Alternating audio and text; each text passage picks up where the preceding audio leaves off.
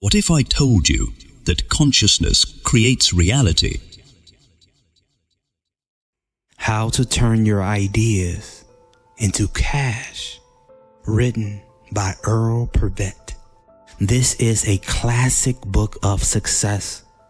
The information still rings true today. Guard your thoughts. Take action. Plan. Visualize. Think about what you want and watch what happens to your world. Powerful, powerful book of success. I even included a list of positive thinking, success affirmations at the end. Enjoy. This is Justin. How to Turn Your Ability into Cash by Earl Purvett. Chapter 1. It Might Have Been You. One day not long ago, while standing on the corner of a busy street in Philadelphia, talking to a friend, along came an old man. He was a decrepit old man with swollen, tearful eyes, and his unshaven face was drawn and withered. His lips were blue with unclean sores. His toes were pushing through his worn-out shoes. His clothes were torn to rags. He had seen better days. I thought, how dreadfully poverty has gnawed at you. I was stunned for the moment, with a look of sadness, and with a dirty, bloated hand thrust forward, he pleaded for a few pennies. He got a few more pennies. I got a little more sense. As I pondered over the circumstances which had caused the deplorable condition of this man and had left him a wreck in its ruins, I began to think, it might have been you. What happened to this old man? What precipitated his deplorable condition? What caused such poverty? Why had fortune turned into misfortune? His plight may have been owing to overindulgence, to grief, to envy, to jealousy, to hatred, to prejudice, to dread, to self-pity, to temptation, or to discouragement. Whatever it was had changed his outlook, his attitude, his process of thinking, and his entire pattern of living. Desperation, despair, discouragement, disappointment, sorrow, and sadness were indelibly stamped in the lines of his face. He was a picture of his thoughts, a victim of circumstances, and a slave to poverty. In analyzing the plight of this old man, I came to the conclusion that his condition was a definite result of that desperate little enemy, negative thinking. Negative thinking is a sneaky little enemy which silently steals its way into a man's consciousness, and like a thief at night, steals not his purse, but robs him of that power which makes him poor indeed. It is a sinister and destructive influence that works night and day to prey on a man's soul. It is man's worst enemy and life's meanest foe. It is worse than war, and largely the cause of war. It is the curse of the human race. It is as blind to reason as an owl is to light. It turns friends into enemies and enemies into foes. It robs a man of reason. It stirs up hate, greed, selfishness, cynicism, pessimism, anger, suspicion, rivalry, jealousy, revenge, lust, and envy. It tears down confidence, undermines health, impairs character, and causes poverty. An old legend relates that the devil was thrown into bankruptcy. Out of all his tools, the creditors permitted him to keep one. The tool he selected was the wedge of negative things. To ask why he liked this tool better than all the rest, the devil explained, "It is because this is the one tool which I can use when all others fail. Let me get that little wedge into a man's consciousness, and it opens everything else. That wedge has opened more doors for me than all other weapons combined." Someone asked one of the world's greatest explorers what exploration he enjoyed most. His answer was, "My personal preference is for sitting in an old-fashioned rocking chair and exploring the undiscovered regions inside my own mind." In exploring the undiscovered regions inside the mind, man discovers he has interest. His interest creates a desire. There are two kinds of desire. One is physical, one is mental. Subsistence and propagation satisfy the physical thoughts, and ideas satisfy the mental desire. There are two kinds of thoughts. Positive thoughts, which are creative, negative thoughts, which are destructive. I often compare positive thoughts to light and negative thoughts to darkness. Darkness is nothing. It is the absence of light. Turn on the light and there is no dark. Negative thoughts of dread, worry, anger, prejudice, jealousy, envy, grudge, stubbornness, impudence, selfishness, cynicism, gloom, hate, despair, and discouragement disappear instantly when they meet the positive thoughts of love, faith, consideration, respect, kindness, courage, understanding, persistence, fervence, loyalty, joy, power, plenty, endurance, and strength. Think positive thoughts, and the ability can accomplish any desire. Positive thoughts are based on understanding and faith. Negative thoughts are based on ignorance and doubt. There is no problem or condition that fails to disappear in the light of positive thoughts. Face one half of your problems or troubles with positive thoughts, and they will disappear, and then face the other half, and they will disappear. Positive and creative thinking will burn holes in problems, as a lighted cigarette will burn holes in tissue paper. In the study of physics, we find Ohm's law of electricity. It teaches is the current or the amount of electrical energy to be delivered for any given purpose. E is the powerhouse to supply the current, or is the resistance the current meets on its way to do the job. The less resistance offered to the current, the more electrical energy available to do the job. This depends on the efficiency of the conductor. The same applies to you. You are a conductor for your thoughts. Ability is the powerhouse. Positive thoughts are the current. Negative thoughts are the resistance. Get rid of all negative thoughts. Get rid of resistance. Get rid of all inhibitions, all grudges, and all dreads. The ability demonstrates its full power and strength when unhampered and unencumbered by resistance. Your income, your health, your well-being, your happiness, and your peace of mind are only retarded by permitting the phantoms of negative thinking to set up a resistance to your ability. A physician in Boston examined 25 people suffering from inflammatory disorders. A close checkup revealed that every one of them was holding a grudge. Negative thinking impairs the body and also disrupts the ability. Cut loose and free yourself from all petty restrictions, all pygmy notions, and all corroded resistance. They retard and hold you back. Open up the channel to good. Cast out all your troubles. What good are they? Turn the power and dominion of positive thoughts on worries and dreads, and they are gone.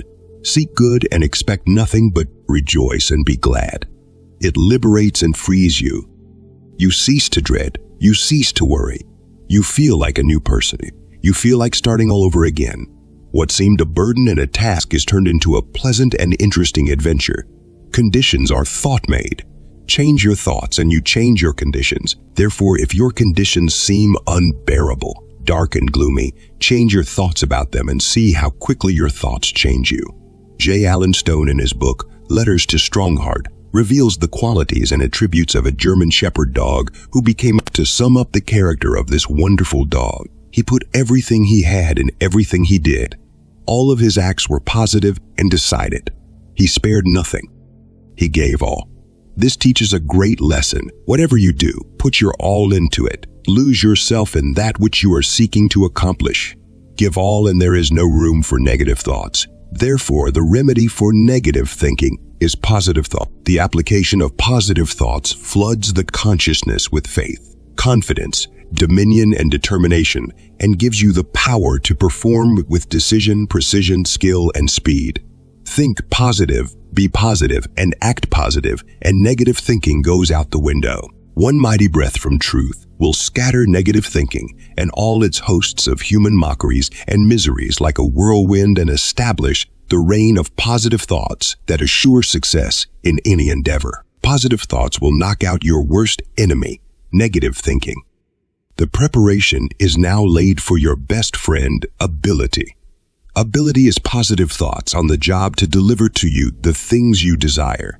There is a tide in the affairs of men which when taken at the flood leads on to fortune. That tide is the accumulation of positive thoughts that must eventually burst forth into a flood of good fortune.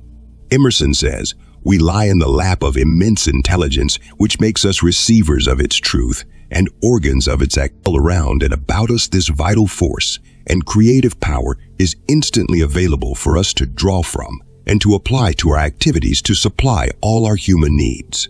It is God's gift to man. It is not owned by any one man or any. It is the property of all men. However, to be of practical value, each individual must seek it, recognize it, realize it, and demonstrate it for himself in his own affairs. It is positive and active and can develop all the faculties and talents of the individual into ability capable of achievement. Cogito ergo sum. The power to think gives man the ability to analyze his own thought. Thought is not an indefinite abstraction, but a vital living force, the most vital, subtle, and irresistible force in the world. Thought has form, quality, and substance. Thought can originate, develop, and create things. In developing the ability to think and create things to satisfy man's desire, it is wise to get the right attitude. Man is greater than the flesh and bones that carry him around. His body belongs to him, but he does not belong to his body. The power to think does not confine him to his own skin. He can project thought. He can visualize and create things to satisfy his mental desires. To do this scientifically and effectively, it is essential to organize his thoughts into a plan. This book is an example. What is a plan? A plan is a method of action, procedure, or arrangement. It is a program to be done. It is a design to give effect to an idea, a thought, a project, or the development of something. A plan may ask, what do you desire to sell something? Do you desire a job? Do you desire an increase in salary? Do you desire clients? Do you desire customers? Do you desire to invent something? These questions pertain to your present or future occupation. The only way to make your desire known is through a plan. It conveys to people in plain language a definite concept of what you are offering for their consideration. My book, How to Sell by Telephone, tells how I sold $10 million worth of life insurance to strangers over the telephone. To achieve this unparalleled record, it was necessary for me to create a plan to satisfy my desire. The plan set forth in plain, understandable language the value and advantages of life insurance and what they meant to the prospect. After creating the plan, it was necessary to develop a process to put the plan into action. This required faith to believe wholeheartedly in the plan, repetition to perfect it, imagination to visualize it, and persistence to see it. Finally, it required the act to idealize the plan, to feel its possession and claim it as reality. I put all the power at my command in the plan, and the desire was satisfied. Self-discipline, self-knowledge, self-improvement, self-expression, and self-unfoldment are individual undertakings. The word individual comes from two Latin words, in, which means not, and divisus, which means divisible. An individual is not divisible.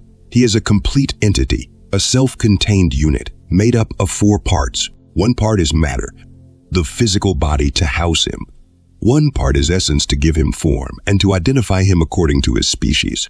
One part is mind to guide and direct him. One part is spirit to inspire and to enthuse him. Strict attention and careful consideration must be given each part. The physical body must have the proper food.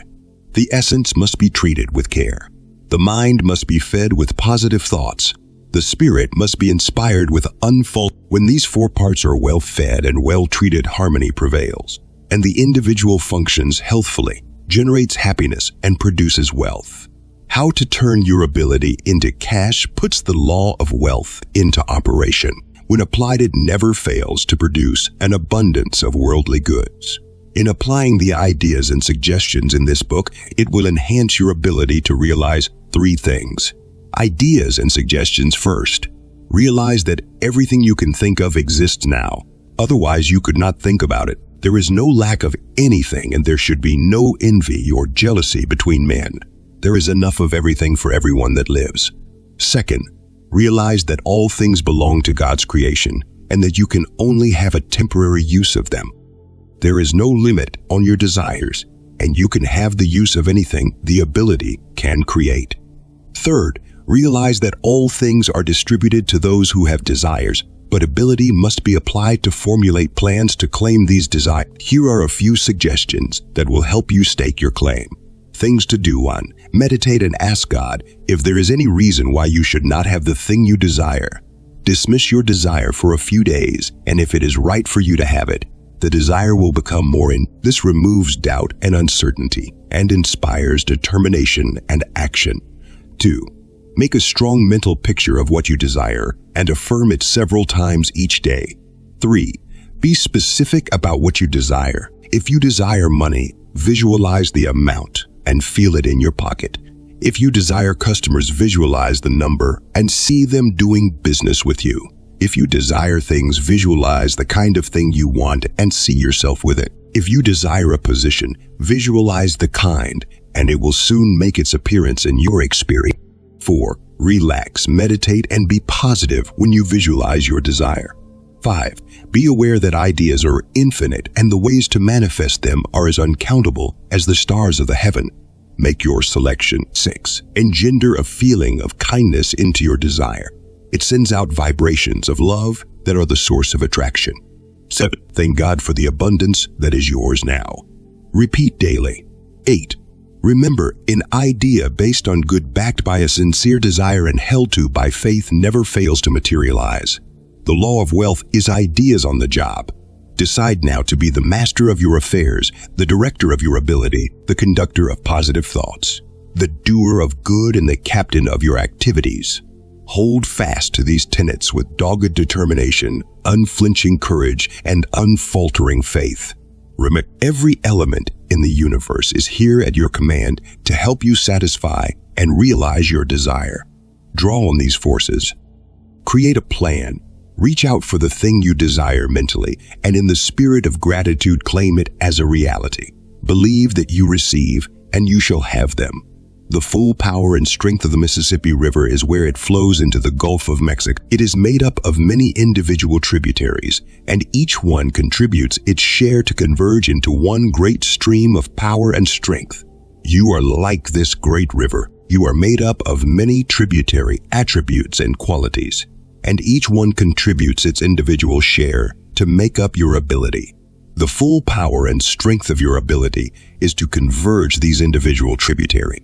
Each chapter in this book aims to develop your individual qualities and attributes and to converge them into one great stream of power and strength. Read, study, and apply the contents of each chapter. They will put this power and strength in action and help you turn your ability into cash. Chapter 2. Are you 9/10 underwater? This man is not the largest physical creature in the world, yet he has dominion over the earth and all things in it. God gave this dominion to man through mind and the conscious ability to form ideas. The capacity to form ideas gave man the ability to reason. The activity of reason gave man the power to control. Through control, man became the master. Since he is the master and has this control, he should exercise his intelligence to establish dominion over himself and not act as an accident in the world on the wings of his imagination. Man is able to fly around and make an investigation of things both material and immaterial. He flies around among the planets in the solar system, stars in the different stellar systems, and even makes a speculative investigation of the universe and his relationship to it. His intellect is capable of reviewing himself and his own achievements, and also of contemplating the cause and source of his own creation. This man, through his imagination and acquired knowledge, discovers and explores the physical laws and harnesses these laws and puts them in service for his comfort and convenience. With his vast capacity to know and to understand, man fails to turn the spotlight on him. He gets acquainted with everything but himself. This he leaves to the isms, ix, ties, eos, and permits ignorance and superstition to control them. Once man applies the same knowledge and science to himself that he applies to physical things, human misery and poverty will be a thing of the past. In the so-called busy world, the tendency is to lose sight of the individual man. Most of us are thing-minded and lose sight of the man in the thing. Everything that man creates has its origin in mind. It is an invisible idea before it is a tangible thing. It is a thought, then a product. The ability is mind in action to create, invent, and build. Speaking of losing sight of the individual man, reminds me of the time when the professor of astronomy at the University of Virginia was showing me through the astronomical observatory. In this observatory were charts, maps, globes, atlases, pictures, and diagrams portraying a complete and comprehensive panorama of our solar system and other stellar systems. In describing the infinite magnitude of these great systems, the professor turned to me and said, "And to think of all these worlds upon worlds without end, and their infinite magnitude, and then to compare them to the little thing we call man. I said, Professor, that's true, but do not forget or lose sight of the fact that the astronomer is still a little man. He looked at me dumbfounded and rushed over and grabbed me by the hand and said, Mr. Prevet, that is the greatest appraisal, the greatest estimation, the greatest contribution to man that it has been my good fortune to hear, and I thank you for it. Man is the joint heir to a consciousness that is common to all men. It furnishes the means and supplies the method through which ideas are communicated. Otherwise, it would be impossible for us to understand each other. This consciousness is infinite. Ideas are inexhaustible, and the ability to harness the two is only limited by its own estimation. What is ability? Ability is the capacity to act, the quality or state of being able. It is the power to perform, whether physical, moral, intellectual, or legal. The ability of the average man may be compared to an iceberg. About Professor William James, the eminent and renowned psychologist, estimated that the average man uses only 10% of his real ability, while the other 90% is latent. Latent ability is potential power and can be released by the proper encouragement and the proper treatment. The might and power of ability feeds on its own achievement, and when inspired, it permeates the whole consciousness with a synchronized responsiveness, and any art, craft, or business is performed efficiently and enjoyed freely. A superior service is rendered and a larger income is earned. Ability cannot be developed all at once. It is like building a house. One brick must be laid at a time. Most people want to begin with the house instead of with the bricks. Things are not built as a whole, but in parts, and each part must be built. The same principle applies to ability. You must build a little each day.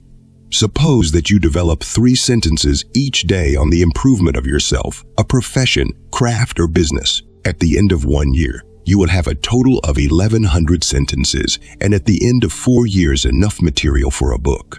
This can be accomplished in 15 minutes each day.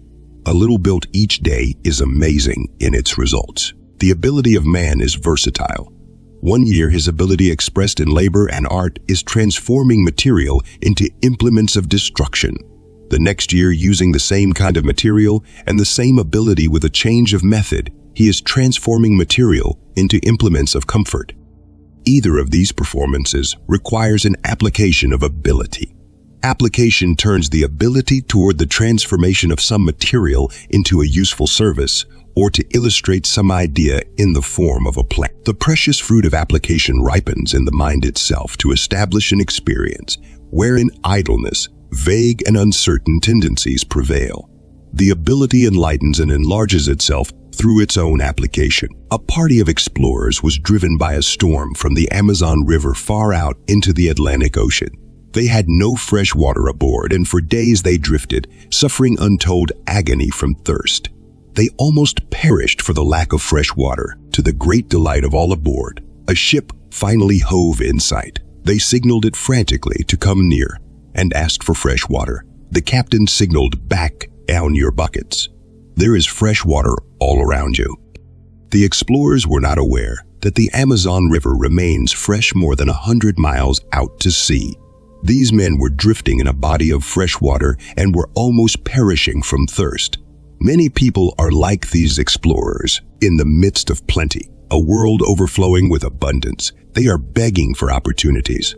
Opportunities are as plentiful as the air. They are all around you.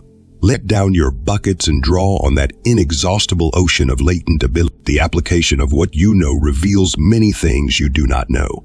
But as it is written, eye hath not seen, nor ear heard, neither have entered into the heart of man the things which God hath prepared for them that love him. Application puts this principle of the Bible in operation. The passion of ability is like steam to a locomotive. It draws into action all the mechanism and channels it into power. Therefore, the first way to develop ability is application. The second way to develop ability is to lay down a challenge. In analyzing those individuals who have made a phenomenal success, we find that it was not the result of elaborate education or of specialized training. On the contrary, most of these individuals had little formal education, and none of them was trained. What is the secret behind such phenomenal success? These individuals had one quality in common: the daring ability to start something. They challenged their own ability. They dared to think for themselves. They determined to do something and to rely on their own. With confidence engendered by action, they drew on their own ability to do things others thought impossible. They did not know they could not do it, so they went ahead and did it. In preparing this book, I was challenged. My wife and children dared me to write it. I thought it was an opportunity to share a few ideas with others. I accepted the challenge, and even though my field is not journalism, this is my second book and a third is on the way. Pasteur, who gave more knowledge for the preservation of health than any other man, was not a physician. Whitney, the man who invented the cotton gin, was a school teacher in Connecticut, far away from the fields of cotton. John D. Rockefeller was a clerk in a produce house. Andrew Carnegie was a bobbin boy. Thomas A. Edison was a newsboy. Henry Ford was an electrical mechanic. Benjamin Franklin was a printer's apprentice. Morse of telegraphic fame was a portrait painter. Bell, the inventor of the telephone, was a teacher of sound. Eastman, the Kodak king, was a bank clerk. Men who blaze new trails, charter new routes, pioneer new methods, make new discoveries, and invent new things are men who dare to do things that can't be done. While others falter, they go forward. Seek, search, and things shall be revealed, even the innermost things of perfection. A man does not need pull. He needs to think, a challenge to dare, an incentive to undertake, and an urge to begin. He who dares to think stands secure in the majesty of his own might. The third way to develop ability is to organize. Ability is personal and only you can develop it. Only you can raise all or a part of the hidden 9-10. Organize your present qualities and attributes. Be fair, but strict. Be true to yourself, and you cannot be false to others. The following pattern is a suggestion for organization. How to organize: put down on paper a list of all your past achievements, regardless of their importance. Analyze each one and try to visualize improvement. A review of past performances conjures courage to attempt other projects. Some of your best achievements have been spontaneous with little or no preparation. This may be a clue to your real power and an incentive to develop your natural talents. And make a list of your personal attributes and qualities. It may assist you to answer the following questions. What is my attitude toward myself, toward people, toward God, toward my neighbor, and toward my job? Do I think and act positive? Am I tolerant and considerate to other people? Do I honestly respect the rights and opinions of others? Do I interrupt while others are speaking? Do I tell my affairs to everyone I meet? Do I practice the golden rule? Do I permit the whims and fancies of misfortune to deter real issues? Do I realize that little issues may be big ones? Do I monopolize the conversation with a big I and a little U? Am I arrogant and impudent? Am I honest with myself? Am I persistent and progressive without being offensive? Am I blown around from opinion to opinion, like a thistle in a windstorm? Do I cultivate habits that make me strong physically, mentally, and spiritually? Do I have confidence in my ability? Do I dare to think for myself? Do I dread to act? Do I hesitate, falter, postpone, and procrastinate? Do I like to cooperate with others? Do I indulge in gossip? Do I like to work alone? Do I practice the little acts of courtesy in my daily associations? Do I remember to say, thank you, pardon me, forgive me, I'm sorry, excuse me please, and others? Am I willing to live, love, and share? Do I covet what others have? Am I envious? Am I jealous? Do I pray and work against selfishness? Conscious attention to the improvement of personal qualities and attributes improves the social and business relationship of any individual, and if indulged in, they will distinguish him. Make a list of your specialized knowledge. In what field are you most proficient? What business offers you the greatest stimulation? Can you lose yourself in what you are doing? Can you present ideas in a scientific plan? Can you make an intelligent blueprint of your personal qualifications? Are you versatile? Can you tell wheat from chaff? Do you have a new interest in your job? Do you exercise your imagination? Do you challenge your own ability? Do you read each day something to provoke thought? Do you cultivate your sense of humor? Intelligence is the capacity and ability to size up yourself, size up your environment, and to organize them into a workable plan that you may share life's abundance. The fourth way to develop ability is freedom. Ability is seeking self-expression and functions more efficiently when the mind is not loaded down with a lot of false and specious importations. All kinds of rumors, hearsays, dreads, superstitions, and dire speculations are constantly infesting the air. 99% of these mental vagabonds have no leg on which to stand. They are only fantastic phantoms to harass, subdue, and delay the ability's action. Here are a few examples. Have you heard this one? Don't tell anyone I said so. Confidentially speaking, E. During my last operation, AMU, had you heard about so-and-so between you and me? A and B don't seem to be able to get started. The trouble of the world is as. My situation is different, but this is a good one. I'm one. ATA, so they travel ad infinitum. The moment any of these mental vagabonds cross your path, do not stop them. Let them keep on going. Old pop judgment and old mom advice are on every corner to tell you how to do it or to advise that it is impossible. Then there is Cousin Tom, Dick, and Harry with a wet blanket to dampen the spirit. They, too, have a brand of expert knowledge. How can anyone know the value of your ideas when they have had no part in creating? Take suggestions, but let the dictates of your conscience be the final judge. Everything in the universe is organized. Organization is the secret of scientific development and fruition. It gets rid of excess baggage and permits the ability to function with freedom. The fifth way to develop ability is vision. Most people believe only in the things they see. Appearance is everything. To attribute power to appearance is superstitious. Appearance is only a manifestation and has no power in itself. All power is invisible. Mind is invisible. Wind is invisible. Sound is invisible. Life is invisible. Spirit is invisible. Electricity is invisible.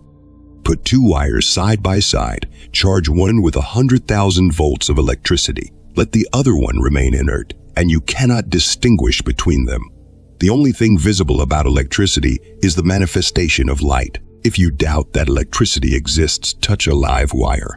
Vision is something seen otherwise than by ordinary sight. It is a visual image of a plan in action. It is peeping through the fence of appearance. To believe in things you can see is sight. To believe in things you cannot see is vision. When vision fails, men perish. Vision is the camera of the imagination and supplies the film to register the image. For thousands of years, the Niagara River dashed over the rocky cliff and was only an interesting sight for visitors. A wise man with a vision recognized its great potentialities. Why not convert this great force into power? Today those falls have not changed, but the invisible power concealed in them is turning the wheels of 1,000 industries and supplying electrical power to light and heat thousands of homes. By drawing on his latent ability, the man with a vision harnessed the power of countless horses and converted it into a useful channel to serve his fellow men. Vision is one of the most important faculties. It develops foresight and turns hindsight into profit. Every man has a portion. Use it. The sixth way to develop the ability is coordination. Our ideas have a kinship and form excellent partnerships to produce harmony. When this kinship is recognized, it illuminates and invigorates the ability. When ideas conflict, distraction confuses and disrupts the ability. It is unable to function with full force to reach its goal or to enjoy a complete fruition. Special machinery is constructed to perform specific jobs. A knitting machine makes hosiery. A lawnmower cuts grass. Both machines are excellent performers and do a splendid job in their respective fields. However, it would entail a severe conflict to attempt to mow a lawn with a knitting machine or to knit hosiery with a lawn mower. The same principle applies to ability. My ability has been developed in the field of human relations, and regardless of how good this ability is, it would be thwarted and confused in the field of obstetrics. The field of human relations, and also the field of obstetrics, are not crowded with perfection, and each field offers the ability a lifetime of interest and investigation. A host of ideas is seeking a partnership to be cooperative, effective, and beneficial. These ideas must be regulated and expressed through coordination. Therefore, stick to one field. And as the ability develops in that field, the field enlarges and the ability let harmonious ideas coordinate and feed your ability, and your ability will feed you. The seventh way to develop ability is conviction. Every day Parson Jones visited his church to preach. Someone asked him why he preached 6 days each week to himself and only 1 day each week to his congregation. His answer: it takes 6 days of preaching to convince myself and only 1 day to convince my congregation. One of the most difficult jobs is to convince ourselves, but once this is accomplished, it is fairly easy to convince others. Conviction comes from 2 Latin words, con and vincere, which means to conquer. In order to conquer doubt about your ability to perform, either by argument or belief, it is imperative that the proposition be thought through to a conclusion. Half-baked conclusions are the result of faulty reasoning. Thinking through can only reach one conclusion. The proposition is either true or false. If it is true, make a decision with conviction and act upon it with determination. A state of being convinced is predicated upon the integrity of the human mind. When fed with facts, the mind does not err, and the decision reached inspires conviction to realize the full impetus of ability and to derive the full benefit from it. A thorough and wholehearted conviction must permeate and embrace every phase of your occupation. The occupation must warrant this. Otherwise, the standard must be raised or a new field of endeavor sought to allow full expression. In my 40 years of experience in the field of selling, I have always acted as my first customer. My conviction has been, if it is good enough for me to buy, it is good enough for me to sell. On the other hand, if it is not good enough for me to buy, it is not good enough for me to sell. Acting on this conviction, success followed. Conviction based upon the principle of good is invincible and never fails to convince. It puts the ability in operation in high gear. It acts with confidence and determination. Convince yourself, and you convince all others. A few strong impulses, a little gumption, a rule or two, and a dose of conviction, and the ability goes in. Before closing the book on this chapter, I suggest that you read, review, and study each one of these 7 ways and think of them in terms of your own ability. As a definite reminder, I will list them. In Plashton challenge and organize a freedom may vision coordination cod is not partial to a fortunate few. His unlimited gifts and riches are free to. However, there are certain laws that govern them. During World War II, many stories were told how man faced and overcame what seemed to be insurmountable problems and conditions. When faced with a crisis, hidden ability comes to man's rescue. He finds himself doing the impossible and performing so-called miracles. The exigency of the situation provokes means to solve it. Latent ability does not seek a favorable, it is instantaneously available for any occasion and will work for anyone at any time. It is not necessary to get in a foxhole or to be stranded in a rubber boat to find God's laws. They are where you are. Miraculous achievements become commonplace once man learns to draw on his latent ability. A miracle is only a fulfillment of one of God's laws which man learns to understand and apply. Electricity turns the inert electric bulb into gasoline. Vapors turn a motor into action, and steam turns a locomotive into a vehicle of energy and power. At this very moment, your ability can revitalize and remake you. It turns negative thinking into positive action. It turns pessimism and despair into hope and confidence. It turns dissipation and defeat into application and progress. It turns all effort into health, happiness, and achievement. Fairy tales are founded upon wisdom and mysticism. When you learn to draw upon the invisible laws of God and use your ability to apply them, many more fairy tales will be a dream fulfilled. Your ability is the product of your thoughts. Be satisfied with none but the best. Remember, ability is twice blessed. It blesses him that gives, and him that and to increase your power to think and to build. You sprang from a cell invisible to the naked eye. This cell had the power within to think and to build and to do it in harmony with law and order. It used mathematics to determine the number of things necessary to make up your body. It used chemistry to determine the chemical properties necessary to nourish your body. It used physics to determine the energy necessary for your body. in logical sequence. This cell drew on the forces of life and through the division and the multiplication of other cells, built into orderly arrangement a human body. When completed, it demanded a birth certificate from your mother. At birth, 5 sense avenues were available to sponsor thinking. Eyes to see, ears to hear, nose to smell, tongue to taste, and touch to feel. To use these sense avenues, it was necessary to think. The accumulation of these sensations developed impressions. These impressions turned into knowledge. Perception was formed. You were aware of things. You could distinguish objects and recognize sound. You had the ability to know and the capacity to gain knowledge. One day along the line, memory dawned. You discovered the ability to recall events, remember names and faces, and to retain and you had the capacity to observe, to concentrate, to remember, and to reason. You were a rational creature, able to censor and discipline your own acts. You were aware of yourself and conscious of your own identity. Who am I? Where did I come from? Why am I here? You were seeking the cause of tilings. What was their origin? What was back of them? You were able to comprehend the invisible idea back of the visible thing. You could see the man in the vase, the artist in the picture, and the thought in the product. You were acquiring the ability to form ideas, to establish the relationship between cause and effect, and to have a conception of your own ability. You were beginning to You were conscious of your power to think. Today, that cell has developed into a human personality, and with the power to think is reviewing its own inception, its own development, its own ability, and its own advancement. This plane of development is the one which normal human beings follow. It proves that man is a thinking creature.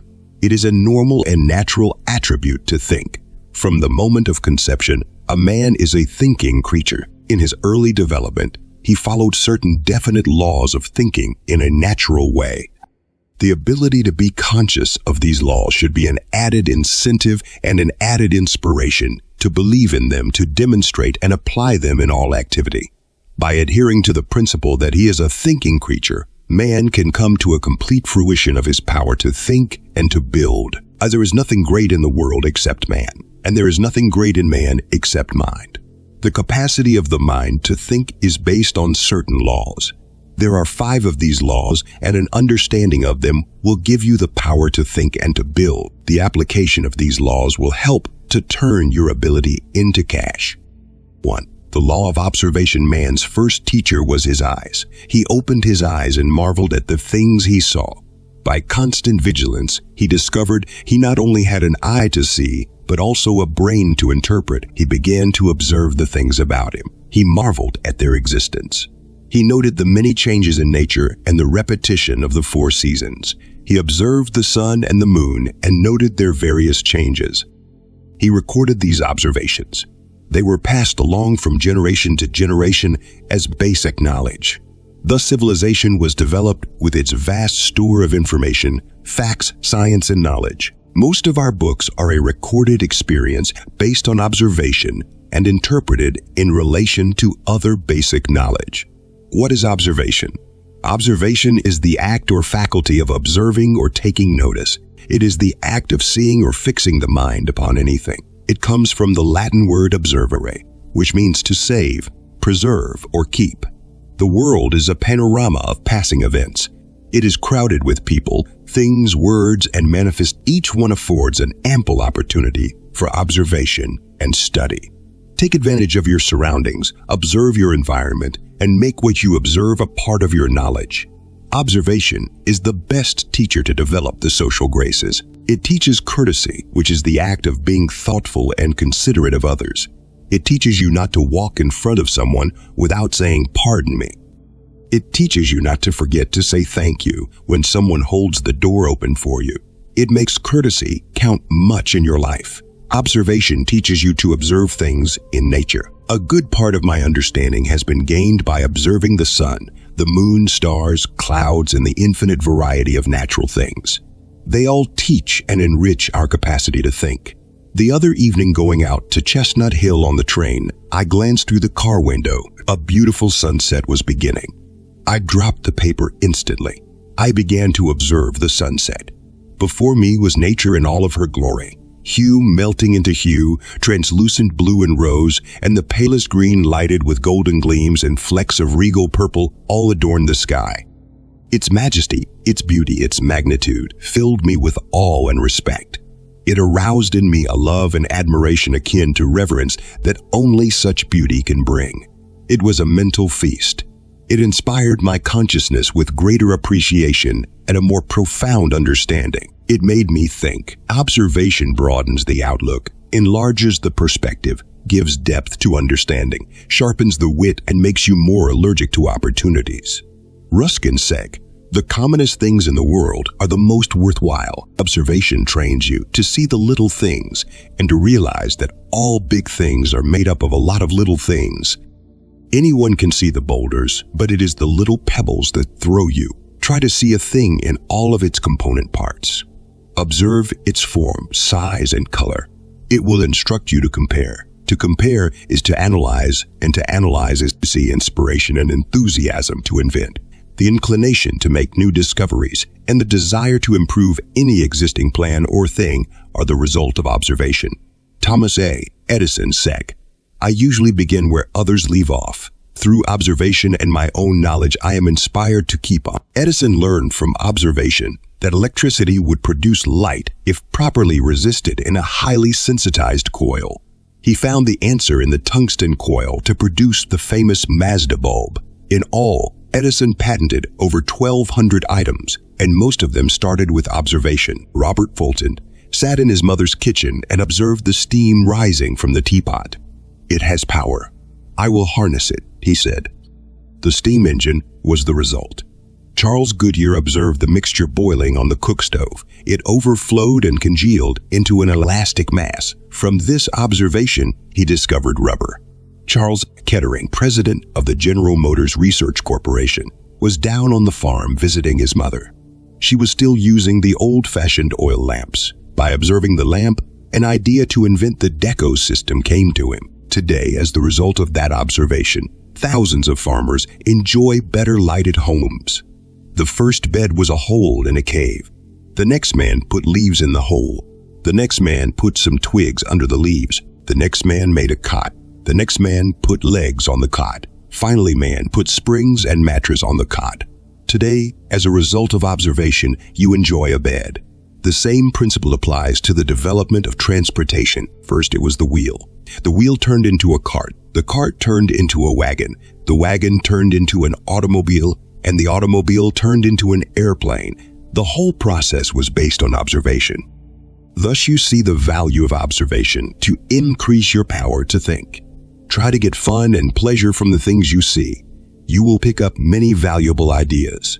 This breeds interests and starts you on the road to creative thinking. Creative thinking will make you rich in both material and spiritual things. Train your eyes to see and train your mind to interpret. They will teach you to think and to build. 2. The law of concentration. Did you ever stand on the bank of a river and watch the water as it whirled around a center or vortex in the stream? Did you observe how that vortex or center drew to itself everything that came floating down on the current? That was an active, positive center, distinct from any other center or vortex in that stream. And because of its individualized strength, it had the power of attraction, and everything was drawn into it. When you concentrate your mental forces, you become the vortex or center of intelligence, and you can draw to yourself anything whatsoever you desire. What is concentration? Concentration comes from the Latin word concentrum, which means to center. It is directing the mind to a common center. It is paying strict attention to the job at hand. It is holding the mind on any subject to the exclusion of all others. It is the directing force which hastens to the materialization of your desires. Like observation, you must have a specific subject on which to concentrate. This must be people, things, words, or ideas. Concentration is always a positive and creative condition of the mind. One aid that will help you to concentrate could understand sounds and could communicate with his fellow man long before he developed the art to read and write. He depended on sound signals. Ears are the means to record sound signals and to develop the ability to listen. Nature gave man 2 ears and 1 mouth. He is supposed to listen twice as much as he talks. Otherwise, he would have 2 mouths and 1 ear.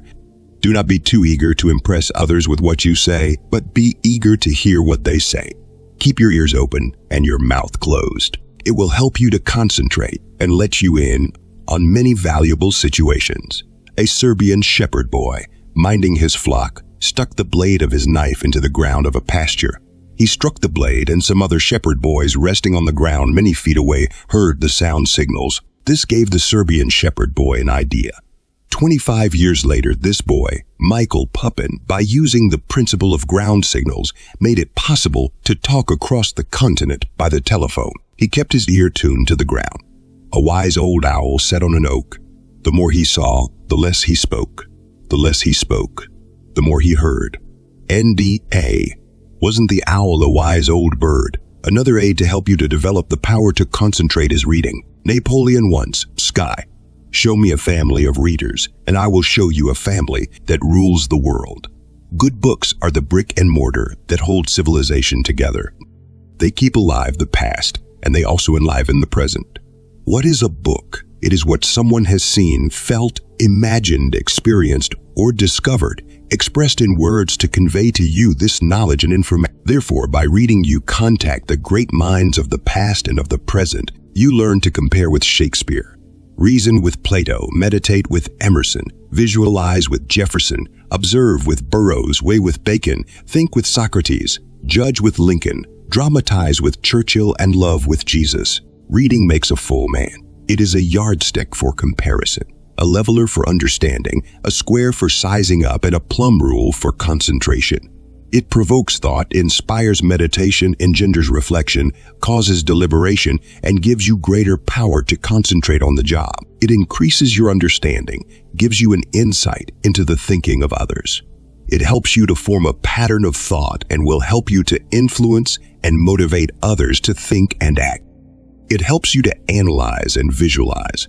You learn to think around and through things. It opens up new vistas, ripens judgment, stabilizes thought, and teaches you to be tolerant and considerate of others. It helps you to grow and expand. Some years ago, a group of well-known businessmen from New York were fishing off the coast of Florida. They were favorably impressed with the unusual display of knowledge and information by the old captain. The fact that he was so well-read, so well-versed, and so well-informed led these men to believe that he must have a very valuable and extensive library. Their curiosity amused the old captain. He invited them to his home to see his library. They went. They found the old captain in his cabin reading by the light of a candle. They were astounded as well as amused.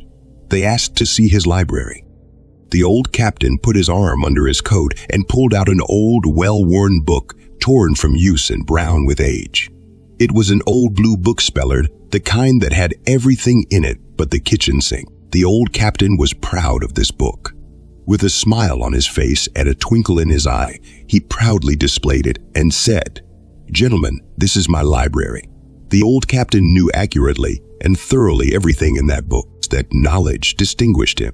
He acquired it by applying the law of concentration. The late William Lyon Phelps, one of America's foremost educators, urged everyone to read and to concentrate on the Bible as a means to a liberal education. I thoroughly believe in a university education for both men and women, but I believe a knowledge of the Bible with a college course is more valuable than a college course without the Bible. For in the Bible we have profound thought beautifully expressed. We have the nature of boys and girls, of men and women, more accurately charted than in the work of any modern novelist or playwright. You can learn more about human nature by reading the Bible than by living in New York. This is a splendid tip on how to develop the power of concentration. As you read, pick out key words. Get the full meaning of these words well established in your mind. Use them as pegs on which to hang other thoughts. In this way, a full pattern of thought is formed in your consciousness, and you can remember what you read and make it a part of your knowledge. I never concentrate for a long period of time on one subject. 30 or 40 minutes is sufficient. When it gets boring, it is time to relax. The best way to concentrate is to read 3 or 4 books in one evening.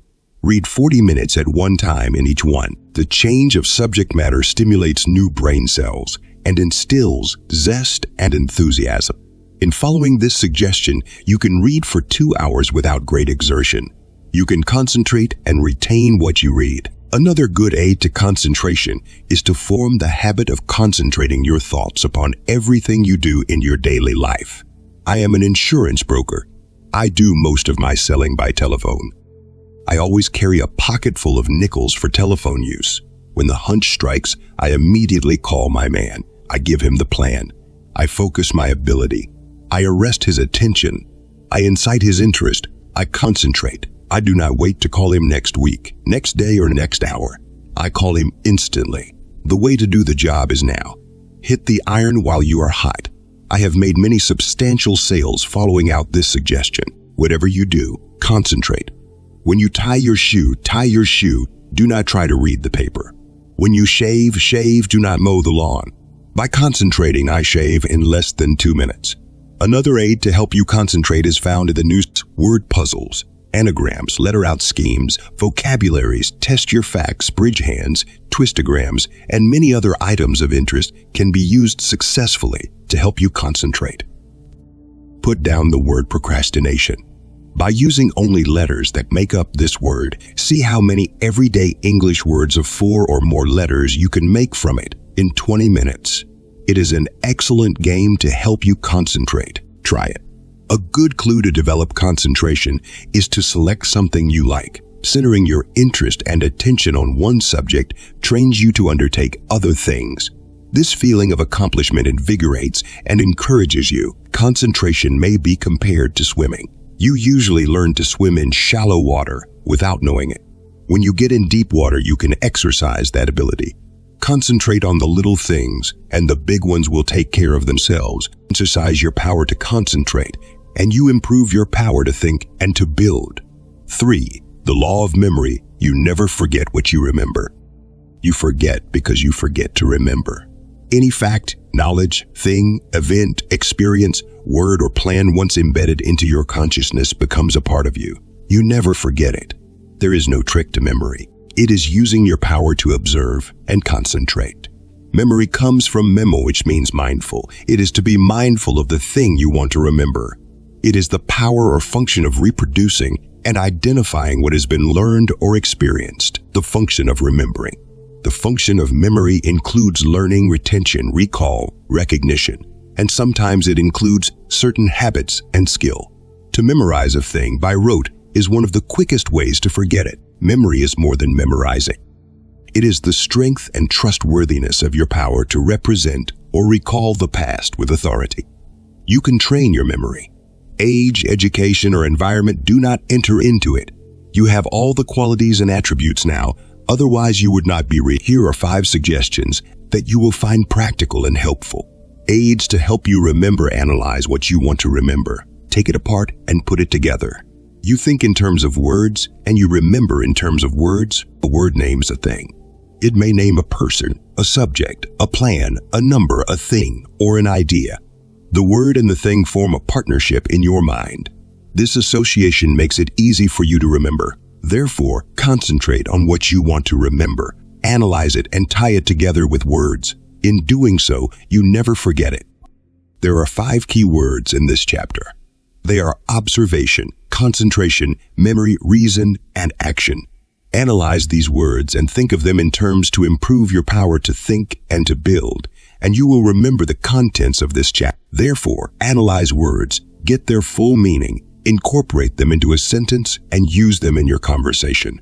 In this way, words become your property, and you can turn them into cash.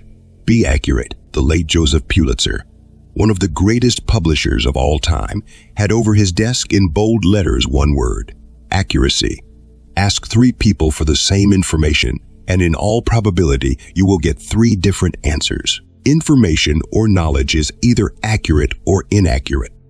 The effort expended to get inaccurate information is greater than the effort expended to get accurate information.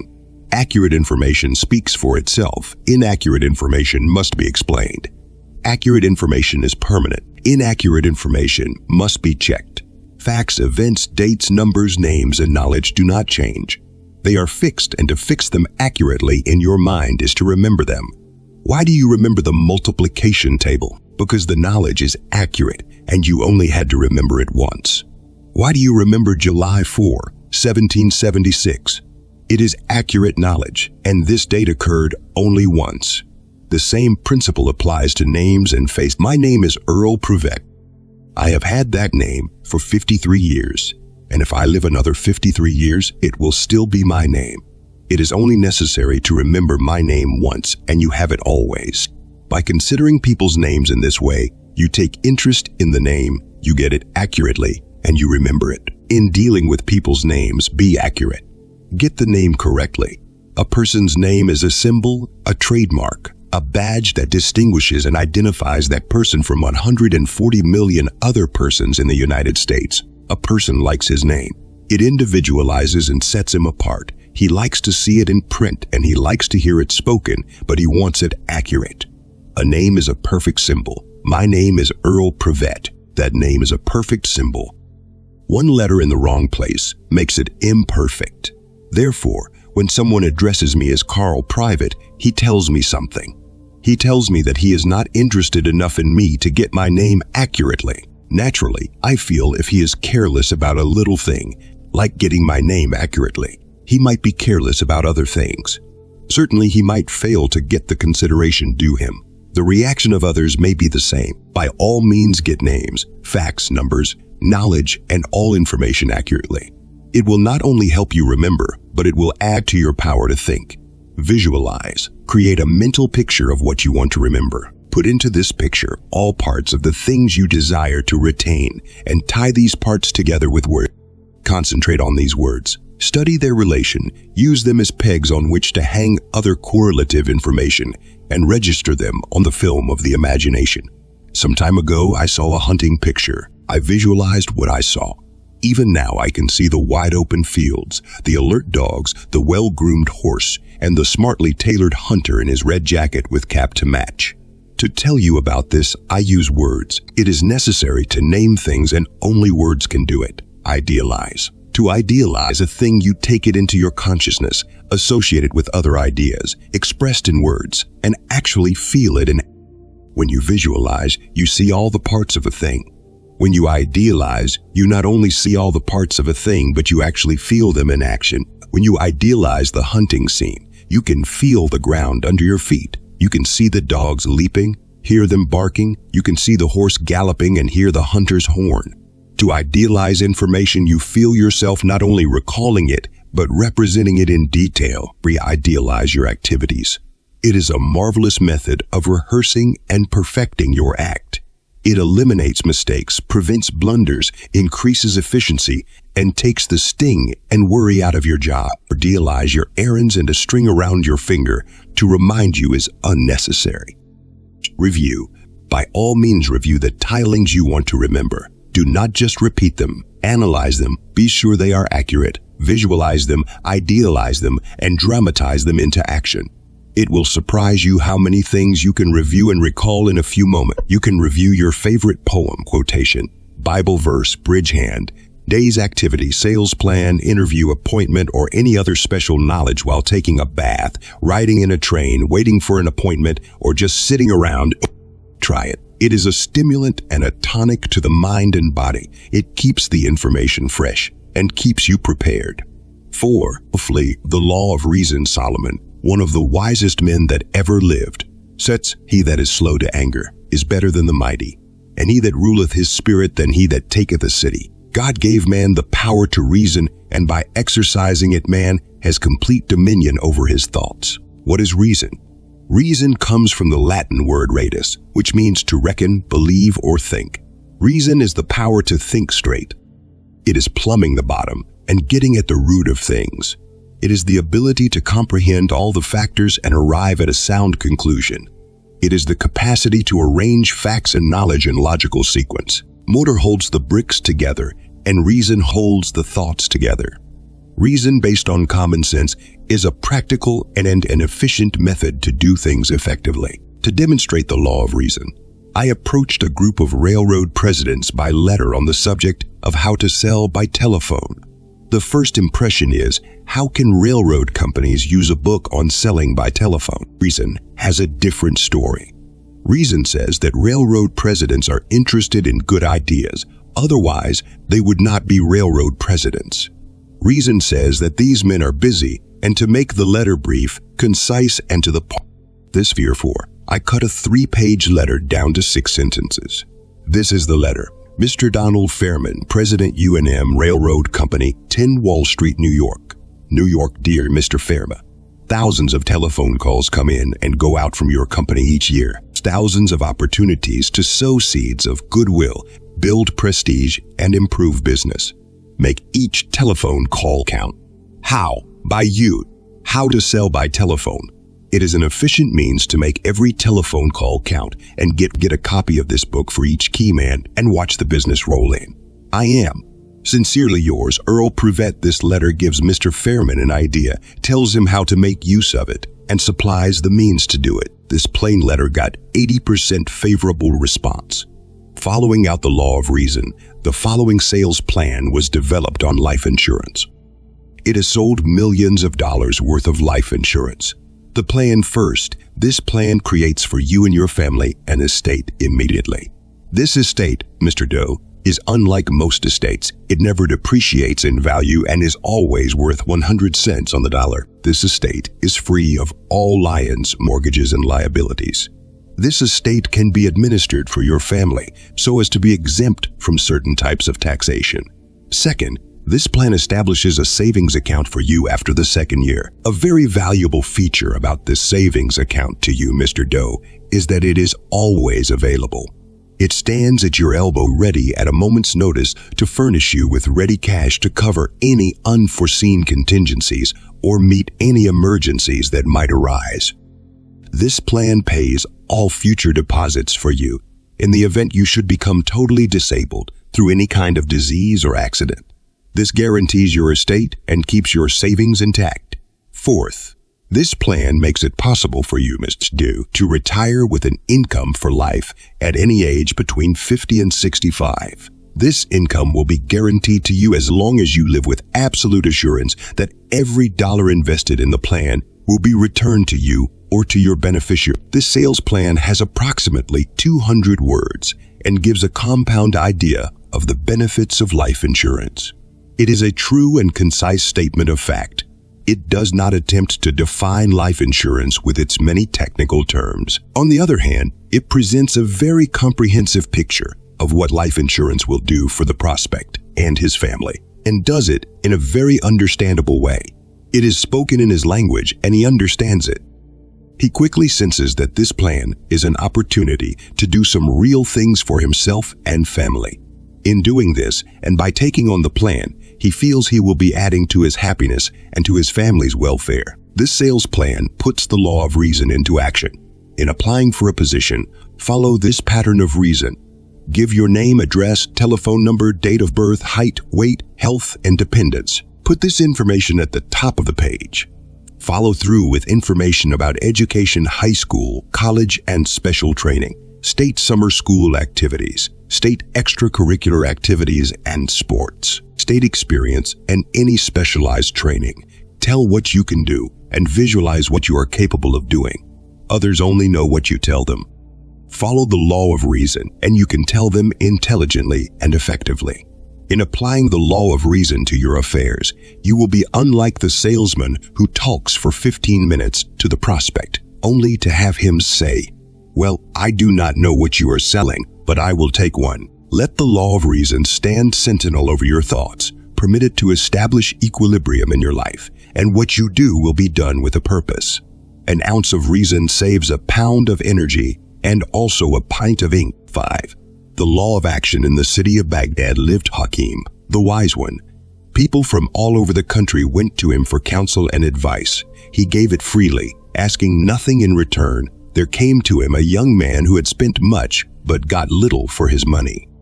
"Tell me, wise one, what shall I do to receive the most for that which I spend?" Hakim answered, "Anything bought or sold has no value unless it contains that which cannot be bought or sold. Look for the priceless ingredient." "But what is this priceless ingredient?"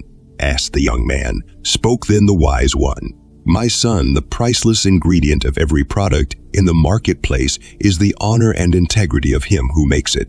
Consider his name before you buy. Action comes from the Latin word agere, which means to do. It is the application of what you know to what you do. Between the two is a middleman. The middleman is character. Character is the spirit of honor and integrity that you put into that which you do. It is the spirit to be your best and do your best at all times. It is a desire to see the job well done. It goes back to Emerson's mousetrap.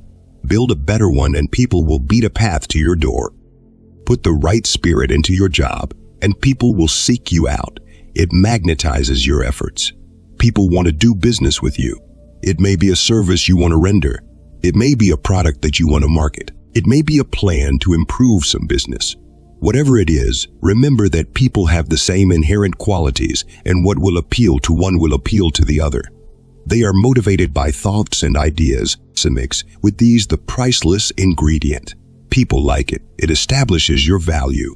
The law of action is made efficient by doing the job well. In this chapter, I have given you 5 definite laws on how to think and to build. Go back and review each one and get the spirit of its meaning. They will help you.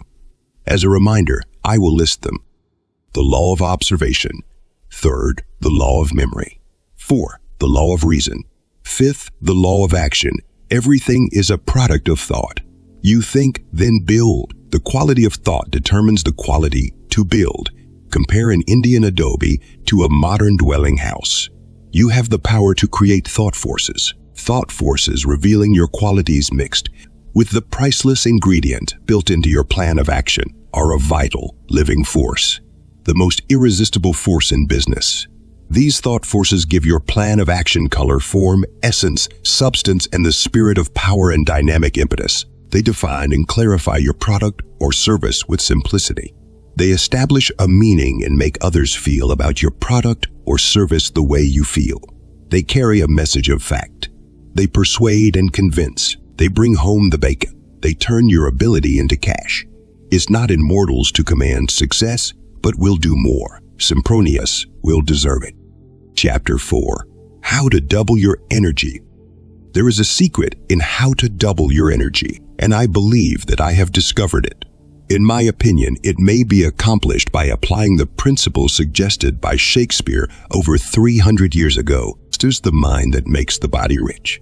This is a profound and scientific statement. It reveals a most valuable idea, and my purpose in this chapter is to develop this idea fully and to share its complete significance with you. People are interested in having more energy, but they are absolutely callous, indifferent, and adverse to the old system of calisthenics. They remember too well the tortures of setting up exercises, weightlifting exercises, daily dozens, dumbbell exercises, and a lot of other weary and uninteresting procedures. Thinking of it, to say nothing of attempting it, makes most people cringe with dread and writhe with a tired and weary feeling. My sympathies are with them. Shakespeare gave me a clue to a new system of calisthenics. I felt that you would like to know the secret of how to make the body rich in health, vitality, strength, vigor, endurance, and energy, and eliminate all the old antiquated methods of exercise that have been in vogue since the first caveman pounded his chest and shouted, "Look who I am," therefore using myself as an example and my own body as a guinea pig. I have evolved a system of calisthenics based upon the science and practice of free bodily exercise without apparatus to promote strength, gracefulness, and energy. This system uses your head as well as your muscles. It involves no tricks or magic and requires no hours of drilling or other wearisome exercises. It eliminates body torture, stiff muscles, and tired feelings. You can successfully put this system into practice in the home, in the office, on the street, in the automobile, of any other place you might happen to be. It only takes a little thought and a couple of minutes each day, but the results are phenomenal. It has always been my contention that no one has a right to offer, to suggest, to propose, or to advance any theory on how to do something, especially if it influences others to try it, either directly or indirectly, unless the person advancing that theory has used it and finds through actual practice that it will do all that is claimed for it. My song is practice what you preach, otherwise theories are not worth the paper on which they are written. This system to double your energy may appear to you to be a theory. It is a theory, but one that I have learned from actual experience.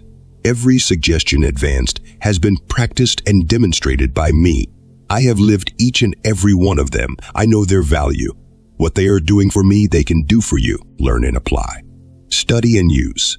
Fathom the secrets of your marvelously constructed body and care for it scientifically. These secrets will teach you to live with zest and joy. They will double your energy. The body is the house in which we live. It is the temple of the spirit. It is the source of all energy. It is the organ of activity. However, the body itself does not create energy. This is the function of the vital organs within the body. Energy is created through the process of these organs making and distributing blood. Blood is life. In the blood lies your strength and energy. As a self-propelling, self-sustaining, and self-acting organ, the body lives and thrives on blood. Blood is the source of energy. God created everything, and God is good. The infinite variety of things expressed in nature proves that we are surrounded with an infinite intelligence and power that establishes law and order in the universe and supplies us with all the essential material elements necessary for our well-being. As individuals, we enjoy the right to draw on these elements, and God has endowed us with a mind to make a wise use of them to meet our personal needs. Blessed are they which do hunger and thirst after righteousness, for they shall be filled. Happy are they that make the right useness of the elements, for they will be filled with pure blood and dynamic energy. The four best-known material elements used by the body to make blood are air, food, water, and sunshine. The wisdom used to assemble these four life-making elements determines the quality of blood that makes the body rich. Nature provides man with all the elements necessary to make steel. Man applies mind in making the proper use of these elements. In doing so, he is able to make the finest and toughest steel. Let us discuss and analyze the four elements that make pure blood. 1.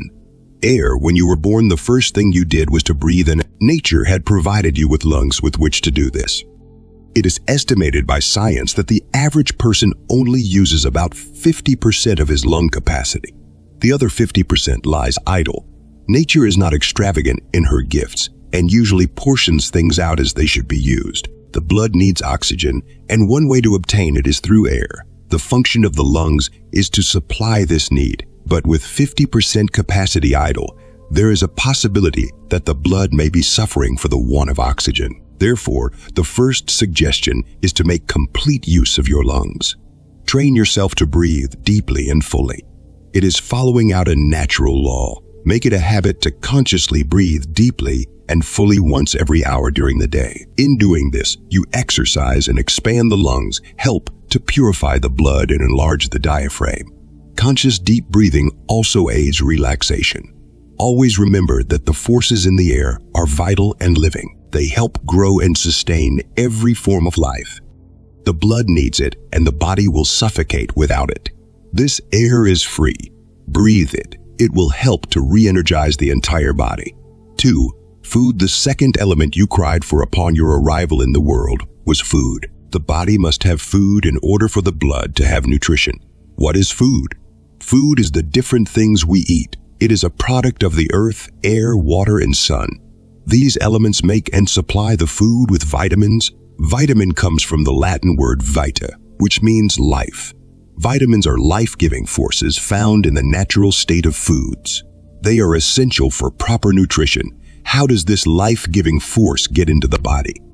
Through the bloodstream. This is accomplished by a manufacturing and distributing process carried on by the internal organs. Food is taken into the mouth, chewed, swallowed, then digested by the stomach and made ready for the little intestines. The small intestines, through the process of osmosis, pick out the particles of food which contain vitamins. These particles are turned over to the vital organs, including the liver, heart, lungs, kidneys, and others.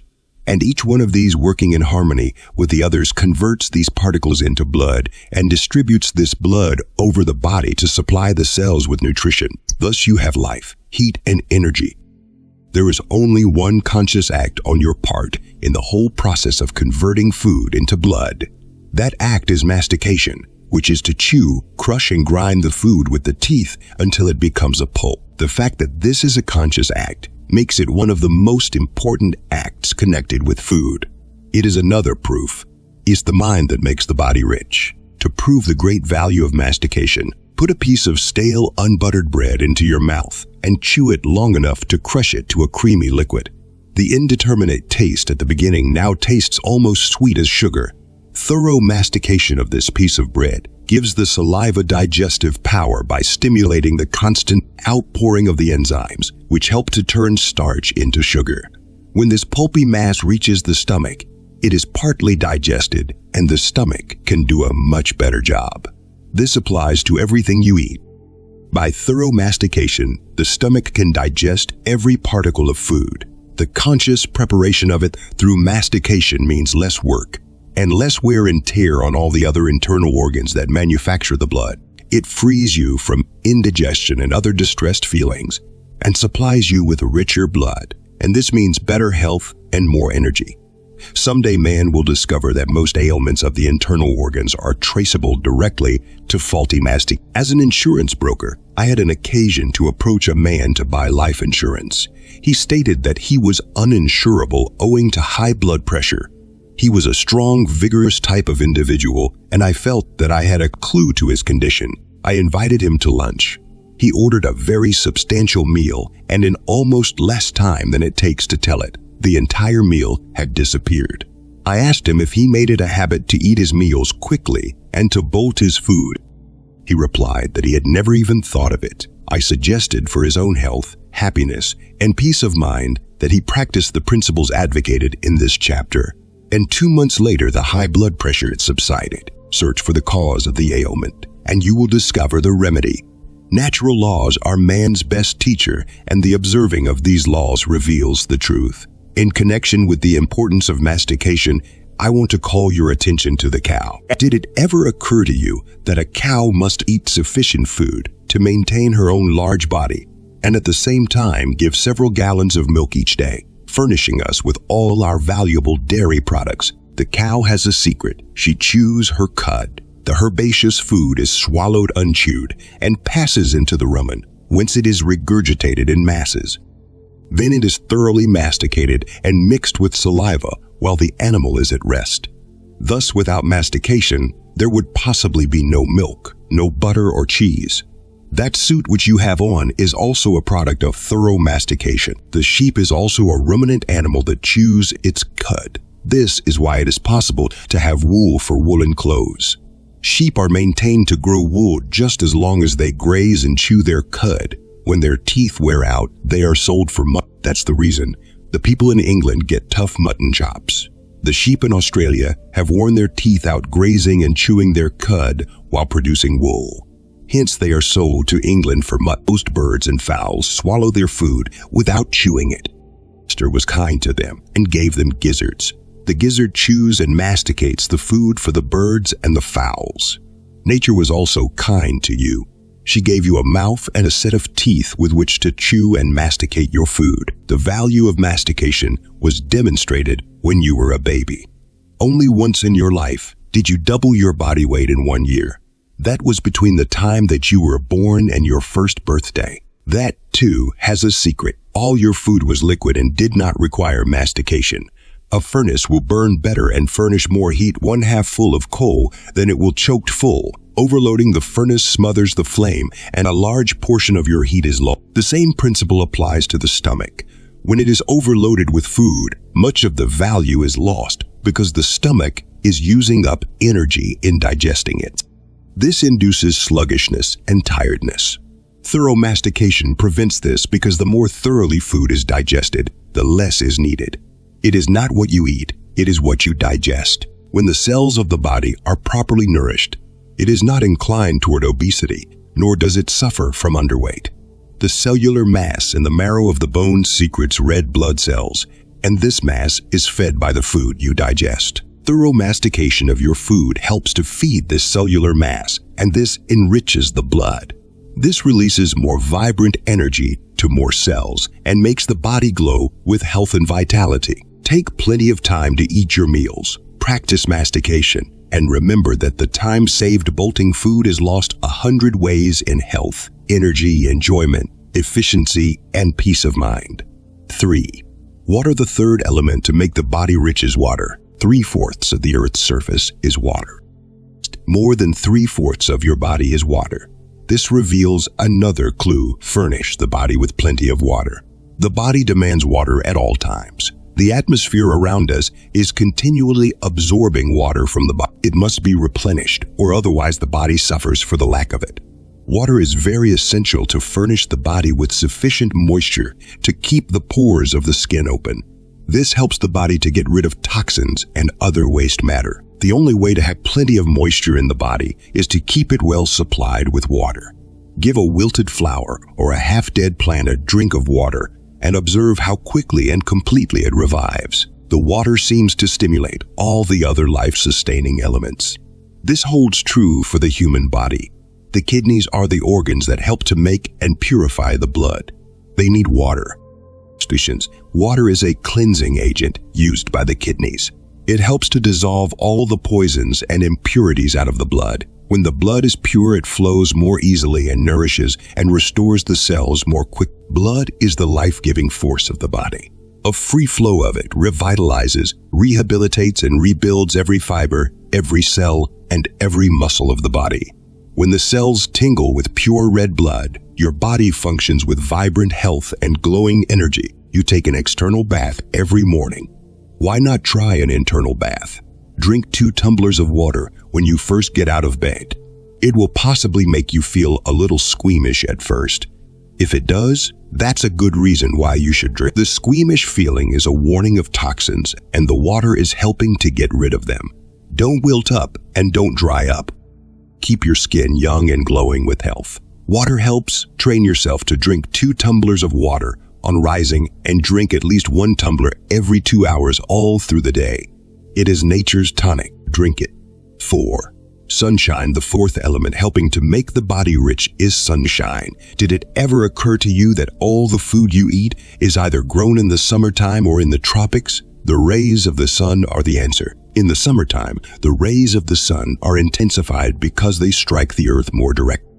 The intensification of the sun's rays accelerates the vibratory forces of the air, and these are capable of growing all kinds of foods and vegetation. This happens in the temperate zone during the summer months, but in the tropics or territory bordering on the tropics, it happens all through the year.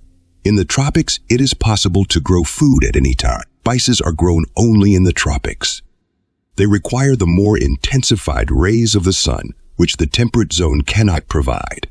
Everything has a cause, and by observation and thought we can find it. All vegetation thrives in the sunshine, and so do we. The body needs it. A short sun bath, not to the point of burning the skin, taken 2 or 3 times each week in the summertime, is very beneficial to the body. The rays of the sun are vita rays, which heat and charge the cells with vitamins. These vitamins are loaded with energy, and the body absorbs this energy from the sun just as a blotter absorbs ink. These vita rays taken in the summer will increase your resistance against those bad colds in the winter. Train yourself to take a sun bath occasionally, and by all means get into the sunshine as much as possible. It is a gift from God and is here to help you get more energy. Make use of it. The body is a plastic, clay-like assemblage of protoplasm made up of cells. These cells are kept alive and revitalized and re-energized by the blood. The principles just enumerated have shown us how to make the best possible use of the 4 essential elements necessary to make pure red blood. Now that we have the blood, what is the next step? The heart is the organ that pumps the blood to all parts of the body. The arteries carry the blood from the heart, and it is returned by way of the veins. This is nature's wonderful system of distributing the blood. However, it is the mind that makes the body rich, and there is a conscious act that will assist the heart in the distribution of blood. That conscious act by you enables each cell of the body to be thoroughly nourished with pure red blood at all times. What is this conscious act? Again, we take a lesson from nature. It is estimated by science that most animals live 5 to 7 times their maturity age, according to the American mortality tables. The average age of man is 61.2. This is less than 3 times his maturity age. If man lived 5 to 7 times his maturity age, he would live to be 100 to 140 years old. What do the animals do that most people fail to do? What is the answer? The animals must have a secret. By observing them and using my body as a guinea pig, I adopt and practice their secret. That secret is stretching.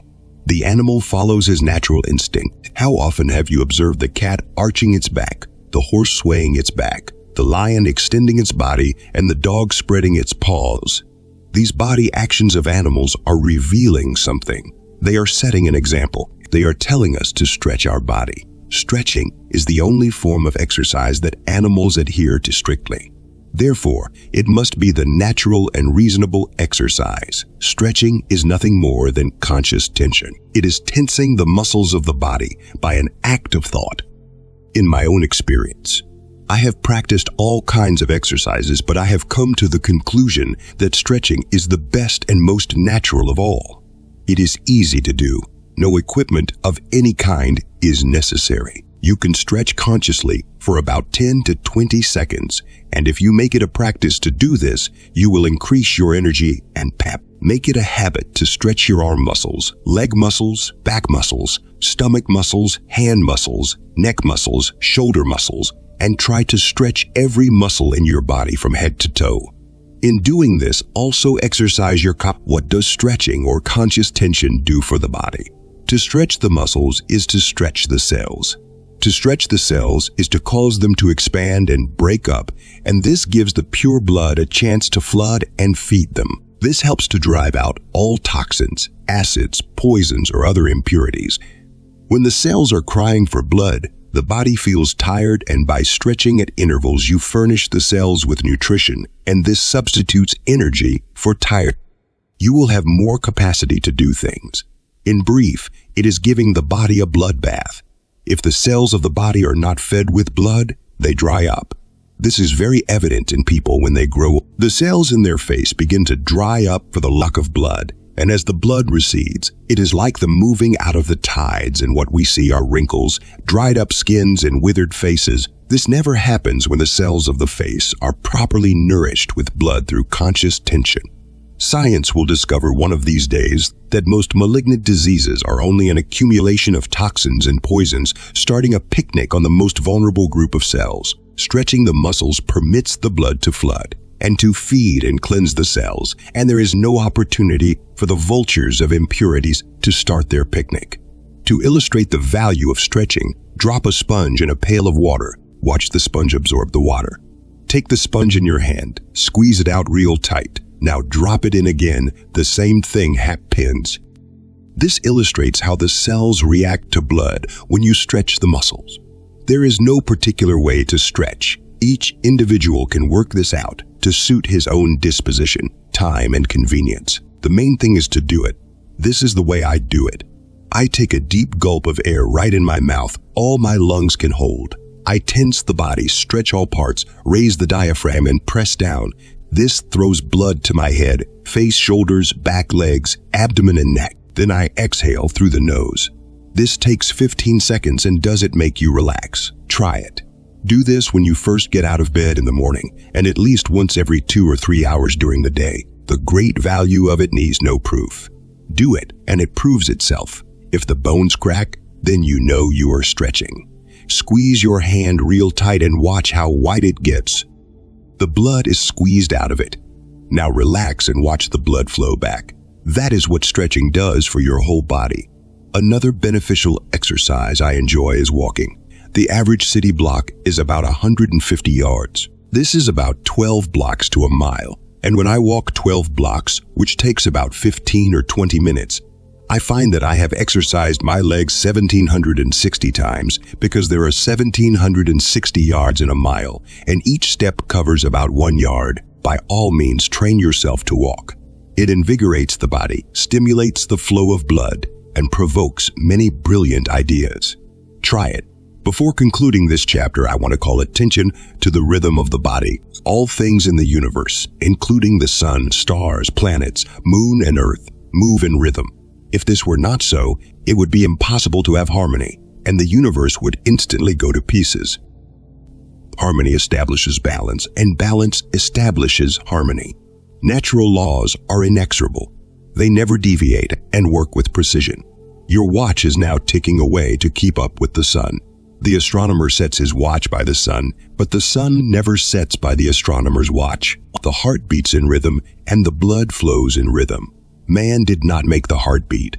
He discovered by experience that the heart beats on an average of 72 times per minute. Man did not make blood pressure, he only discovered it by experience. The whole body responds to rhythm. Rhythm can be produced by balance. How can you establish balance in your body? By body posture. It is very easy. This is how you do it. Draw your feet together. Draw the abdominal muscles in just as far as you can possibly get them. Just a little more, please. Now exhale all the air carbon dioxide you possibly can from your lungs, a little more through your nose. Relax. Do it again. Hold this position for 5 seconds. What are you finding out? This conscious act raises the diaphragm, extends the muscles of the abdomen, thrusts the chest out, places the neck and the shoulders in the right position, makes the lungs hungry for a deep breath of air, strengthens your spine, straightens your back, gives the solar plexus a workout, establishes rhythm and balance, and develops body posture. By practicing this a few times each day, which takes only 5 seconds, you're going to draw in the waistline and throw out the lifeline. This act also gives the internal organs more space, and they function without being crowded. Body posture qualifies you to walk correctly, thus taking the weight off the stomach and putting it on the hips, where it should be. It also aids in the equal distribution of blood, and all parts of the body share it alike. It tones up the whole body and bids farewell to old man constipation with his whole gang of enemies. Look at Cock Robin, apparently never sick a day in his life. There he stands, like a general, at perfect attention. The moral in Live, a survey of 100 leading men will show one attribute common to all of them. That is energy. Energy makes the difference between a boxcar and a locomotive. As an illustration, here side by side are 2 locomotives, the finest that were ever built. Both have the same workmanship, the same equipment, and same potential horsepower. Put steam in one of the locomotives, and it will pull a string of boxcars across the continent. The other one stays put. It is nothing more than a boxcar. Steam energy makes the difference. Disobey a natural law, and you pay a penalty. Obey it, and you receive a blessing. All the principles suggested in this chapter are as the mind that makes the body rich. Therefore, think, health, and visualize and idealize with positive thoughts the kind of body you want. And remember the legend of the prince who was born a hunchback. Every day the prince stood before a perfect statue. He visualized and idealized what he saw. In time, he straightened up and acquired a perfect body like the statue. The principles and suggestions advanced in this chapter will not make you a Samson nor a Sandow with bulging muscles protruding from every limb, but by adopting and practicing them daily, you will have a strong body full of health and overflowing with dynamic energy. You will have the vim, vigor, and vitality to do your job efficiently and to maintain a sustained effort. Practice these principles every day and do it religiously. They will double your energy. They will give you the power to act and turn your ability into cash. The key to a fortune. In the beginning was the Word, and the Word was with God, and the Word was God. And St. John 1:1. God gave man the power to invent and create words. By the use of words, man is able to identify and classify all things in nature and also to communicate thoughts and ideas. Words have a long and varied history. The growth and development of words are interwoven around the customs, laws, and traditions of the people who invented and created them. It is possible that words had their inception with the Egyptians. The hieroglyphics was the first method used to record characters, symbols, and signs. This crude knowledge, through a combination of written symbols and also a combination of spoken sounds over a long period of time, created the tree of language, Indo-European 5000 to 6000 BC. This tree of languages was composed of 6 original languages: Persian, Turay, Greek, and Croatian, Greek-Conic, from which sprang English, Dutch, German, 5 Latin, from which sprang Italian, French, and Spanish. 6 Armenian. From these 6 original languages and their offspring originated all the words in the English language. With over 5,000 years and all these different languages from which to pick, The English language today has approximately 500,000. Everyone has an inviolate interest in all these words. A word becomes the property of anyone who uses it. A head full of words is better than a pocket full of money. Money is only a temporary convenience. Words are a permanent asset. Money is usually lost or spent. It is gone, but words once acquired are tools that may be used over and over again. The more you use them, the more potent they become. They do not wear out and will last forever. According to the latest census report, there are about 140 million people in these United States. All these people are prospects for words. Words move and influence people to act. Science has found from experience that those who take the lead and pick off the choice plums in business and social affairs are those who have at their command a choice stock of words. A large stock of words gives a wide range of knowledge and develops more tools with which to think. A vocabulary is a stock of words used in a language by a class or individual or in any field of knowledge. A vocabulary may be compared to a department store. A department store can do more business than any other store because it has a larger variety of merchandise. A person with a large vocabulary can influence more people about more things than a person with a limited vocabulary. Search words are one of your best friends. Standing at attention, they are ready to go to work for you at a moment's notice. Attention, please, was the greatest command among the armed forces. 2 words, but what power? Attention, please. Words are the command in this chapter. Is there a practical and interesting way to increase your word power? Interest in words is stimulated by studying their derivations, meaning, and also their application. As a matter of interest, let us observe the history and origin of a few words. Daisy flower came from 2 Old English words meaning day's eye. The flower opened at dawn as if it were the eye of the day. Universe comes from 2 Latin words, unus meaning one and vertere meaning turn. Universe means that which is turned into one, combined into one whole. That which functions under one law. Sandwich, 2 slices of bread with meat, cheese, jelly, or the like between them. In the year 1740, John Montague, the 4th Earl of Sandwich, was so busy at the gambling table he did not have time to stop for his meals. He ate his meat between slices of bread. Thus the name sandwich. Town, any collection of houses, comes from the Anglo-Saxon word tun, which meant an enclosed place. Hieroglyphic comes from 2 Greek words, hieros, which means sacred, and glyphane, which means to carve. Hieroglyphic means a sacred carve. Democracy, American form of government, comes from 2 Greek words. Demos means people and kratos means to rule. Therefore, democracy means people rule. Confidence, act right, comes from the Latin word con, meaning to, and fidere, to trust. To trust, to have faith. Alert, on the watch, comes from the French term alerte, on the lookout or the watchtower. Infant comes from 2 Latin words, in, which means not, and farai, to speak. Infant means one who cannot speak. Alphabet, the letters or characters used in writing a language, has been formed from the first 2 letters of the Greek alphabet. Alpha, meaning A, and beta, meaning thus the ABC. Cereal, whole grain prepared for use as human food. This word comes from the Latin word ceres. Ceres was the name of the goddess of grain. Etymology, true knowledge of words. This is the subject we are studying at the moment. This word comes from 2 Greek words, etymos, which means true, real, and logos, which means knowledge. The true and real knowledge of words.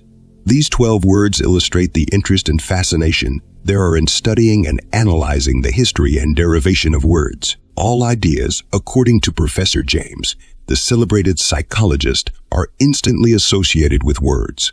Therefore, words play an important part in all business activities and social intercourse. It is very essential to use the proper ones. People will react more quickly and more favorably to word stimuli than they will to pictures or colors. Since words play such an important part, it is only proper and fitting that we should pause for a moment to. What is a word? A word is a name. It is a definite unit of intelligence. It is a symbol that means or signifies something. Without meaning, it is a noise or just a sound. With meaning, it is a complete unit of speech, which signifies and communicates. It is being understood. Therefore, we employ words to build a durable structure of communication. Ideas and thoughts are communicated in two ways, oral and written. To make these two methods more vivid and elastic, words are incorporated in the different parts of speech. The noun is used to name a thing. The verb is used to affirm or to predicate something. It is also used to express action or mode of being. The adjective is used to describe. Words are the language to express our ideas, to make our message understood, our report clear, our deeds appreciated, and to carry on our social and business relationships with each other. Words discern and beautify our relations. A building covers an entire city block. The key that unlocks the door to that building takes up very little space in your pocket. Yet that key permits you to make a complete inspection of everything in that building. Stored up knowledge about a particular subject, profession, science, or business may be compared to this building. The key that unlocks the door to this knowledge is word. Once the door is opened, the knowledge is yours. On February 21, 1947, in Ripley's Believe It or Not, under a pictorial sketch of the author of this book, was listed the following information. Earl Pruvett, L.B. Completed 32 courses in law, passed the State Board of Examiners, was licensed as an attorney at law, and graduated with a college degree. All in 5 months. Many people are interested in knowing how I could accomplish so much in such a short period of time. I used the key. All branches of the law, like all other branches of specialized knowledge, are built around keywords. Get these keywords established in your mind, and they unlock all the other doors. It seems to form a chain, and by quick review of keywords, definitions, terms, phrases, and all other necessary information flash vividly before you. It is like a chain of lightning. One flash instantly blends into another flash to form the one big flash which illuminates the whole sky. One keyword links to another keyword, and soon the whole subject is completely illuminated. Speaking of keywords, this is the way I made use of them to accomplish the results as told by Ripley. I reduced the whole subject of law to its simplest terms.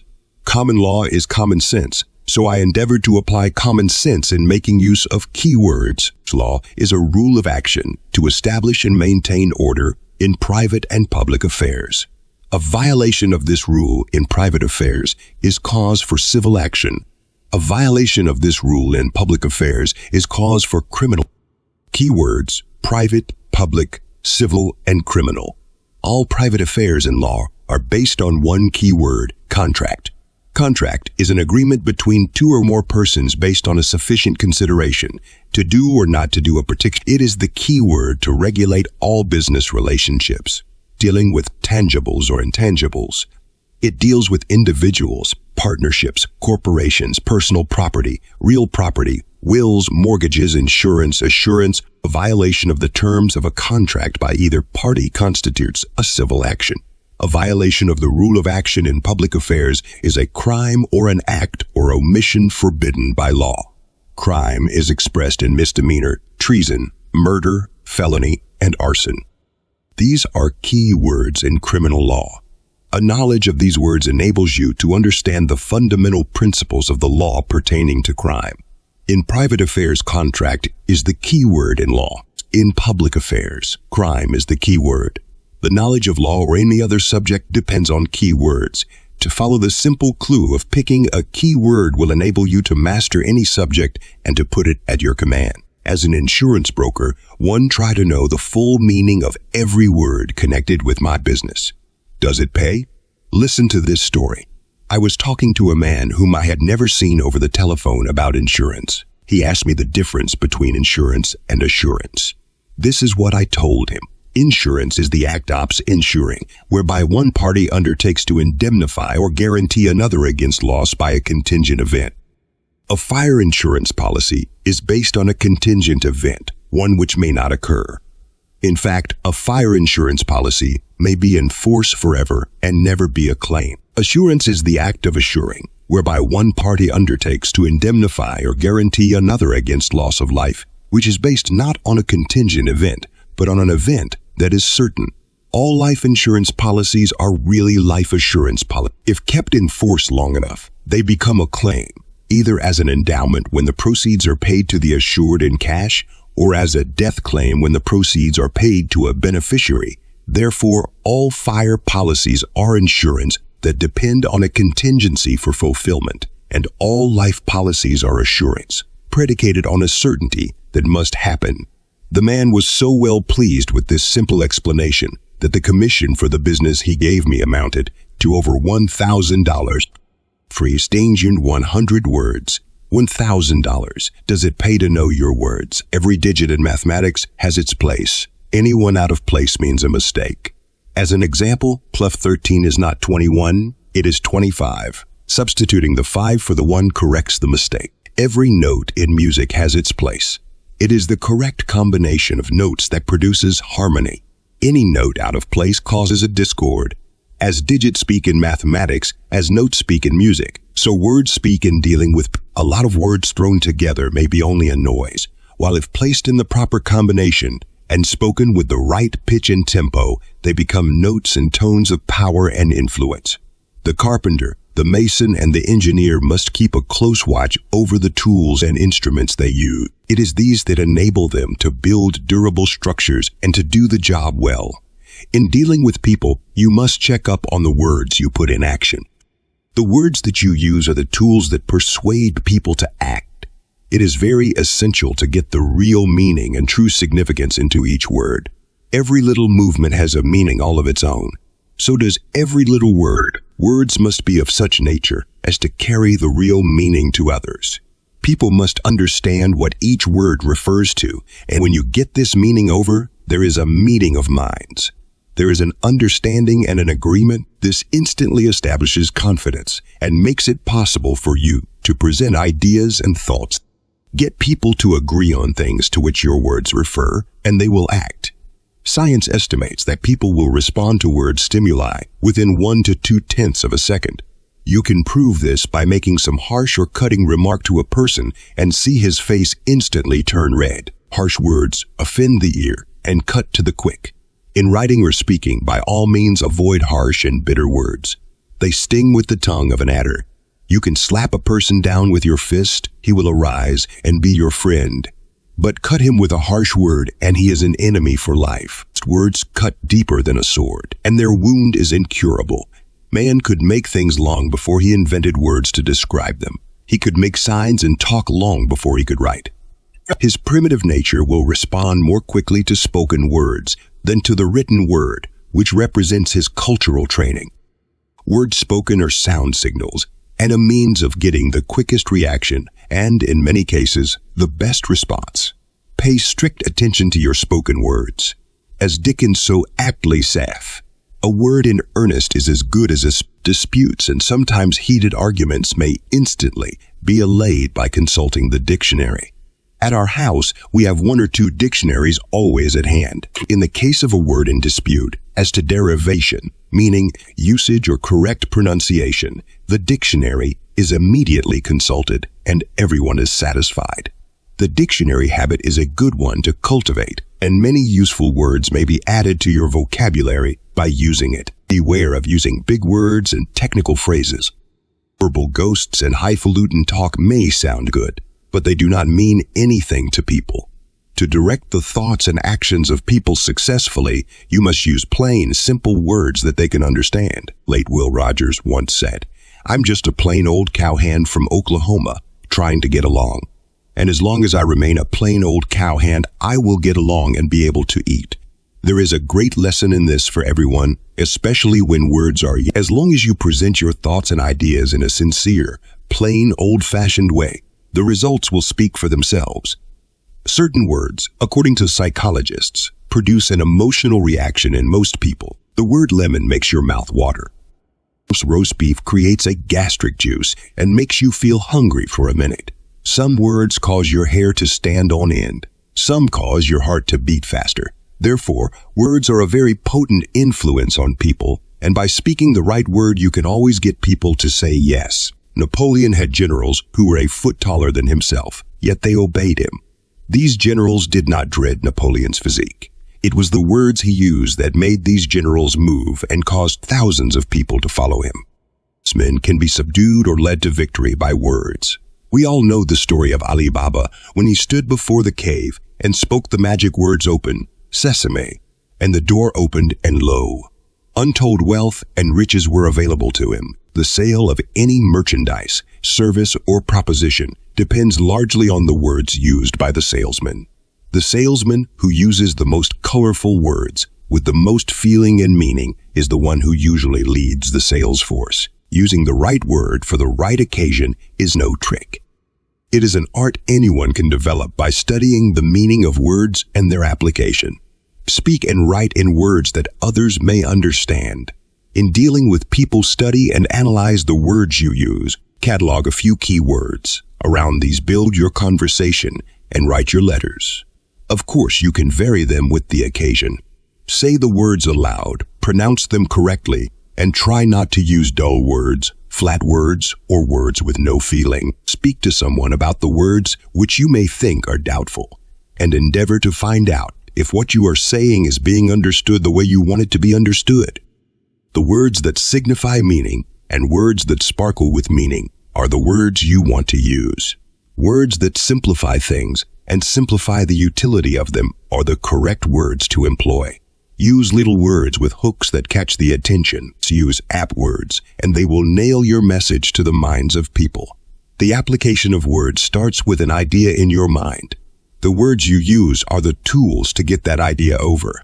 A point with an idea, presented with right words, hits. You live in a practical world. You deal with practical people, and for their sake and for your pocketbook's welfare, it will pay you to use plain, popular, everyday words with a practical meaning. No one can prevent you from using big words and high-sounding phrases, but they may prevent you from being properly understood. Therefore, in conclusion, let me suggest that you analyze yourself, analyze your job or position, and analyze every word you use in your occupation, regardless of what it may be. Put yourself in the other person's shoes. Ask yourself, do these words appeal to me? Would they make me act? Would they persuade and convince me? If you think they would, they will have the same effect on the other people. Words usually react on all of us in about the same way. By studying words, they will talk back to you and reveal many hidden secrets that mean much to you. Knowing the full meaning of words teaches you to spell and pronounce them correctly, and they become magnets to attract others to you. A robot or a parrot never varies. They put no sense in words. You can put both sense and feeling in them. Words, like music, when harmonized, convey not only meaning but feeling. Hard hearts wilt in the flame of kind words, and when spoken softly and gently, kind words render a good and lasting influence. The good, the joy they will bring, no one can tell. A command of words qualifies you to present thoughts and ideas clearly, forcefully, and convincingly.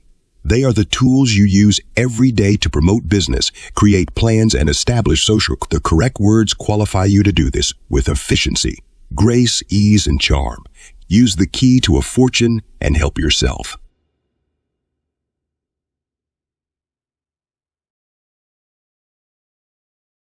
Chapter 6. How to Generate Enthusiasm. It was Christmas Eve, and old Bob was busy as a bee delivering packages. He was singing with joy.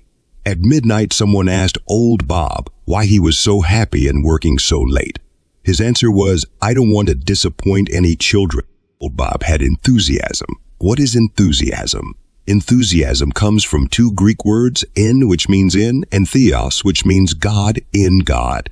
To be inspired or possessed by God is enthusiasm. It is a strong feeling on behalf of a cause or a situation, an ardent and imaginative zeal or interest that actually flames with action.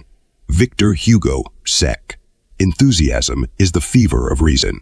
Emerson said, "Enthusiasm is the height of man, the passing from the human to the divine." Enthusiasm is the best thing derived from history. Pasteur said, "Enthusiasm is the contemplation of the inner God." Ypres says, "Enthusiasm is the invisible inward intensity of being." Enthusiasm is that feeling within that inspires and prompts one to act without thought of reward. It is that inspiring, vitalizing, propelling power that takes possession of an individual and causes him to lose himself in that which he is doing. It is the most powerful form of energy that one can generate. The influence of enthusiasm on the human mind and body is as demonstrable as that of breathing. Its results can be measured in terms of increased physical vitality, greater intellectual buoyancy, moral stamina, and a deeper understanding of the realities underlying all human action. Enthusiasm lights up the whole human consciousness, floods every cell with energy, puts sparkle in the eye, and scintillates the entire personality. Enthusiasm is so important to stimulate the function of ability that it is only proper to uncover and to reveal certain principles essential to generate it. If it were possible to take a man apart, to generate enthusiasm would be quite a simple. However, man is an individual made up of physiological qualities, psychological attributes, and spiritual aspirations. Each of these is a contributing factor in generating enthusiasm. As an individual, man must live with all of his component parts. He has interests, instincts, appetites, urges, and impulses that sponsor his desires. He has courage, faith, and determination that sponsor his ambition. He has thought, intellect, and reason that sponsor his knowledge. These are all separate attributes that live under one roof and are confined to one house, the human body. The wisdom exercised in the harmonious use of all of the different qualities and attributes of the individual largely determine the quality. Enthusiasm is the very soul of man in action and is the product of harmonious relations existing in his physical and mental attributes. The enthusiasm of an individual cannot be measured or proved as a mathematical proposition or as The proof of enthusiasm can only be tested by its practical consequences, and each individual must prove it for himself. If it succeeds in obtaining results, then it proves itself. By their fruits you shall know them. Nothing I say proves any quality of enthusiasm. It is like the wind. You cannot see or prove it, but you can feel and see its effects. Enthusiasm springs from order in the human consciousness, and this can largely be controlled and guided by the individual. To generate it, each individual must follow certain principles, and in my own experience, the following ones have proved very valuable. 1. Preparation. The first principle to generate enthusiasm is preparation. The elements are loaded with forces to make electricity and are instantly available for conversion. But to convert these forces, preparation must be made. A magnetic field must be set up and a dynamo installed to cut the lines of force. This preparation instantly converts physical power into electrical energy, and this generates electricity. This same principle is necessary to generate enthusiasm. Enthusiasm is instantly available at all times, but to generate it, preparation is the act or process of making it ready for use. Discipline is the first requisite to preparation. The physiological aspects were covered rather thoroughly in Chapter 4 on how to double your energy. By following out the suggestions outlined in that chapter, the physical side of man will be well fed and well treated, and this will produce sufficient energy for the body to function with zest and harmony. On the temple of Apollo at Adelphi are inscribed 2 Greek words of wisdom. Those words are met and agen. Translated, they mean nothing in excess, which is temperance. The human body is a liquid mass and is constantly renewing and readjusting itself to its environment. When well fed and well treated, nothing can harm the body but abuse. Abuse is turning away from the right use of things. Excessive indulgence becomes a vice and deteriorates the body, impairs its full and complete performance, and hinders its harmony. Excessive stimulants and excessive food cause toxins, which poison the blood and slow down the efficiency of the body. The body tormented with toxins and weakened with excessive indulgence cannot generate enthusiasm. By practicing the principles as outlined in how to double your energy, there is no occasion for anything in excess. The body will not overeat nor underheat, and it certainly will have no need for stimulants of any kind. How to double your energy and the physical man will function harmoniously and efficiently. This produces energy and inspires action. It generates enthusiasm and puts you on the job with full steam. In the field of action, you will find other principles to help your enthusiasm. 2. Ask questions. The second principle to generate enthusiasm is ask questions. Every question has a hook on it, And if you put out enough hooks, you will gather some valuable information and ideas. To associate and assimilate this knowledge in the light of your own experience generates enthusiasm. Ask yourself all kinds of questions concerning your ability, your ideas, and your progress. Question what you see, hear, read, and study. The only way to find out the facts is to ask questions. Facts turn into knowledge. Knowledge turns into faith and power. This generates enthusiasm. Enthusiasm is catching. Questions not only generate enthusiasm in you, but they also generate enthusiasm in others. I can best illustrate this point by relating during my summer vacation while attending college, the proprietor of a small-town hotel asked me to manage it in his absence. The first act of my management was to ask questions. I questioned every employee from the bellboy to the housekeeper. I asked each one questions on how to improve the services of the hotel. I installed a question and answer box and gave out prizes. I treated every employee as a unit of intelligence, and the service was improved over 100%. Free the bus driver at the station, instead of idly standing around waiting for customers, could be heard proclaiming in a dignified tone of voice, "Make Hotel Apex your home while here. Excellent rooms, hot baths, delicious food, and delightful surroundings under my management," recognizing a simple principle to generate enthusiasm. We were one big family, eager and willing to help each other. Even the guests felt the glow and warmth of our enthusiasm. The business of the hotel doubled in 3 months. Some years ago, in line with selling life insurance by telephone, I had another experience that illustrates the value of questions to generate enthusiasm. I called a manufacturer whom I had never seen on the telephone. After presenting my sales plan, his reaction was, "I am not interested in life insurance, and I think you would be wasting your time to talk to me about it." At that point, I had no more to say about life insurance, but I turned on the question box. I asked him how business was and how he felt about things in general. This started the flow of enthusiasm. He was anxious to talk. In the course of his remarks, he told me that his company had recently built a new addition to the plant at a cost of $8 so. I asked him if they had a mortgage against the plant building, and he told me that the company had a mortgage of $50,000. By this time, my own enthusiasm was boiling. I felt an opportunity to be of genuine service. I feelingly remarked, "Your company, Mr. Manufacturer, possibly would be interested in a plan of insurance that would liquidate and..." "What do you mean?" Mr. Manufacturer said, raising his voice. "I simply mean this, Mr. Manufacturer, that if you can pass a physical examination, I will work out such a plan for you." He was examined, and I placed a $50,000 10-year endowment policy on his life, which guaranteed to pay off the mortgage at the end of 10 years, or at any time before if Mr. Manufacturer should pass away, thus protecting and liquidating the mortgage at the same time. It all started from a question. I think it was the late Charles Schwab who said, "I consider my ability to arouse enthusiasm among the men the greatest asset I possess, and the way to develop the best in a man is to ask him questions about his work. This encourages him and demonstrates my appreciation. Ask enough questions and you will find the answer." Asking questions starts an endless chain of ideas, each one suggesting several others.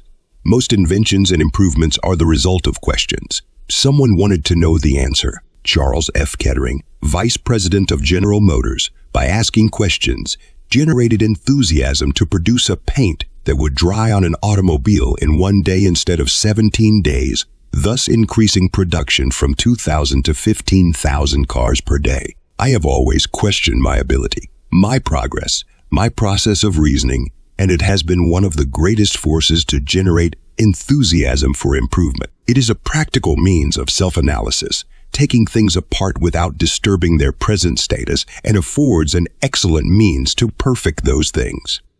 As your knowledge increases, your vision broadens, your imagination quickens, and these generate enthusiasm.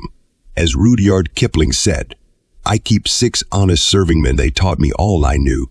Their names are what and why and when and how and where." In asking questions, always try to be sincere. Ask questions straight from the shoulder. Subterfuge and camouflage are only tricks to bribe a man into saying yes. and they do not pay. People are not dumb. They are open-minded and can treat them as a unit of intelligence. Sincere questions stir up ideas, arouse response, stimulate interest, create a desire, and give you the inside track on how to do things. They generate enthusiasm. 3. The right attitude. The third principle to generate enthusiasm is get the right attitude. Attitude is to study with a purchase. It is getting the right slant on the thing you are doing or the thing you want. I was educated as a lawyer, but I decided to engage in the field of selling. This changed my attitude, but not my ability. With this change of attitude, I began to apply my ability to selling. In the field of selling, I began to analyze human motives and to uncover the cause that made people act.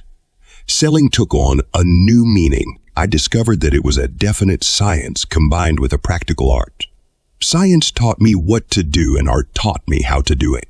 I soon realized that a profession was practicing something that was, while selling was creating a sale that was not. With this new absorbing, exhilarating, inspirational idea planted into my own consciousness, I entered the field of selling with a new zest. I liked the idea of creating, developing, and expanding ideas to help others. It gave me the spirit to sell. I wanted to sell. I did sell. This attitude generates enthusiasm. The perfection of any business, art, or craft is determined by attitude. The right attitude toward your job taps a hidden reservoir of knowledge and experience and puts to work every available force to aid you in the accomplishment of your goal. The attitude can be improved by reading good books. Good books are the foundation stones of civilization. Try to concentrate a few minutes each day on some good book. It will enlarge your capacity to understand. It will improve your attitude toward your present occupation.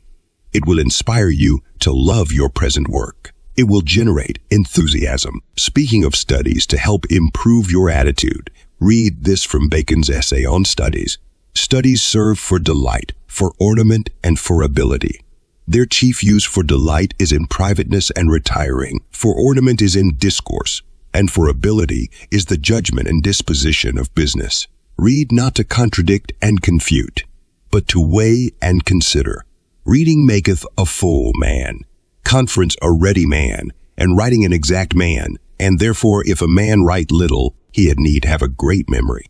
If he confer, he had need have much cunning to seem to know that he doth. Histories make men wise. Poets make men witty. Mathematics make men subtle. Natural philosophy makes men deep. Moral philosophy makes men grave.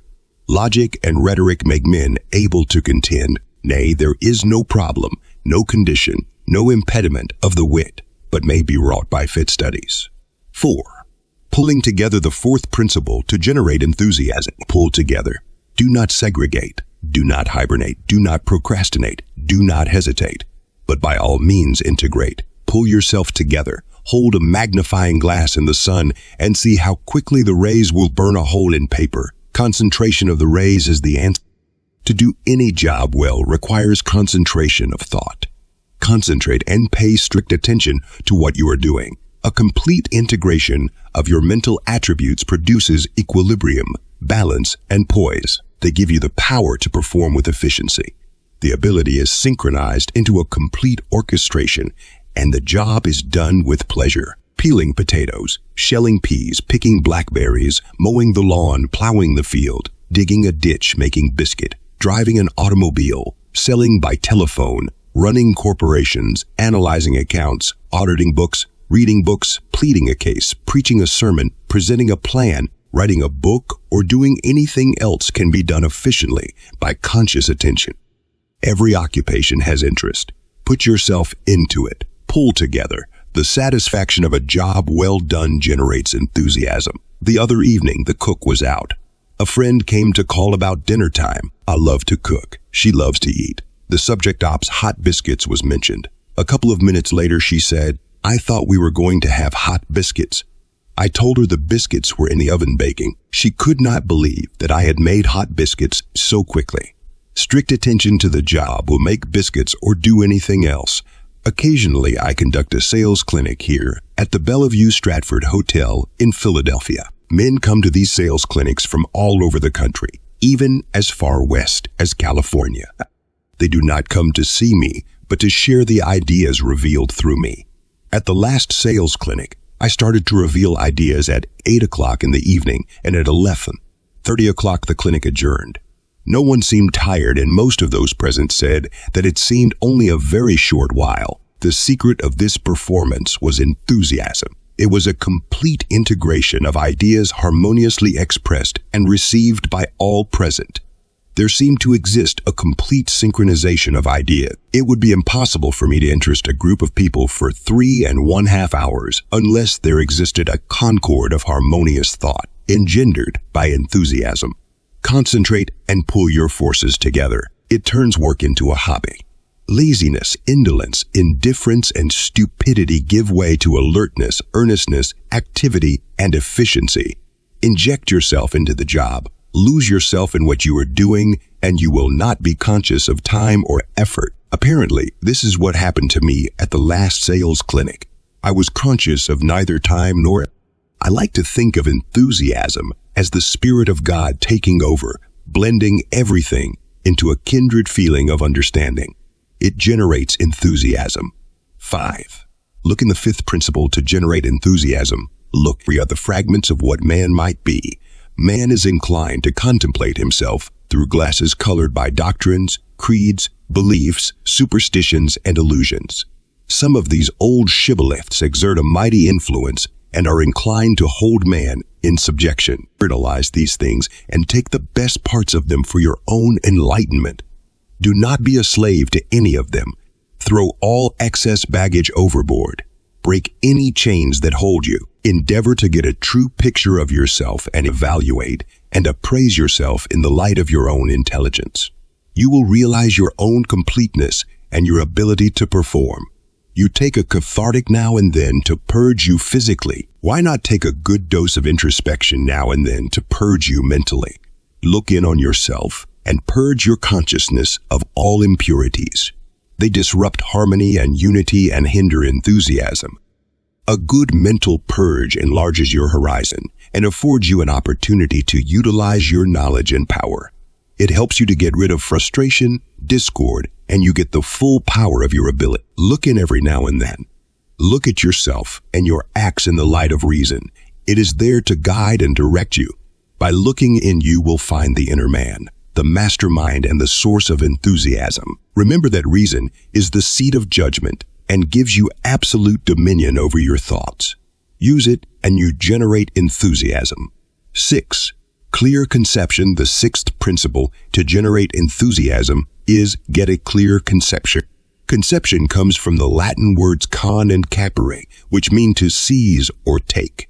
To form the proper conception, either of a material or an immaterial proposition, is to take into one's mind all of its component parts. It is to grasp with full intelligence and to indulge in reflective thought, to form or devise ideas, to understand the meaning of words, to interpret symbols, and to create a scientific plan of action. Edward Gibbon, a famous English historian who wrote The Decline and Fall of the Roman Empire, had this to say: "It was among the ruins of the Capitol that a conception gave me an idea of a work which has amused and exercised near 20 years of my..." Once a clear conception is formed, interest and amusement begin, and this generates enthusiasm. A new conception of selling enabled me to reduce selling to a science. I proved by experience that selling any product or service could be obtained successfully by putting into operation the law of averages. I also demonstrated that the most scientific way known to put the law of averages in operation was by using the telephone. Selling on this principle enabled me to sell $10 million worth of life insurance by telephone. This performance was a new conception of an old idea. It generates enthusiasm. Try to get a clear conception of your occupation. You will be surprised at its possibilities and opportunities. They will startle you. They will arouse you. They will enthuse you. In a preceding chapter, the key to a fortune, the purpose was to center the attention and to arouse your interest in the subject of words. To form the right conception of a word is to get its correct and someone has advanced the theory of semantics. This is the study of the true conception of words and is advanced as the proper means of bringing about understanding and peace in the world. A true conception of words teaches us to understand, and through understanding all things are possible. It generates enthusiasm.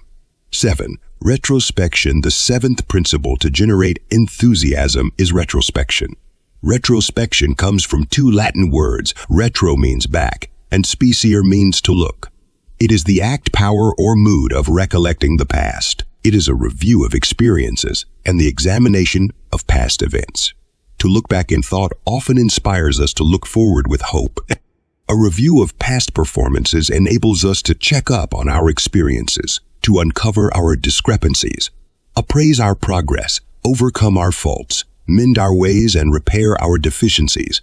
All business houses install a system of accounting which coordinates all departments of the business into a composite whole.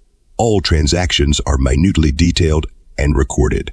This is a quick, visible means to determine the status of operations. Each department of the business is checked in relationship to the whole unit. Every few months an audit is made, and each department is checked and compared to other departments. A balance is struck. A business house operating under this system can easily determine progress or failure. Through retrospection, many businesses are saved from failure and progress is made. The same principle of retrospection applies to an individual. Taking time off to look back into your experiences and examine your past performances enables you to analyze and improve them. You can develop and create a more scientific plan on which to evaluate your experience and visualize it in conjunction with your ability is a subtle and practical means to generate enthusiasm. The preparation of this book has been one of retrospection, and each chapter was an incentive to generate enthusiasm for the next. In I Peter 5:10 we read, "If any man minister, let him do it as of the ability which God giveth." A person's occupation is a ministry. It is rendering a service to others. It is making a contribution toward the completion of something. The perfection of a service in its detailed performance is greatly enhanced through retrospection. It conforms to the ability which God giveth and enables you to express patience, diligence, sincerity, alertness, and kindness to every duty. It establishes a broader range of thought, a higher realm of insight and perspicacity. It makes you more alert to duty, more considerate to your fellow workers, more just to those who work for you, and more loyal in your attitude to your employer. Retrospection helps to hasten the blessings of the ability which God giveth. Retrospection is a scientific approach to evaluate past performances and records, and to lay a solid foundation on which to build future plans. Retrospection in action generates enthusiasm. Enthusiasm has been defined. The 7 principles showing how to generate it have been enumerated. Go back and read thoroughly each principle and get it well established in your mind. These principles are volts of power with which to generate enthusiasm. Your ability to be effective and forceful must be inflamed with enthusiasm. The first principle to generate enthusiasm is preparation. Second principle to generate enthusiasm is questions. Third principle to generate enthusiasm is get the proper attitude. The fourth principle to generate enthusiasm is look in. Sixth principle to generate enthusiasm is get a clear conception. The seventh principle to generate enthusiasm is retrospection.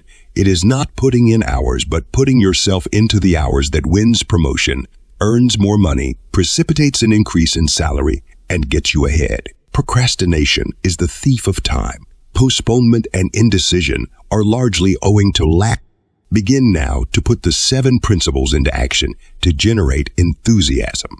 You have many incentives and urges to do things. You have an accumulation of unfilled hopes and desires, and the only way to put them into action is to generate enthusiasm, and indecision brings its own delays. And days are lost lamenting or lost days. Are you in earnest? Seize this very minute. What you can do or dream you can do, begin it. Boldness has genius, power, and magic in it. Only engage, then mind grows heated, and the work will be completed. The law of nature is naysay. Do the thing and you shall have the power.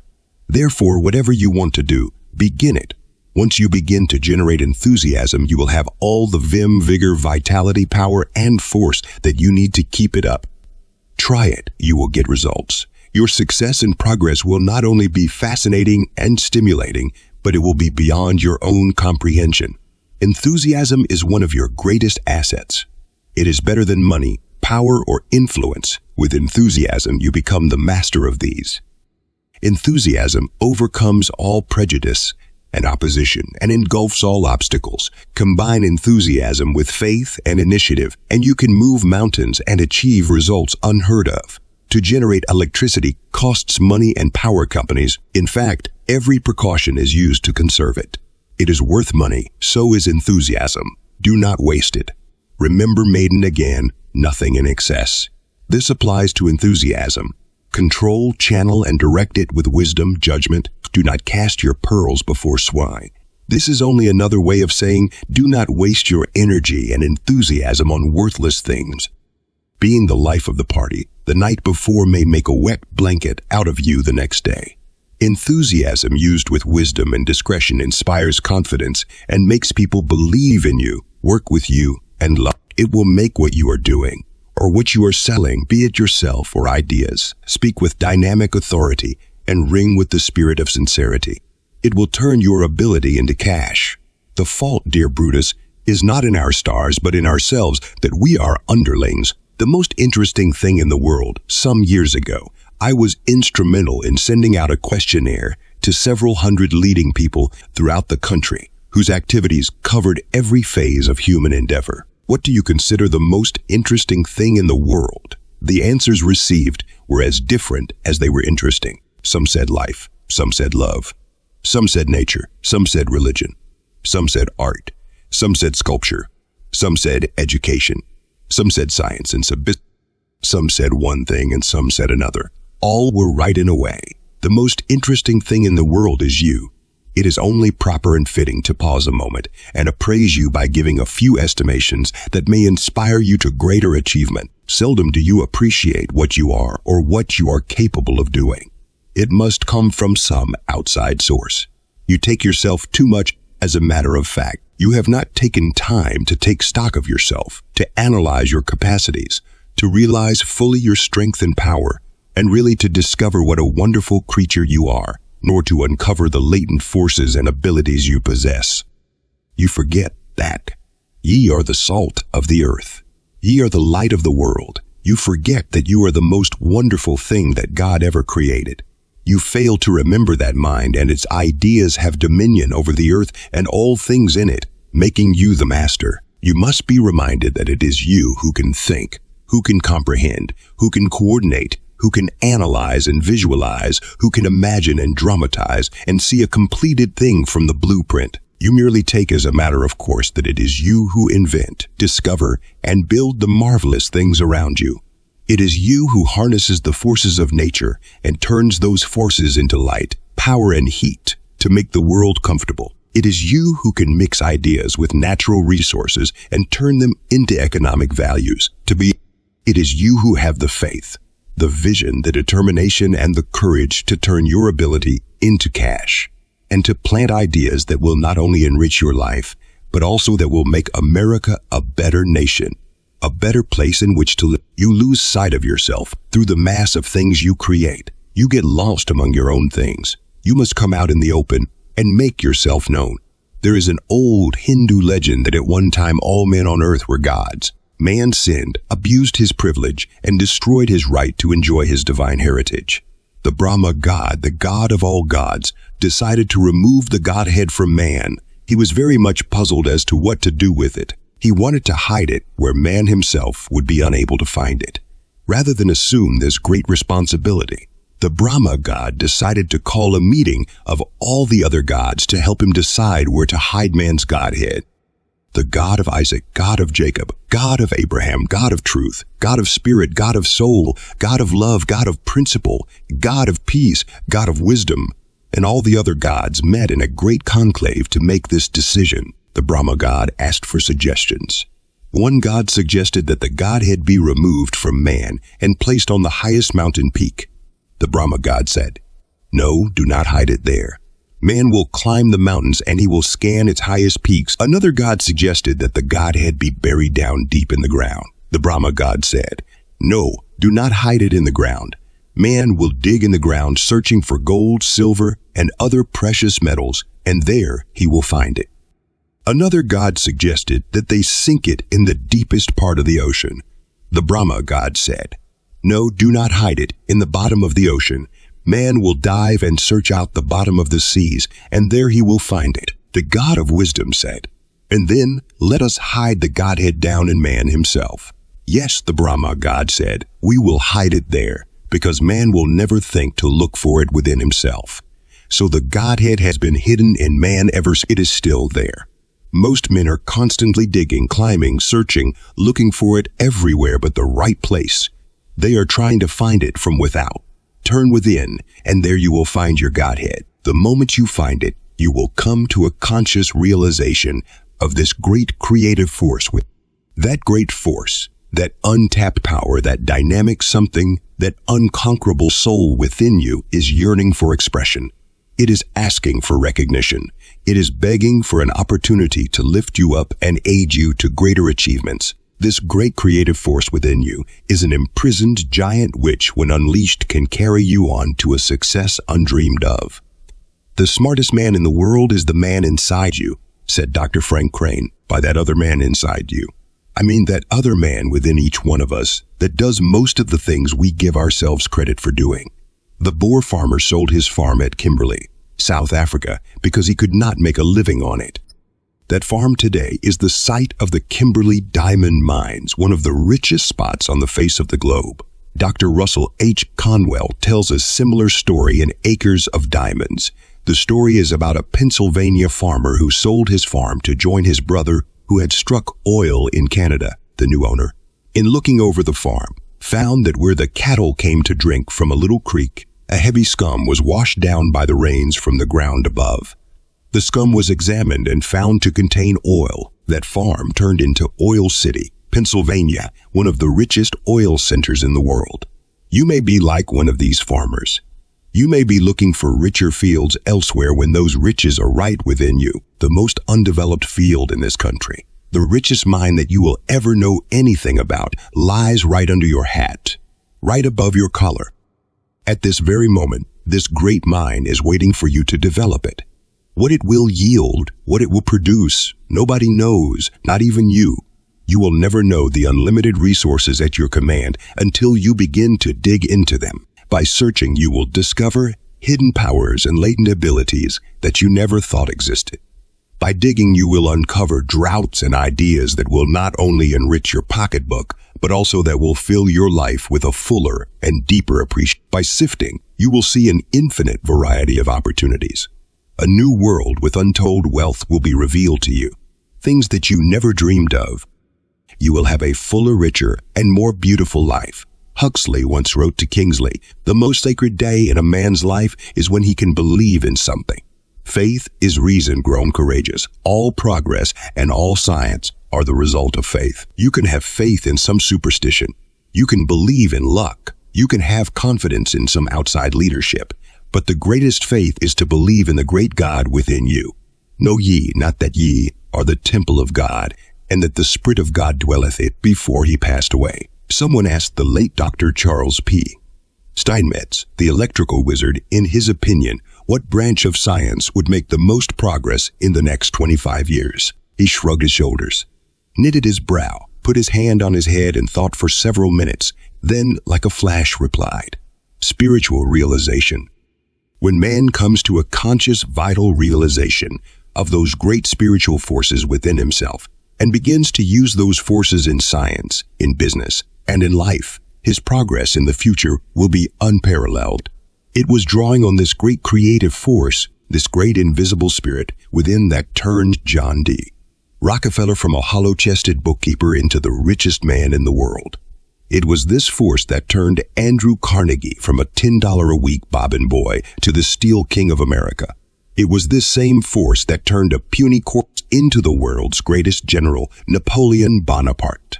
This great creative and spiritual force within you is greater than faith, greater than determination, greater than vision, greater than ambition, greater than confidence. It is all these combined and more. It is the very essence and substance of what you are. It is that indestructible power within. It is that dynamic hidden something in by drawing on it, by using it, by applying it in turning your ability into cash. You will double your present income and have anything your heart desires. Devote a certain number of hours each week to take time to deliberate and meditate. Take time out to read and reflect. Reading good books increases your understanding and helps you to express what other people are thinking. In doing this, you are able to influence them to do the things you want them to do. The power and force of Boulder Dam lies in the background or the tons of water stored up in it. Every turbine wheel has the full force and power of all the water stored up in that dam. Your power and force is the background of what you read. Think, once you draw on this inexhaustible reservoir, once you begin to use only a small part of its stored up force, your progress will be unparalleled. This great spiritual and creative force within can transcend every adversity, overcome every difficulty, surmount every problem, unravel every situation, and solve every condition, and make you a veritable dynamo of power and endurance. This force within will transfer impotence into power and action. It will turn weakness, indifference, and suffering into health and strength. It will turn mediocrity into superiority. This force will teach you how to apply the great principle which Jesus came into the world to teach men, to have life and have it more abundantly, to have it right here now in this glorious this great creative force is within you, right now, right where you are, ready to work for you. Put it in action and use your ability to help you turn it into cash. How to turn your ideas into money. The departments of the United States government. First, legislative department. Executive department. First, the legislative department.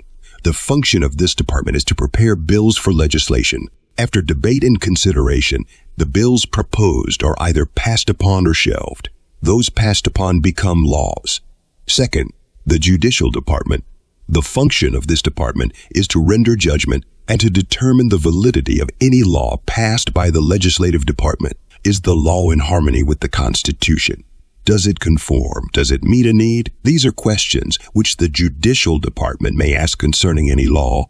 The judicial department can declare any law passed by the legislative department null and void. The executive department. The function of this department is to execute and to put into action all laws that have been passed upon by the legislative department and that have not been disapproved by the judicial department. The executive department makes the law a reality. There are 3 separate departments of the mind which deal with ideas. The function of these 3 departments of the mind bears a striking similarity to the 3 departments of the government. First, the emotion is the legislative department of the mind. Emotion comes from the Latin word emover, which means to move out. It is a vibratory thought moving out of the mind, which is attracted by an outside influence, expressed or manifested either in another idea, suggestion, symbol, or it is to be aware of something instinctively or intellectually. The emotion is the antenna of the mind radiating and emitting thoughts into space and also receiving them from space. All ideas, thoughts, suggestions, or impulses that come to the mind are received by the way of the emotion. An idea of quality and merit is given consideration and passed upon by the emotion, which is the legislative department of the mind. The judgment is the judicial department of the mind. Judgment is the act of judging the operation of the mind, involving comparison and discrimination by which knowledge of values and relations are mentally formulated. To analyze, to reason, to interpret, and to discern is the power of the judgment. After the idea has been passed upon by the legislative department, the emotion, it is turned over to the judicial department, the judgment. The judgment weighs every detail of the idea to determine its quality, its usefulness, and to ascertain whether it meet a need and also to establish its validity. The judgment also acts as the supreme arbiter and can declare any idea or impulse null and void, even though it has been passed upon by the emotion. After the judgment establishes the validity of an idea, it is then ready for enforcement exerts. The desire is the executive department of the mind. Desire is the ardor of feeling, a longing to see the idea in action. The desire executes and puts the idea in operation. The desire transforms the idea into a reality. It takes all three departments of the government to make a law a reality, and likewise, it takes all three departments of the mind to turn an idea into a reality. The emotion passes upon the idea. The judgment establishes the validity of the idea, and the desire executes the idea into a reality. An understanding of these three departments of the mind will help you to make your dreams come true, qualify you to have an abundance of everything, and enable you to turn your ideas into money. A knowledge of all three departments of the mind is essential, but the ultimate and complete fulfillment of an idea is dependent upon desire. Desire is a combination of feeling and action and brings into force all the qualities, attributes, and what is an idea? An idea is an image formed in the mind. It is a mental picture of something seen, heard, or thought. The formation of a pattern by which something is developed or created. Ideas are incessantly striking the emotion. Some are declared null and void by the judgment. Others are consumed in daydreaming and passed off as fleeting notions. Others take wings and fly away. Ideas come and go and are usually dropped with a wish. Thus, the old saying goes, if wishes were horses, then beggars would ride. A wish is all right in its place, but seldom does it turn into money. On the other hand, some of your ideas are good and can be turned into money. On these you want to concentrate and convert into money. How can you turn your idea into money? This is a simple and fascinating process, and one to enjoy. It matters not whether you work with people, words, or things. It is very essential to have a vehicle in which to convey your idea to others. The best vehicle to convey an idea is a plan. A plan gives to the idea a body. A plan transforms the idea into an ideal. An ideal is a perfect image and establishes a true conception of the thing you want to create or the event you want to bring about in your experience. Everything you observe in nature is an idea of God and is manifested in a plan. This plan gives to the idea a body expressed in form, size, and color. If this were not so, it would be impossible to identify and classify the different varieties and species as they appear in nature. This is a definite clue as to why all ideas to influence people or to create things must have a plan. This great principle is manifested all about us. Everything created by man had its origin in mind. It is an invisible idea before it is a visible thing. It is a thought, then a product. All successful ideas for accomplishment must have a plan. A plan not only identifies your idea, but it also distinguishes it and gives it the momentum to operate. 3 definite principles are essential to create a plan for your idea. Create a plan for the thing you desire. Second, develop a process to put the plan in action. Third, produce an act to make the plan a reality. A plan for the thing you desire entails a very definite and specific idea of the thing, position, or situation you want. After a definite decision has been reached, then proceed to build a plan around this idea. It is a very simple process to build a plan, and do it scientifically. It must be planned.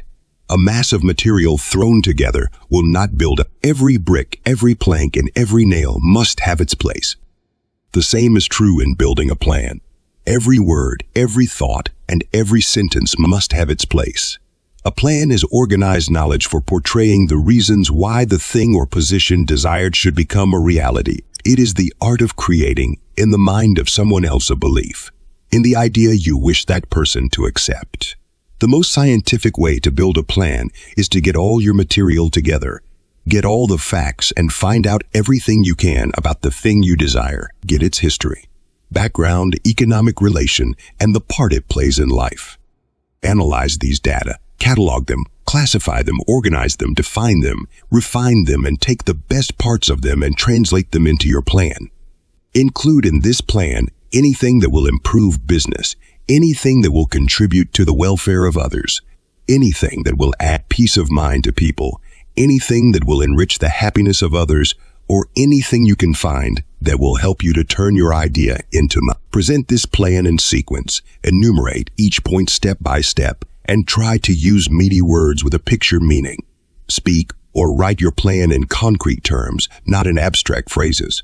Make it brief, concise, direct, definite, forceful, and by all means understandable. Season the plan with the savor of personal interest. Flavor it with the spice of enthusiasm and sweeten it with the sugar of kindness. Second, develop a process to put the plan into action. By inaugurating the plan for the thing you desire, you have decided definitely what you want. The plan to accomplish this is now established. What is the next step? To develop a process to put the plan for the thing you desire into action. A process is the act of proceeding to put the plan in operation. This is brought about by the application of 4 definite laws, and each one is essential to the fulfillment of the plan. The law of faith Paul gave to the world the greatest definition of faith. Now, faith is the substance of things hoped for, the evidence of things not seen. Faith is believing and trusting wholeheartedly in the invisible forces of God, which are the substance of things hoped for. And by adhering strictly to this faith, the substance of these things will become the evidence of those forces and make their appearance in your experience. Someone asked Andrew Carnegie what he considered the greatest thing in his phenomenal success. He answered, faith in myself, faith in others, and faith in my business. The world always makes way for the man who knows what he is doing, and on the evening of December 12, 1900, a young man, 38 years old, was invited to speak at a banquet held at the University Club in New York. The guests at this banquet included men prominent in industry and finance and was headed by J.P. Morgan. The topic of the young man's speech is the future of the steel industry. He spoke for 1 hour and 30 minutes, his unfaltering faith in the future of the steel industry, and the plan for initiating it was so scientific, dynamic, and forceful that all those present were moved to action. J.P. Morgan was expected to leave after the first few minutes of the speech, was so entranced and so impressed that he decided to form the United States Steel Corporation. The speaker of that evening was Charles M. Schwab. As a reward for that speech demonstrating the law of faith in an idea, Charles M. Schwab was made the first president of the United States Steel Corporation at a salary of $100,000 per year. It pays to demonstrate faith. Faith is a belief in the favorable outcome of anything undertaken. Faith gives life, power, and action to your plan. Faith inspires you with absolute confidence to demonstrate your plan and qualifies you to turn your ideas into money. By all means, practice faith. 2. The law of repetition in nature. The law of repetition is continuously and regularly repeating the same things. Every day the sun rises in the east and sets in the west with absolute precision. The night follows the day with immutable certainty. The 4 seasons are consecutively repeating themselves one after the other with inexorable accuracy. The astronomer sets his clock by this undeviating law. The law of repetition has been one of the contributing factors in teaching you most of the things you know thoroughly in life. For example, when you were little, it took you quite a long time to learn how to walk. Then you finally learned by the law of repetition. You kept repeating the same movements every day in every way. Finally, through your own experience, you acquired sufficient knowledge, poise, and confidence to qualify and perfect you in the art of walking. In the beginning, it was a very difficult task, but once you acquired the knowledge and experience of how to walk, it became very easy. You learned to talk by the same law. As time went on, to school you must go, and again the law of repetition became your teacher. Over and over, it drilled you in memorizing the ABCs, the multiplication table, and that first poem you recited before the class. The things the law of repetition has taught you are embedded into your consciousness. They are a part of you, and the application of them is natural and easy. The trick of the magician looks easy. It is easy for him. He has made it easy by the law of repetition. As applied to the process to put your plan in action, the law of repetition is the act of perfecting your plan. You do this by practice. You learn to know it. You learn to time it. You know when to speak and when to be quiet. You sense the proper pitch and inflection to give each word. You have confidence in your plan. You learn to feel your lines, and every thought in them becomes more inspiring and more invigorating. It becomes a part of you. You can give it in perfect sequence and in perfect coordination. You find it has magic in it, not only for you, but for those to whom you present it. By practicing and demonstrating your plan, it gathers its own momentum and throws out its own aura. Your thoughts become magnets, and you can make others feel the impulse of your plan. Every time you go over your plan, you learn something new. You learn to develop new inspiration, new interest, new zest, and new enthusiasm. By all means, rehearse and try to perfect your plan by applying the law of repetition. 3. The law of imagination. Imagination is the power to think in terms of images, words, or things. It is the workshop of the mind. Here the plan is given shape, form, and made ready for action. This faculty of the mind is able to visualize and imagine an idea in action. To illustrate the dynamic power of the imagination to develop an idea, it will interest you to know this. About 50 years ago, an old country doctor created a very wonderful formula. He did not know what to do with it, yet he realized its great value. He took this formula to a young drug clerk and explained its contents. This formula was only an idea to the old doctor, but the drug clerk paid him $500 for the idea. What did the young drug clerk do? He turned the idea expressed in that formula over to his imagination. He visualized its value. He discovered that the contents of that formula contained all the essential elements to supply people with a cool and refreshing drink that would make them pause and give them a lift. The idea thrilled and urged the drug clerk to formulate a plan, to put the idea of that formula into action. He wasted no time in creating a plan for the distribution of a world-famous drink. That drug clerk was Asa Candler. The drink was Coca-Cola. Today the name Coca-Cola is on most billboards and the taste of it on most tongues. That little piece of paper with an idea mixed with the imagination of Asa Candler turned into hundreds of millions of dollars. A sequel to this story is that some years later, when the Coca-Cola company was well on the road to prosperity, a young man walked into Mr. Candler's office and suggested to him that he had a plan to double the business of the Coca-Cola company. For this plan, he wanted $25,000. The board of directors met and agreed to the offer. That plan was short and to the point, and possibly contained fewer words than any other plan ever offered to double a company's business. Bottle it. Imagination is one of the most valuable faculties. By all means, develop it. 4. The law of persistence. You can have faith in an idea. You can perfect an idea through the law of repetition. You can use the power of the imagination to visualize the idea. But with all these, you must carry through. You must demonstrate persistence. Persistence comes from two Latin words, per, meaning to, and sister, meaning stand. To stand or be fixed and face all difficulties with undaunted courage. To go on resolutely with your plan, to persevere with dogged determination until your plan is manifested and your efforts are crowned with success. Persistence is an attribute of character that guarantees the fulfillment of the plan. It is estimated that over 20 million people have read the book or seen the moving picture, Gone with the Wind. Something accounts for this phenomenal popularity. What is it? Scarlett, the heroine of the story, remained all through the play the master of her fate and never its victim. No obstacle, no tragedy, no disaster, no adversity, no catastrophe, no circumstance, and no condition daunted her, and she met and conquered all of them with indomitable persistence.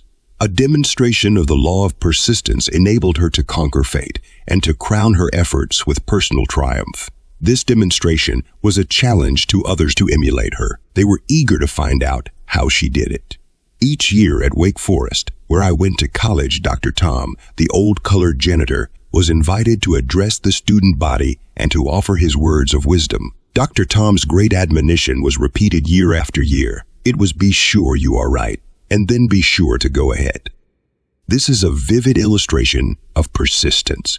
The plan is right. You are right, and persistence will not fail to make the plan work and turn your ideas into money. Success of any plan is like pressing out cider with a cider press. You squeeze, and it seems as though the cider will never come. And then one big squeeze and out it comes. Persistence is the last big squeeze that makes the plan successful. It has no substitute, and it is well to remember that a quitter never wins, and a winner never quits. Produce an act to make the plan a reality. All the world's a stage, and all the men and women merely players. In the first principle, we acquired the knowledge essential for the plan. In the second principle, we learn the laws necessary for its fulfillment. Now comes the third principle, the act of making the plan a reality. In the last role, we become a Shakespearean player. All the forces of character and all the attributes of personality must be generated to put the plan into action. An idea is an image. An idea with a plan is a perfect image. It is an ideal. An ideal is something real, whether it be visible or invisible. It is a compound idea made up of many ideas. What happens when a plan becomes an ideal? The idea in the plan becomes real to you. It is a part of you. The plan is given a big reception in the grand ballroom of consciousness. Here it meets urge, spirit, motive, confidence, courage, and impulse of action. At this reception, faith embraces the plan. Imagination praises the plan. Repetition repeats the plan, and persistence guarantees the fulfillment of the plan. To visualize a plan is to see it as a composite whole. To idealize a plan is to feel it in action. Idealize is putting the I in the deal. You can feel yourself initiating the plan with skill and performing every step with alacrity and precision. You feel its influence, not only on yourself, but on all those with whom you come in contact. With this power behind an idea, the plan becomes so potent that soon it becomes a driving force behind you. To illustrate the theory on how to turn your ideas into money, I want to tell you how I actually do it. Some years ago, I told a general agent of a life insurance company that I wanted to sell life insurance by telephone. He said that it was impossible. A few years later, this gentleman was surprised to know that I had sold $10 million worth of life insurance to strangers over the telephone. To accomplish this unparalleled record, it was necessary for me to know something about ideas and how to get these ideas over to people in order to get results. I liked the idea of life insurance. This was only an idea that struck my emotion. The judgment passed on the idea and declared it sound. The desire was aroused and convinced me that the idea could be turned into money. The question was how to do it. Selling is a good deal like farming. The farmer has to plant the seed. In doing so, he has no assurance of a crop. He does know that he must sow before he can reap. The Bible teaches him, "Whatsoever ye sow, that shall ye also reap." The Mosaic law tells him that everything in nature increaseth after its own kind. The farmer is like the salesman. The farmer plants seed. The salesman plants ideas. The ideas of your product, like seeds, will never grow a crop of sales unless they are planted. The salesman reaps as he sows. The more ideas he sows, the more sales he will reap. To sell by telephone, it is necessary to build ideas around your product. These ideas must convey the value of the product to the prospect. He can only react on ideas. He is the negative force. You are the positive force. Suggestions must come from you. Reactions will follow from him. The ideas of your product are the seed you plant. The telephone helps you to plant more seed in a more scientific and systematic way.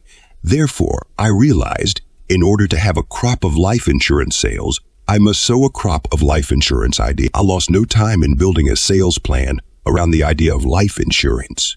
In building this plan, I studied life insurance from every angle. Not a phase of the subject was overlooked. I sought every available source for knowledge and information. I read every book I could find on the subject. I compared all major companies. I analyzed all important types of policies, including term insurance, ordinary life, limited payment life, endowments, all forms of annuities and retirement income plans. I reckoned with mortality tables, compound interest tables, life expectancy tables, cash reserves, disability clauses, waiver of premium clauses, and tables for optional settlements. I studied life insurance for partnerships, corporations, and for tax purposes. I searched tax laws relating to estates, wills, and trusts. I got acquainted with inheritance tax laws, both state and federal. The social, economic, and financial aspects of life insurance as an institution were carefully weighed, and I found the institution of life insurance was the steel girder holding together the economic structure of the nation. After getting saturated with life insurance knowledge, I began to study the prospect. Where does he fit in? Where is his place in this great network of economic, social, and financial relations? I decided that the whole system was set up for one purpose and one purpose only, and that was to serve the needs of the prospect. A life insurance policy was a declaration of financial independence, embodying guarantees that would solve his social, economic, and financial problems and make secure his hopes, ambitions, and needs. The prospect did not know I must tell him. Therefore, I made the prospect the center of interest in the plan. I made him the hub in the wheel. I made him the spider in the web. I draped a life insurance policy around his shoulders. I idealized the plan to him. I made it talk. I made it visualize and reveal its benefits and what these meant to him and his family. The idea of life insurance incorporated into a sales plan of 200 words, put in action by faith, became a force. It arrested attention, it incited interest, it persuaded and convinced the prospect to. It created sales, it produced results. It turned the idea of life insurance into money.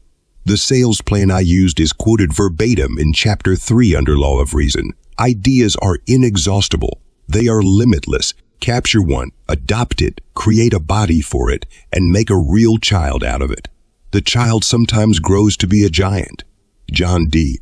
Rockefeller captured the idea to furnish light to millions of people by the use of oil. He gave the idea a body.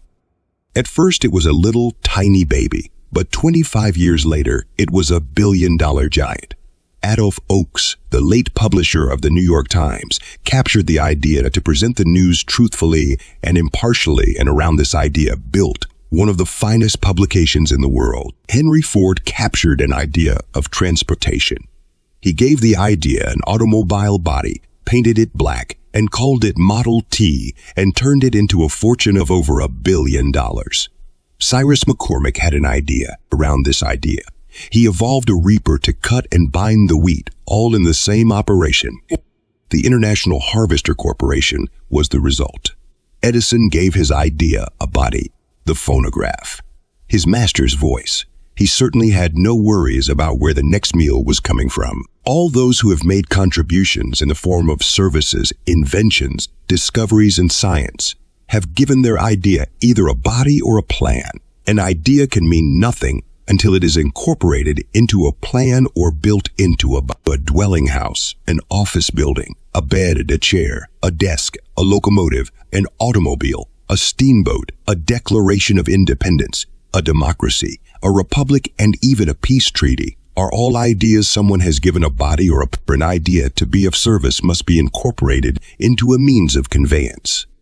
The idea of democracy, people rule, had been in the process of development for 3,000 years before Thomas Jefferson incorporated the idea into the Declaration of Independence. In this immortal document, Jefferson denned the idea of democracy in these words: "We hold these truths to be self-evident, that all men are created equal, that they are endowed by their Creator with certain unalienable rights, that among these are life, liberty, and the pursuit of happiness, that to secure these rights, governments are instituted among men, deriving their just powers from the consent of the governed. This is the soul and essence of democracy, setting forth the purpose and object of democracy." The Declaration of Independence gave the idea of democracy a plan on which to work, and laid the foundation for a constitution and our present American form of government. An idea takes form as it is conceived in word, thought, thing, or action, according to your belief in it. Believe in your idea, concentrate on it, give it a plan or a body. The minute you concentrate on your idea, new thoughts, new ideas, new measures, new ways, and new methods are opened up to help make it a reality. Drop a pebble into a pool of water. It starts a series of ripples that expand until they encompass the whole. This is what happens when you give your idea a plan. It seems that you tap that great creative force within. It turns that dynamic hidden something from within into 1,000 friends, all eager and willing to help. It makes others feel about your idea the way you feel. It gives you all the power necessary to put your idea into action. You can persuade and convince. It makes the idea a vital, living force, the most subtle and irresistible force in the world. The idea strengthens your character and gives form, color, essence, and substance to that which you desire. You can outstrip every unfavorable situation, solve all problems, and master every condition that stands in the way between you and the accomplishment of your idea. You can have anything you want, anything your heart desires. You can turn your ideas into money. Try it. After improve your speech, voice, and manner. His father shook his head. He wondered what would ever become of his son, who was not only frail and delicate, but who also stuttered so badly that you could scarcely understand a word he said. That lad was Demost. He became one of the most renowned men of Athens and the greatest orator of the ancient world. How did he do it? He put into action the principles of speech and voice culture and set aside a few minutes each day to practice them. Practice makes perfect. It worked 2,000 years ago. It works today. Everyone cannot become a Demosthenes, but anyone can improve his art of speaking.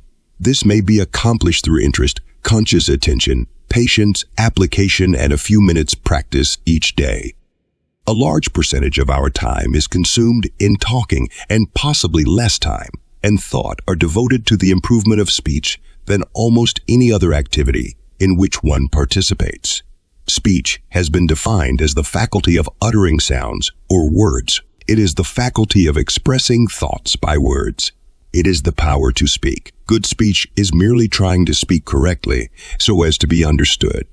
Speech is the quickest and most efficient means of getting your ideas over to others. It is the swiftest method to communicate an idea. By taking a little pains and exercising a little care, you can do this more effectively.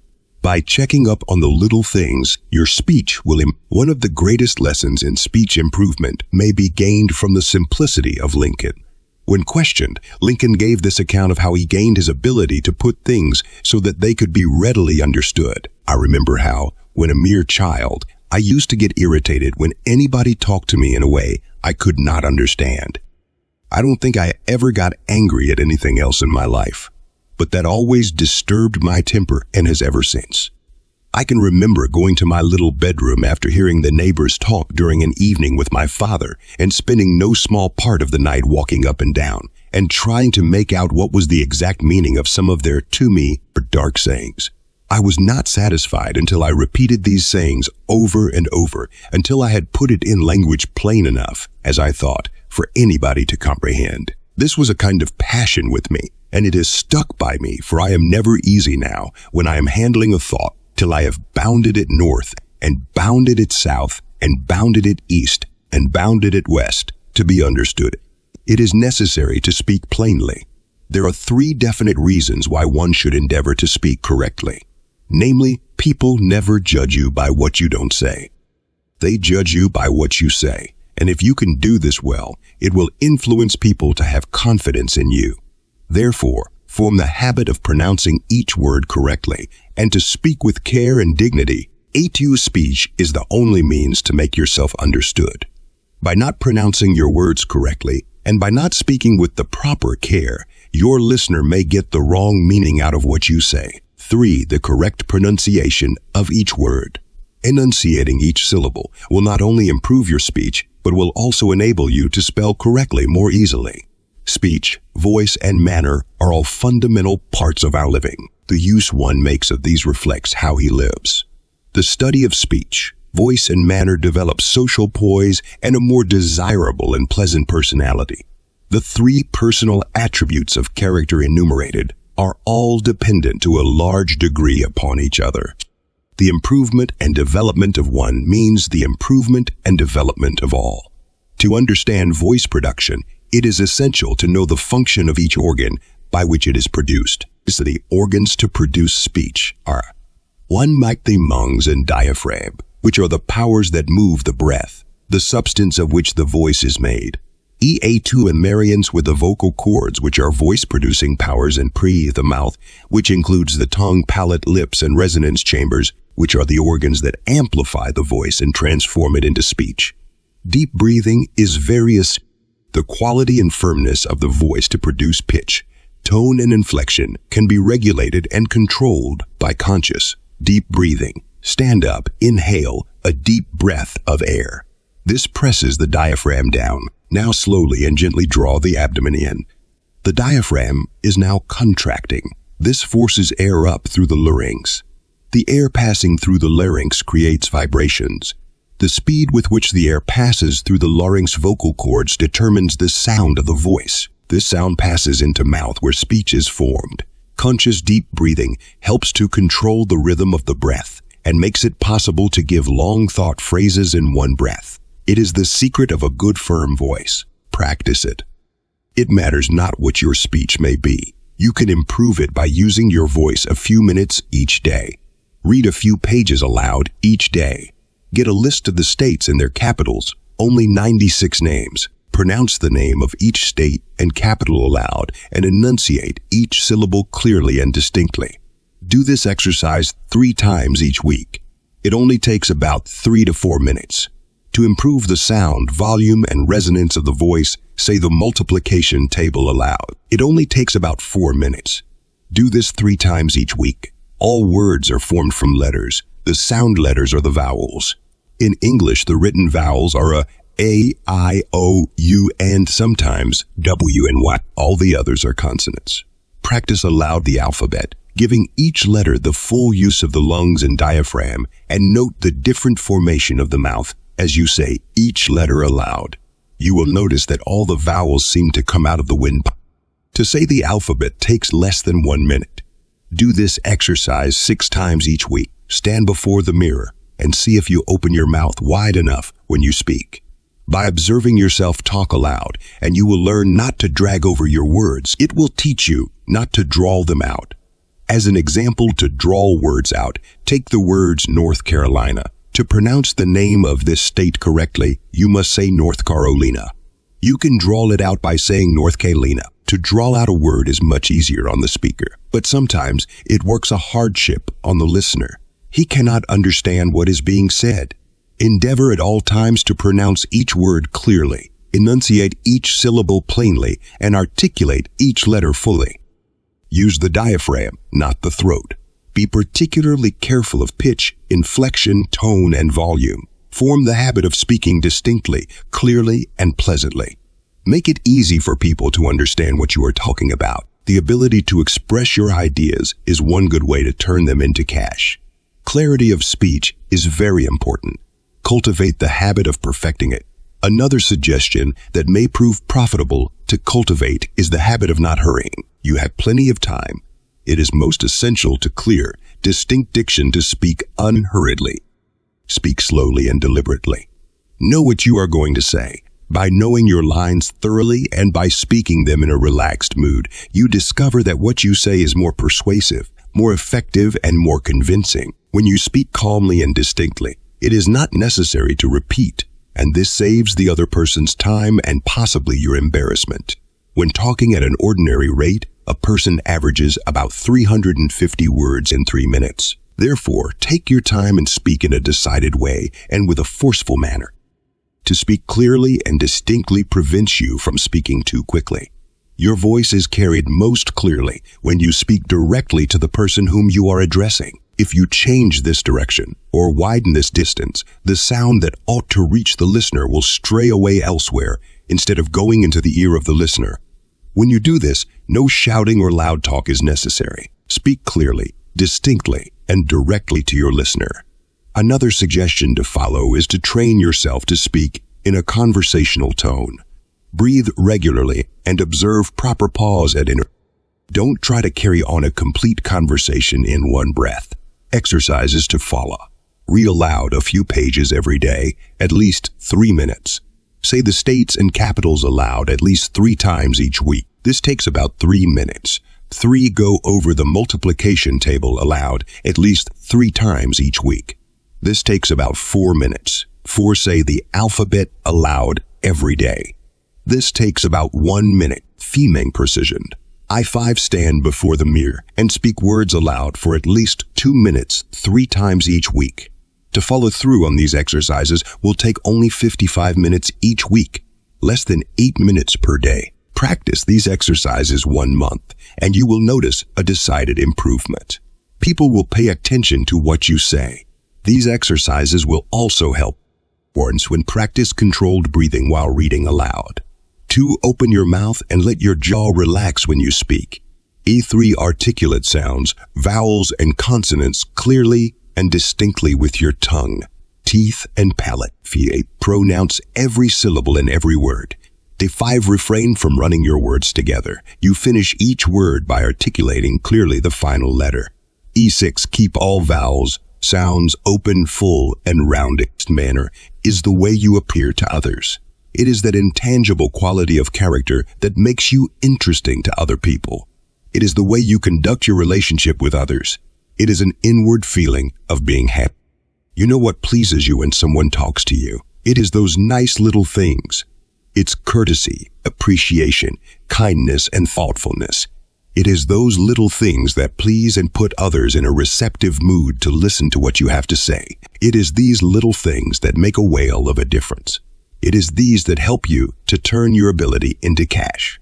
Another great asset to enrich and purify your manner of speech is to learn to smile while you talk. Your speech intercepted with a real smile tells your listener a lot. It tells him that you like him, that you want to please, that you want to cooperate, and that you are willing to serve and do your best at all times. People can feel your smile, and it encourages them to believe in you. A smile in your voice unlocks the door and lets you in. It creates friendships and opens wide the doors of business and social relationships. Everyone responds to a friendly smile, so practice it in your speech. Being absolutely natural in your manner of speech distinguishes more than all other virtues. People are human and like to be treated accordingly. People are like bees. If you treat them right, they will fill your comb full of honey. If you do not treat them right, they will sting you. One man said, he observes others and their acts and demeanors teach him what to do and what not to do.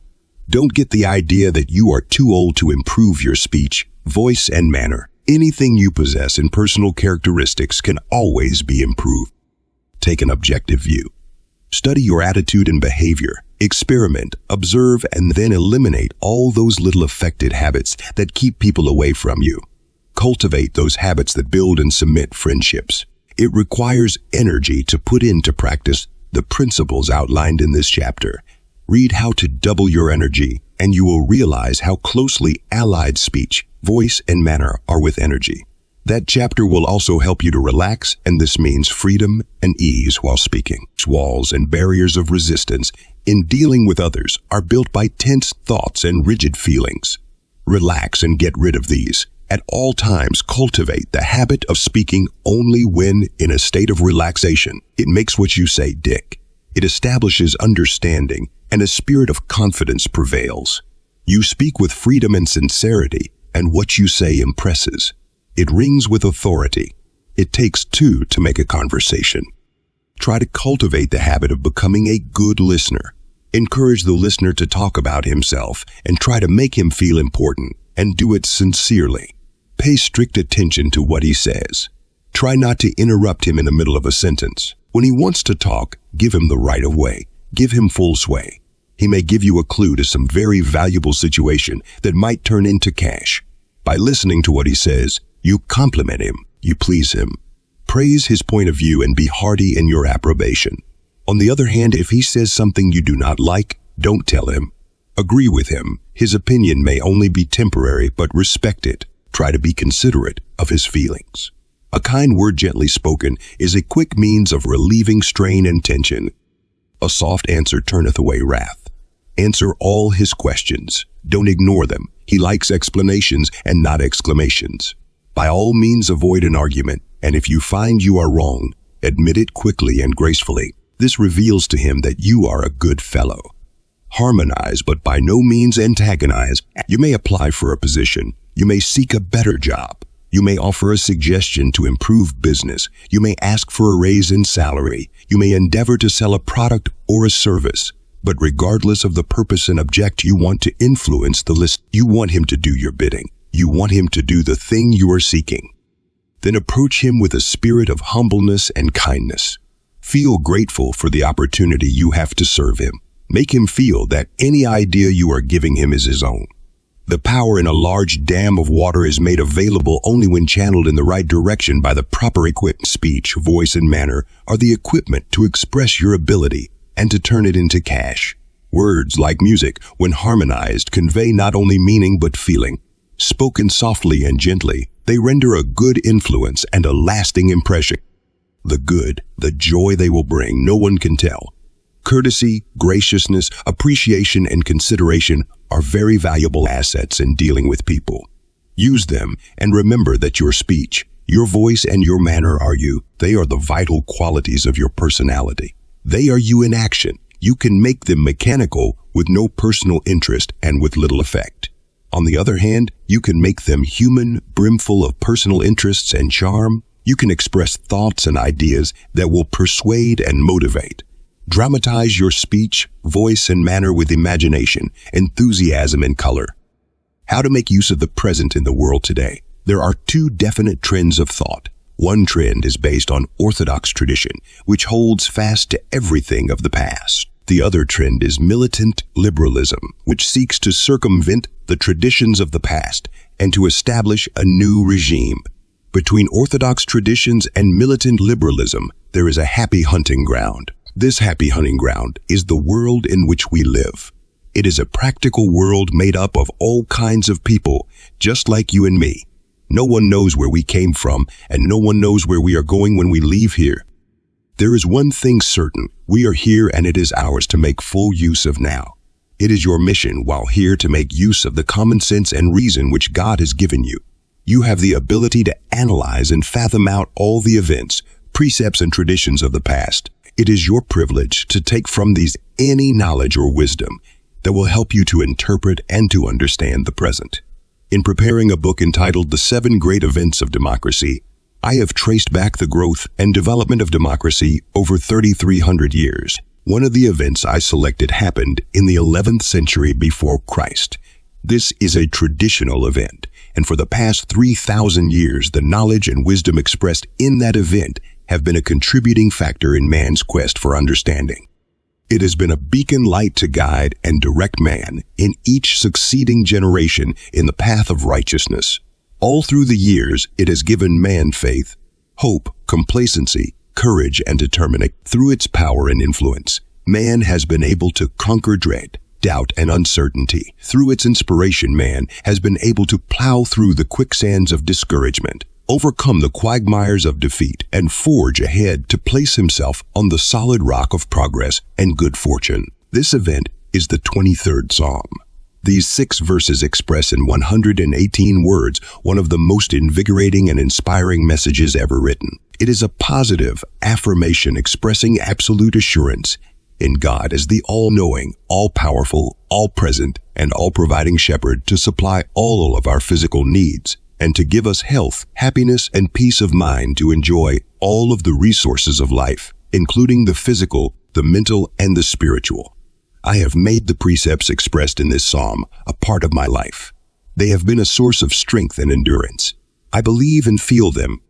I can heartily recommend the 23rd Psalm as a formula to help you make a wise use of the present. Verse by verse, this is what the psalm means to me. The Lord is my shepherd. I shall not want. This is a positive affirmation of faith in God as the supreme being, the supreme intelligence, the supreme ruler, and also the all-seeing, all-knowing, all-loving, all-present, all-providing, and all-embracing power and spirit to guide and to direct me in all my activities. As the shepherd guides, directs, and cares for his sheep with loving kindness, so I rely on the love, the intelligence, wisdom, grace, and power of God to guide, direct, and to care for me. If I live, move, and have my being in God, then it is only common sense on my part to recognize his intelligence, to realize his presence, and to demonstrate his power in my activities. A feeling of this relationship establishes unity and harmony in all my contacts and provides me with a complete abundance of all the things I need, both physical and spiritual. Thus, I shall not want, because God supplies all my needs. When I walk out in the country on a cold, clear night and observe the skies teeming with sparkling stars, a glimpse of the universe with its infinite magnitude passes before me. I feel if God can take care of all these worlds upon worlds without end, Surely he can take care of little Earl. So far he has not failed. Glory to his greatness. He maketh me to lie down in green pastures. He leadeth me beside the still waters. This is a positive statement of fact. It expresses growth, division, expansion, unlimited quantities, and inexhaustible supply. Green indicates continued growth, and this means that God will continue to replenish the earth to take care of everything that he creates. The only thing that wants is man, and this is owing largely to his own lack of understanding. Pastures suggest wide open fields with freedom to act. As an individual, I can roam and enjoy these green pastures and partake of their bounty. And if I do these things with the right spirit, hundreds of people will aid me. To feel that I am in the midst of inexhaustible supplies gives me a sense of security. He leadeth me beside the still waters. This statement does not say tomorrow, but it says now.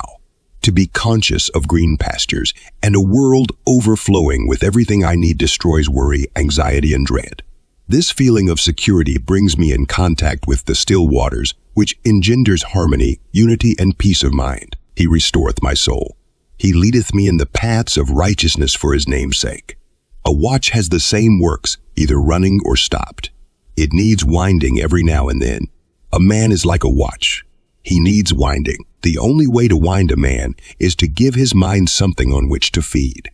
His spirit must be restored. In my own experience, when confusion, conflict, and discord usurp my reserve, and I feel depleted, I turn to this psalm I am now discussing and endeavor to feel its full content pouring into my consciousness. Then, like a flash, the radiant light of the all-present shepherd renews, revitalizes, and restores my whole being with life and power, and with a full assurance that all is well. Again, I am ready to begin anew, and reveal to my true self. Thus I can sing with joy. He restoreth my soul. He leadeth me in the paths of righteousness for his name's sake. Of all the words in the English language, the one that helps me most in the paths of righteousness is wisdom, instructs me to make the wise use of everything. In life, I deal with three principal things. They are people, words, and things. Wisdom teaches me to love and respect people. It instructs me to use the kind of words that inspire. It directs me to make the proper utilization of things that build and conserve. Everything responds to good treatment. By using wisdom, I find myself in the paths of right useness for the sake of his name. In the 37th Psalm, I find these words, I have been young and now am old. Yet I have not seen the righteous forsaken, nor his seed begging for bread. Yea, though I walk through the valley of the shadow of death, I will fear no evil, for thou art with me. Thy rod and thy staff, they comfort me. Whatever the condition is, it could have been worse. Troubles are only a temporary shadow. They are a ray of sun dressed in black. Penetrate the black, and there is light. Fear has 4 letters. 3 of these letters spell ear. Therefore, 3/4 of the word is ear. It is largely based on hearsay. It is product of superstition. It is the ignorance of God, the lack of good, and the absence of love. What is evil? Turn the word around and it spells live.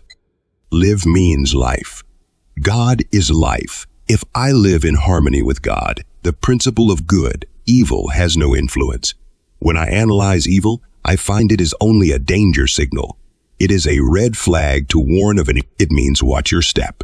As an example, an engineer on a locomotive who ignores the signal of a red flag may be facing imminent danger. Therefore, when evil appears in my midst, I know it is time to stop. Look, think, and write about face. Thy rod and thy staff, they comfort me. Rod signifies authority, and staff indicates the power to direct. One of the most comforting thoughts is to realize and be conscious of the fact that I am on this earth by the authority of a supreme being, and to know that this supreme being is always available to direct me. Another comforting thought is to realize that God is a perfect cause. Man is the effect, and the effect can never be unlike the cause. No evil or harm can touch God, the cause. Therefore, it cannot harm or touch man, the effect. Man at all times may rest assured and fortified while leaning on the system. When the yoke is binding and the burden is heavy, I console myself. Thy rod and thy staff, they comfort me. Thou preparest a table before me in the presence of mine enemies. Thou anointest my head with oil. My cup runneth over. Who are my enemies? Negative thinking is my worst enemy and meanest foe. Most of the enemies of man are figments of the imagination, ghosts of dreams and phantoms of discord. As the old man said, he had many enemies, but he could never find. Face one half your enemies and they will disappear, and then face the other half and they will disappear. Under the direction of the great shepherd, I can feast on positive thoughts in the presence of negative enemies with absolute assurance of protection and security. Pour oil on a raging sea and it calms the water. Fill your consciousness with positive thoughts of good, and the turbulent thoughts of discord, dread, and disunity will give way to poise, tranquility, and calmness. Ingratitude, arrogance, dissipation, impudence, greed, and selfishness are human frailties. And yet underneath all these there is hidden in the human consciousness God's loving cup that runneth over with all the good things of life. This cup contains the common denominator among all men. That denominator is love, or a feeling of kindness that always manifests itself in the hour of need. Thousands of people pass the corner of a busy street, all intent on getting someplace with no apparent interest in each other, and yet let one member in that group get into an accident, and 1,000 friendly hands are out to offer help. Surely goodness and mercy shall follow me all the days of my life, and I will dwell in the house of the Lord forever. When I know that I am in good hands, what else can follow me but good? I do not worry and fret about the next world. My motto is, enjoy the one I am now in. Why should I spoil the beauty, the majesty, the glory and goodness of the present world by speculating on one which no one knows? Learn to enjoy this one. If there is another world for me, God is there to take care of it. So why worry? To practice the simple faith expressed in this psalm admits me to what I think is the house of the Lord. That house is a state of consciousness. It is a state of harmony and unity. It is all intelligent and the only intelligence. It is all powerful and the only power. It is all active and the only action. It is all present and the only presence. When I make use of these principles, life takes on a new meaning. I put off the old man and put on the new one. The only time to live is while I am living. What is time? Someone asked the Sphinx. Time is now, replied the Sphinx. No one learns anything rightly until he learns to know that every day is the best day. No knowledge can be of greater importance to man than to realize fully and appreciate the secret of this. Time is in the present. Lamenting over the past and fretting about the future robs many of the opportunity of being successful and happy now. When God created man, he gave him toes are the means by which man can grip the ground. Keep your feet on the ground. Keep your activities centered in the present. The present hour alone is yours. The past is history. It is over the dam. It is gone forever. Forget it. The future has wings. It is always one step ahead of you. The present has toes. It is always where you are. The center of the past and the center of the future are in the present. The past and the future are only thoughts in the present.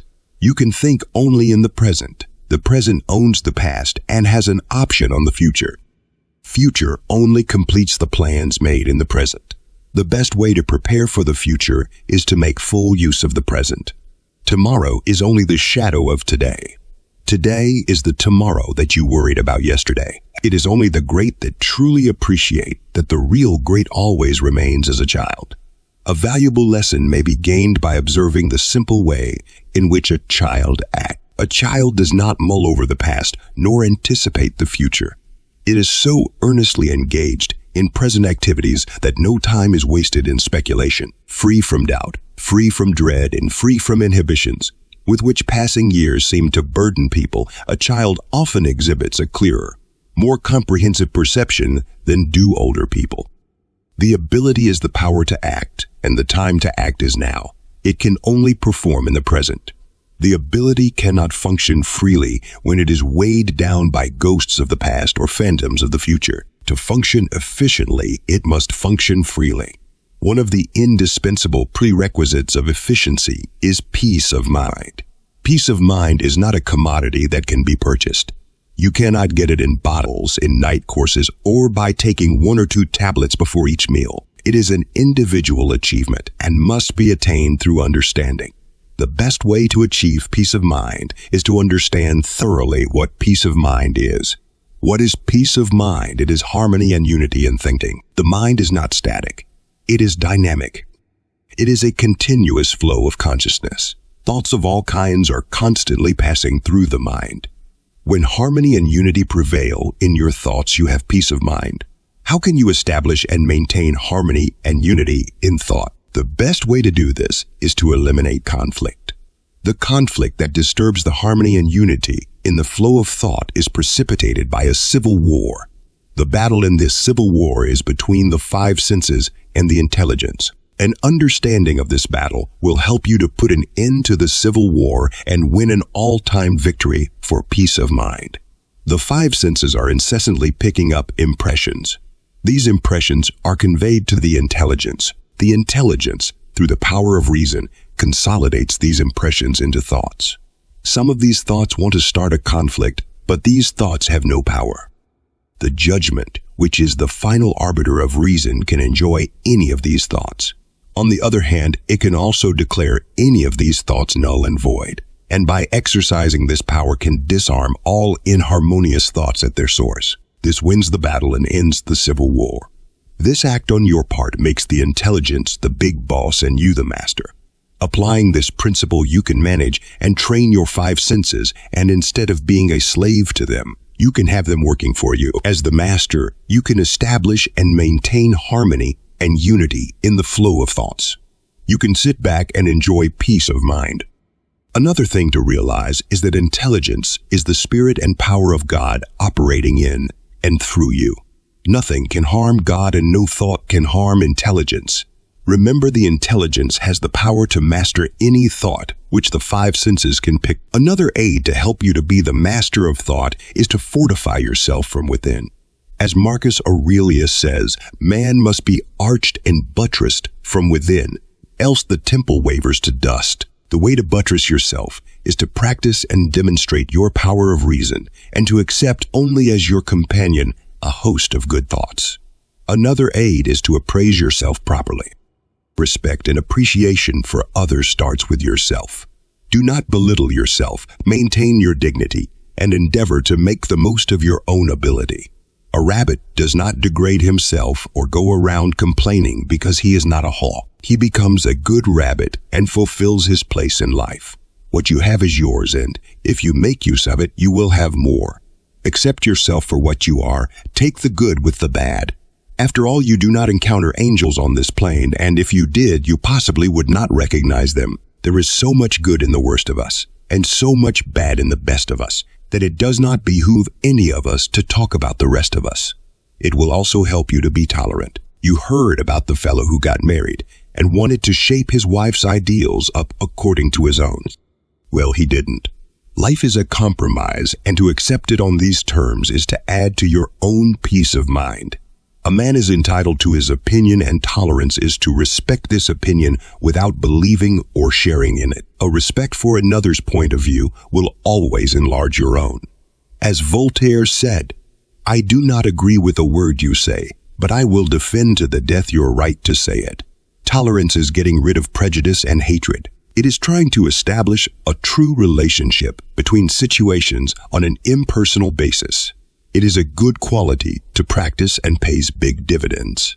Another aid to your peace of mind is to get rid of vanity.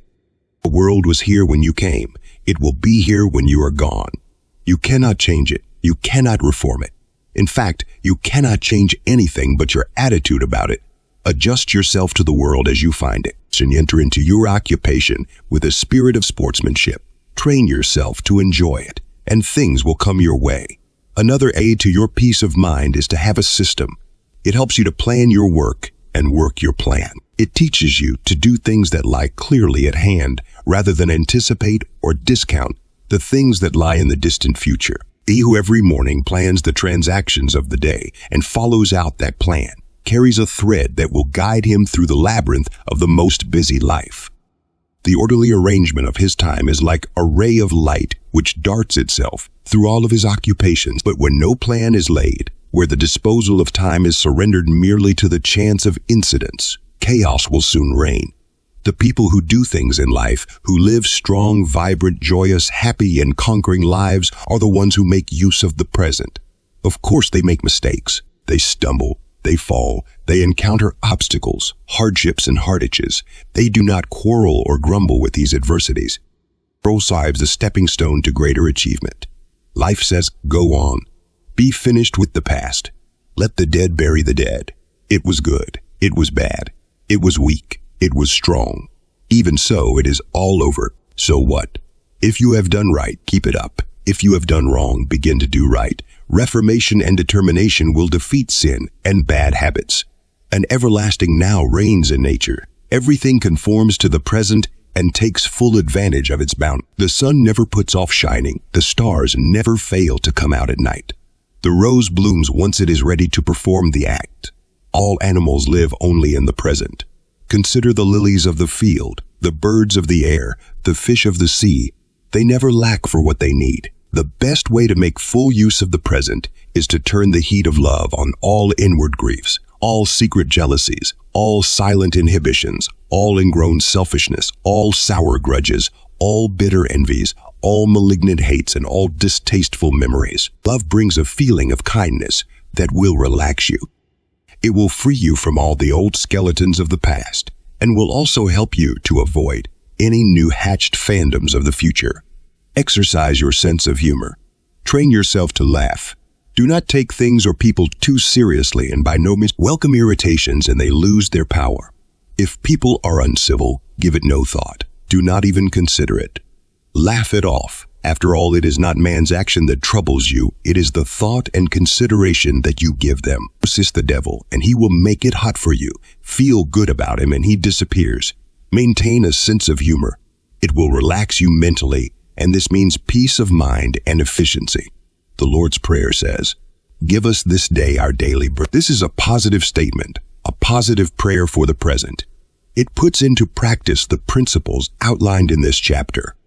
The present is all thou hast, for they sure possessing, like the patriarch's angel, hold it fast till it gives its blessing. The present is overflowing with milk and honey. It is brimful of new ideas, new hopes, new adventures, and new opportunities. Let nothing stand between you and these blessings. Partake of them, use and enjoy them. Rejoice and be exceedingly glad, for great is your reward in heaven. This is one of the great admonitions taught by Jesus in the Sermon on the Mount. Practice this precept, and great will be your reward right here. It will animate you. It will free you from all restraint. It will release you from all anxiety, worry, and dread.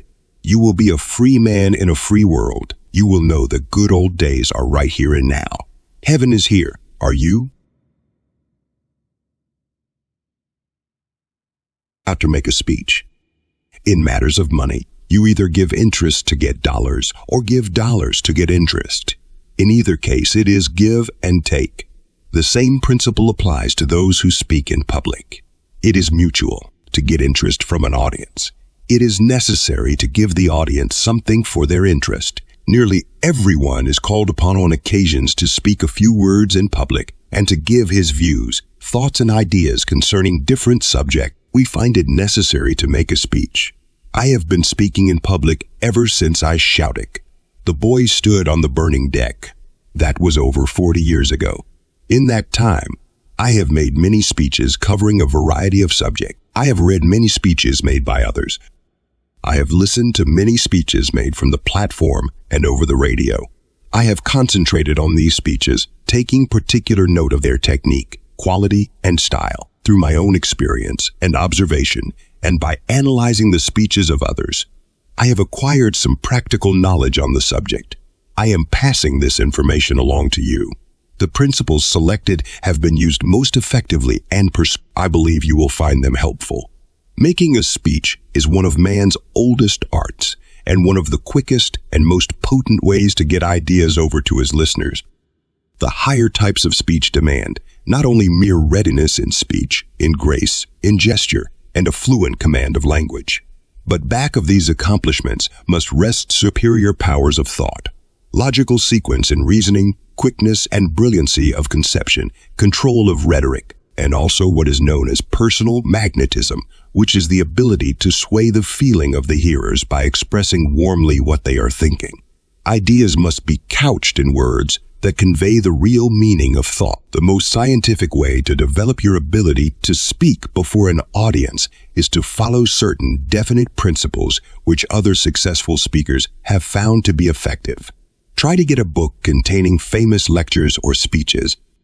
Memorize and recite the opening paragraphs, the climaxes and endings of the great orations until they become thoroughly familiar. Many sentences, phrases, and words may be used many times when you mix and flavor them with originality. They increase your capacity to speak fluently and give the speech a certain quality that makes an impression.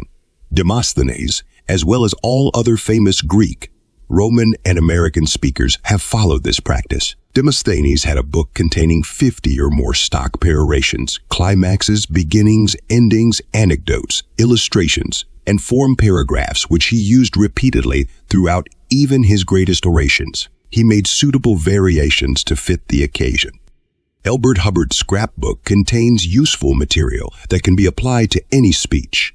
Stevenson's The Home Book of Quotations will furnish a suitable quotation that may be incorporated in any speech. In driving home a point, an apt quotation has no substitute.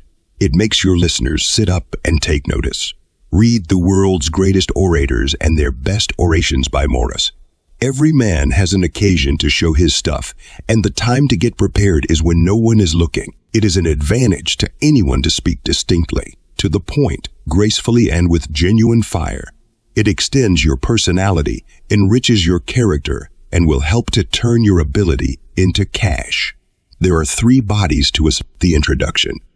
A short story, a brief anecdote, or a personal experience is most effective to introduce a speech on any subject. A sentence expressing an unusual analogy is also appropriate. Either the story or the experience must be short. Body. The main body of a speech must set forth the full context of the subject, consolidating all details into one composite whole, the close. It is most convincing to summarize the reasons and advantages of the main body at the Use short sentences, make them snappy and pungent. If possible, recite a brief quotation to amplify your own thought. Never close a speech with a funny story. A laughing audience has a short memory. A speech is more effective and more fully appreciated when prepared. Follow a pattern. Arrange your points in logical sequence. The introduction and the close are very simple. The main body of a speech, to persuade and convince, must be planned on the following principles. 1. Organize your thoughts. A speech, to be effective, must be direct and to the point. In preparing a speech, take a sheet of paper. Write down every thought and idea you can possibly think of pertaining to the subject. One thought suggests another. Read all the correlative material you can lay your hands on and make a note of every thought that will add illumination to the subject. Analyze and review this material, get all the facts, and find out everything possible. Get the history, background, economic relation, and the part that the subject plays in the life of the audience. Meditate and reflect, and by the process of elimination, select the thoughts that you feel are the most appropriate. Analyze these thoughts, organize them, take the best parts of them, arrange them in sequence, and translate them into the interest of your audience. The body of a speech is organized knowledge to portray ideas and to convey thoughts. Every word, every thought, and every sentence must have its place. To follow a pattern in the scientific arrangement of your data qualifies you to know exactly what you want to say. You do not mumble, you do not ramble, and you do not stumble. You speak with a command, and your audience pays strict attention to every word. To know your subject matter and to enumerate it in logical sequence inspires self-confidence and an air of assurance. Instead of halting and hesitating, you become dynamic, bold, and courageous. Your message clicks and becomes a living force for good. Incorporate plenty of meat in the speech. Most speeches are like a wagon wheel. The longer the spoke, the greater the tire. Many oh-hums and many bored audiences may be eliminated by thorough preparation. Regardless of the kind of speech or the occasion, the audience is made up of people. People have the same likes and dislikes. You like a speech full of human interest, so do others. Human interest is fundamental. What appeals to one group appeals to another. People are primarily interested in the same things. Therefore, a speech to be effective, must incorporate what people like. Human interest always makes an appeal. Personal experiences, short anecdotes, and little stories of success engender color and flavor. Properly timed and placed, they persuade and convince more quickly than the most eloquent utterances or the most elaborate argument. Speaking of interest, this will interest you. Some years ago, Henry Ward Beecher, one of the greatest preachers and platform lecturers of his day, was invited to a town in West Virginia to deliver a lecture. In those days, that part of the country was widely known in lecture circles as Death Valley. Most speakers wilted when they faced an audience of people who were rather indifferent. It was a very sultry day in July when Beecher arrived in this town to deliver a lecture. Beecher had been warned. He knew what to expect. Beecher was a genius in arousing the interest of an audience. In the afternoon, when he was introduced, half the audience was yawning and the other half was dozing. Beecher briskly rose from his chair and, mopping his brow with his large red handkerchief, hastily strode to the front of the platform.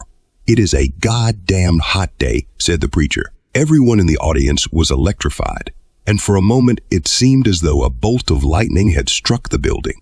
Beecher paused, raising a finger of solemn reproof. "Went on. That's what I heard a man say here this afternoon." From that moment, 1,000 eyes were fixed on Beecher. Everyone in that audience was eager to hear him. He aroused their interest and his message went over with a bang. Some years ago, I was invited to make I chose for my subject, The Three-Legged Stool, a dissertation on the relation of capital, labor, and the public. Toasts to doubtful characters and the denunciation of the Constitution of the United States opened the meeting. I was unaware that it was a communistic meeting. Finally, my sponsor introduced me. "Some people here are denouncing the Constitution of the United States. This is the law of the land and guarantees civil rights to everyone. This law makes it possible for you to meet here in peaceful assembly, and to denounce it is to denounce your own security." At that moment, someone shouted, "Go to hell." I paid no attention. In explaining the three-legged stool, I pointed out that capital represented one leg, labor represented one leg, and the public represented one leg. These three legs make the stool, and each leg was dependent upon the other to stand. And all three legs must stand together, or else fall together. Again, the voice in the audience shouted, "Go to hell." I paid no attention. In about 1 minute, the same voice shouted, "Go to hell." I paused, smiled, and said, "Ladies and gentlemen, in the past 5 minutes, I have been invited 3 times to join the Communist Party." The audience rose to its feet and cheered me for at least 2 minutes. Every person in that audience was my friend.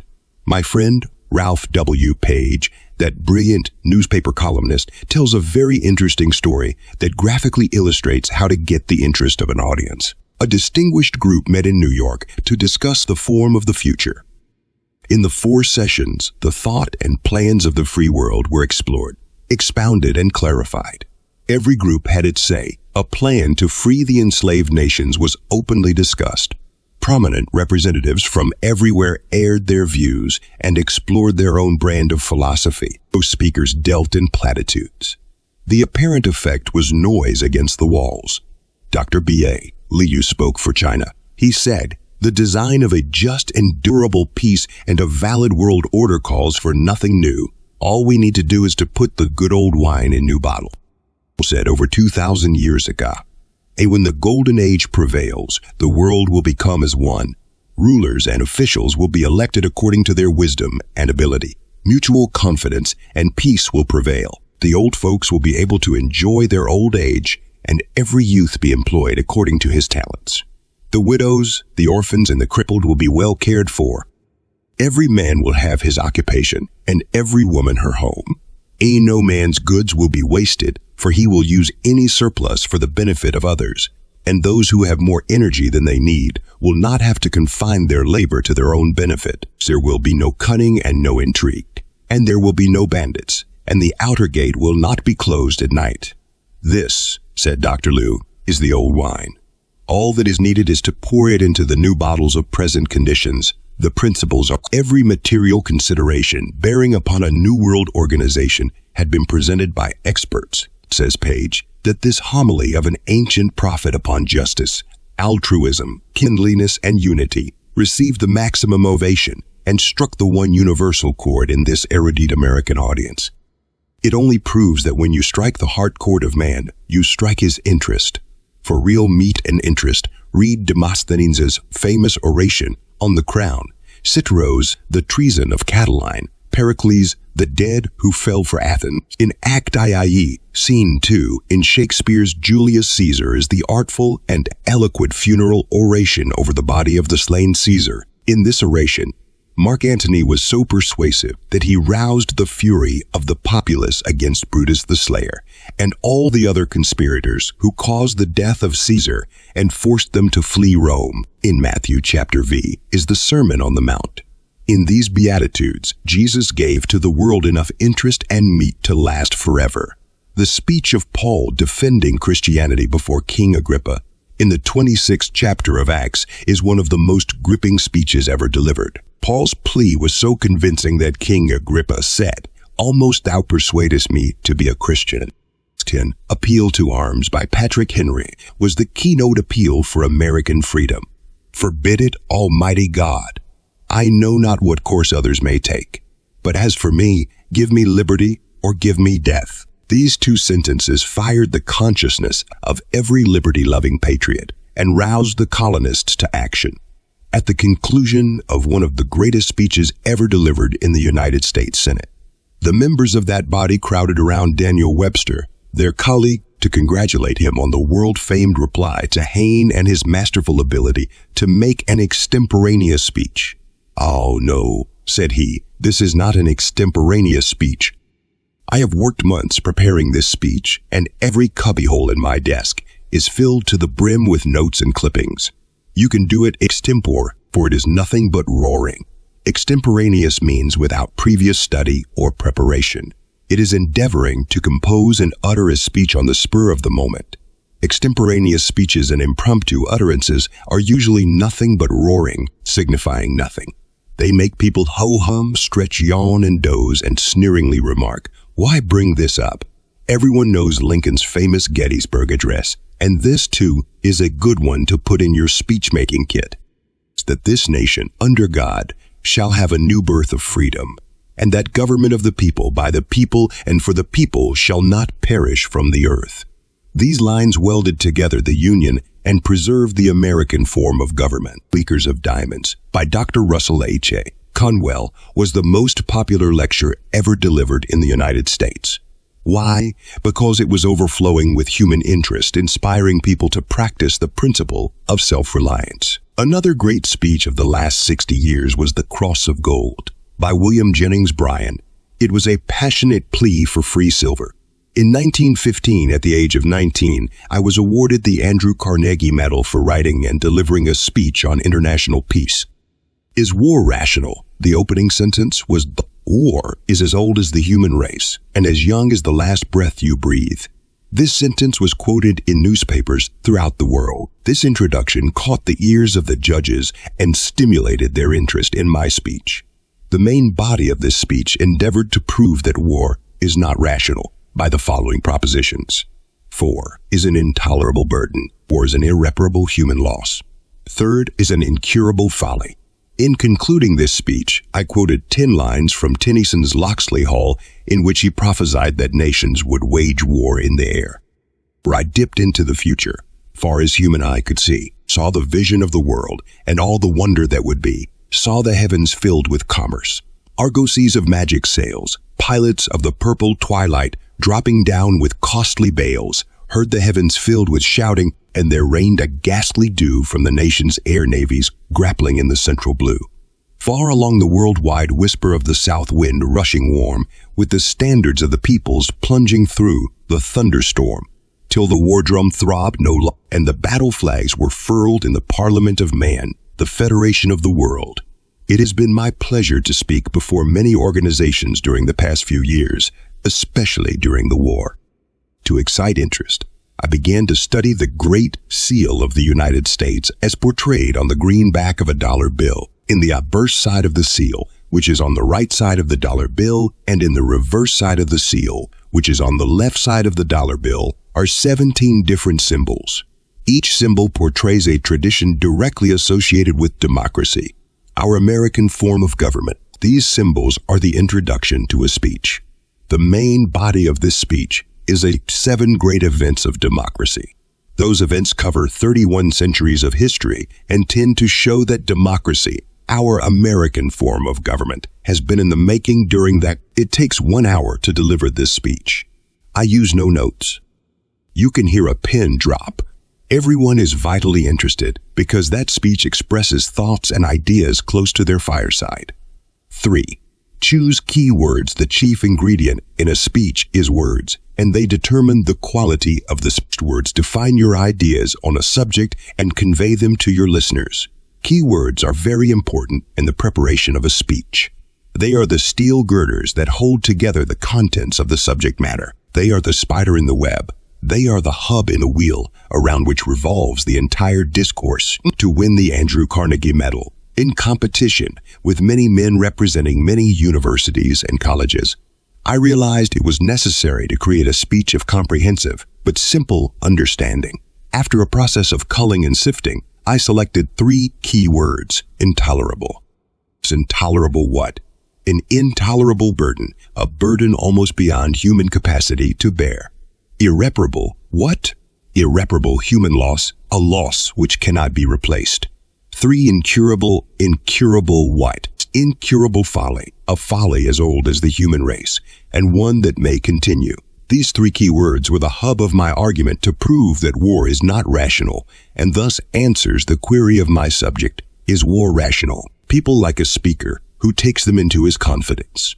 They like an explanation of terms. I explain everything as if I were telling a little child for the first time. It works. In the lecture on the 7 great events of democracy, I define democracy by giving its etymological derivation. I spell out the 2 Greek words from which it is derived. Demos, which means people. Kratos, which means rule. Democracy, therefore, means people rule. I define event. I define republic, another key word in the speech. Republic comes from 2 Latin words, res, which means thing, and publicus, which means public or open. Republic therefore means things done in the open or for the public. Every law enacted in a republic is instantly accessible. No law can be a secret. It is public knowledge. Therefore, a democracy is the will of the people, expressed in the open by a system called a republican form of government, which is a plan to enforce that will. In speaking to an audience in this fashion, they are all ears. Try it. In the preparation of a speech, select a few key words. Build your speech around these words. Define the key words and explain their meaning fully. Use plain, everyday words. Speak in the language of the audience. Get down to earth. Talk to others as you like others to talk to you. Study each word, analyze it.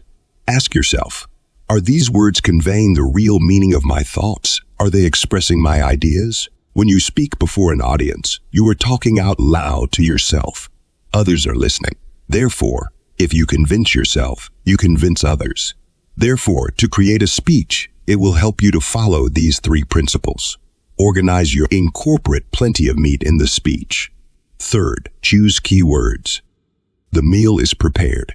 It is seasoned well and baked to a crisp brown. It is steaming hot. It is ready to serve. Please do not spill the beans.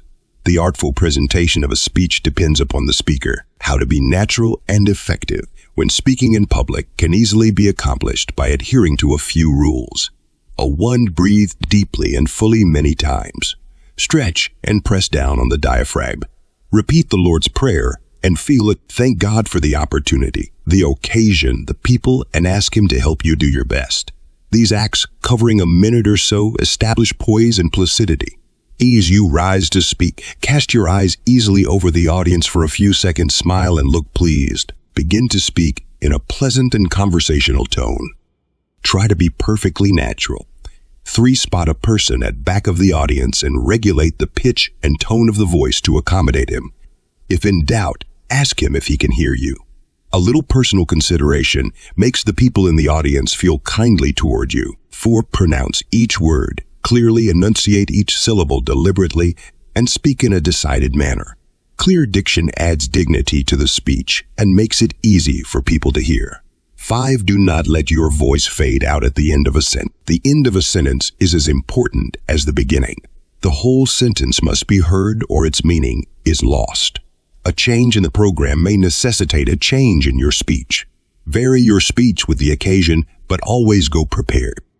P. Non-straight earnestness and remain deliberate. 7. Say your speech. Do not read it. To read a speech is like throwing a wet blanket on the flame. You may still have the flame, but not the glow. The flash of the eye, the freedom of the body, and the smile add charm to the speaker and make the speech more convincing. 8. Don't hurry in speaking. Talk from the diaphragm. Pause at proper intervals and do not try to make a speech with one. Speaking hurriedly destroys the resonant sound of the voice, and your words do not have the proper pitch, inflection, volume, and tone. The sound of words plays an important part in your message. 19. Try to keep your hands at your side in a carefree way and only use them when you are illustrating a point or laying emphasis on a particular proposition. 10. The best style and manner in speaking is to be natural. Try to be yourself at your best. Talk to people in your inimitable way. Say what you mean and mean what you say. 11. Read the chapter How to Improve Your Speech, Voice and Manner many times. It gives a myriad of suggestions that are absolutely invaluable in the delivery of a speech and will qualify you to speak distinctly and clearly in public. 12. Be brief, concise, and talk with the people. Don't yell at them. In my own experience, I spend many hours in organizing and arranging my thoughts before I attempt to make a speech. I feel in debt to any group of people who invite me to speak before them. To discharge this debt, I endeavor to prepare something that will be of interest. I never attempt to insult the intelligence of people with an impromptu speech or to inflict an extemporaneous one. Therefore, when I find people in my audience yawning, ho-humming, and dozing, then I am through speaking in public. Lord Chesterfield said, "Be wiser than other people if you can, but don't tell them so." I always give people credit for knowing as much as I do. I never try to display how smart I am. I approach my audience with a spirit of humility, as one who comes to serve. I find as long as I speak in a spirit of humbleness, my message has power and punch in making a speech. You want the people in the audience to listen. To convince and persuade them, you must get their undivided attention. To do this, follow a pattern. The body. The close. In preparing the main body, organize your thoughts. Include any suggestions for the improvement of business, the increase of income, the extension of public welfare, the prolongation of life, the promotion of health, the accretion of happiness, and the achievement of success. Feed your audience plenty of meat. Make your speech sparkle with human interest and relate stories about successful people and unusual accomplishments. Choose keywords that sound well. Know their meaning. Be explicit and illuminating in your definitions. Speaking in public is only conversation elevated to its full capacity. All doubt, worry, dread, and anxiety in the making of a speech are instantly removed by thorough preparation and by a feeling that you are talking to a dear friend and do not care who is listening. An audience is a group of individuals. When you talk to one, you talk to all. In conclusion, make your speech as you would talk. Be explicit, brief, and try to inject a sense of humor. Talk with your audience and not at them. Take it easy, and enthusiasm will permeate the audience. You will speak with charm, with effect, with persuasion, and with conviction. You can do it. Get at it. The floor is yours. Chapter 12. How to attract and get what you want. Some time ago, I had a dream. In this dream, I awoke to find myself all alone in the world. There was no distraction, no disturbance, no confusion, no trouble, and no conflict. Worry, care, and responsibility were unknown. In this utopian world, with everything mine and the monarch, I was conscious of being alone. A feeling of loneliness and a sense of insecurity took possession of me. I felt a burning desire for something not there. What was it? What did this utopian world lack? It lacked human beings. There was no one to influence, no one to appreciate, no one to love, and no one to share. Human interest was lacking. In this utopian world, I found myself in a loud knock came on the door. I was thrilled to awake and be conscious of a world filled with people, a place where human beings can attract and be attracted. Has it ever occurred to you why the ocean is constantly moving up and down with the waves rolling and breaking against each other with clock-like regularity? Without these incessant ups and downs, the ocean would become stagnant, or everything in and around it would perish. These movements keep the water teeming with wholesomeness and vitality. A lifetime of happiness. No man alive could bear it. It would be hell on earth, says Bernard Shaw. The sweet is hidden in the bitter. Ups and downs in human nature are a tonic to provoke thoughts and to stimulate action. The world is a proving ground. The people in it furnish a laboratory for the study of human relations.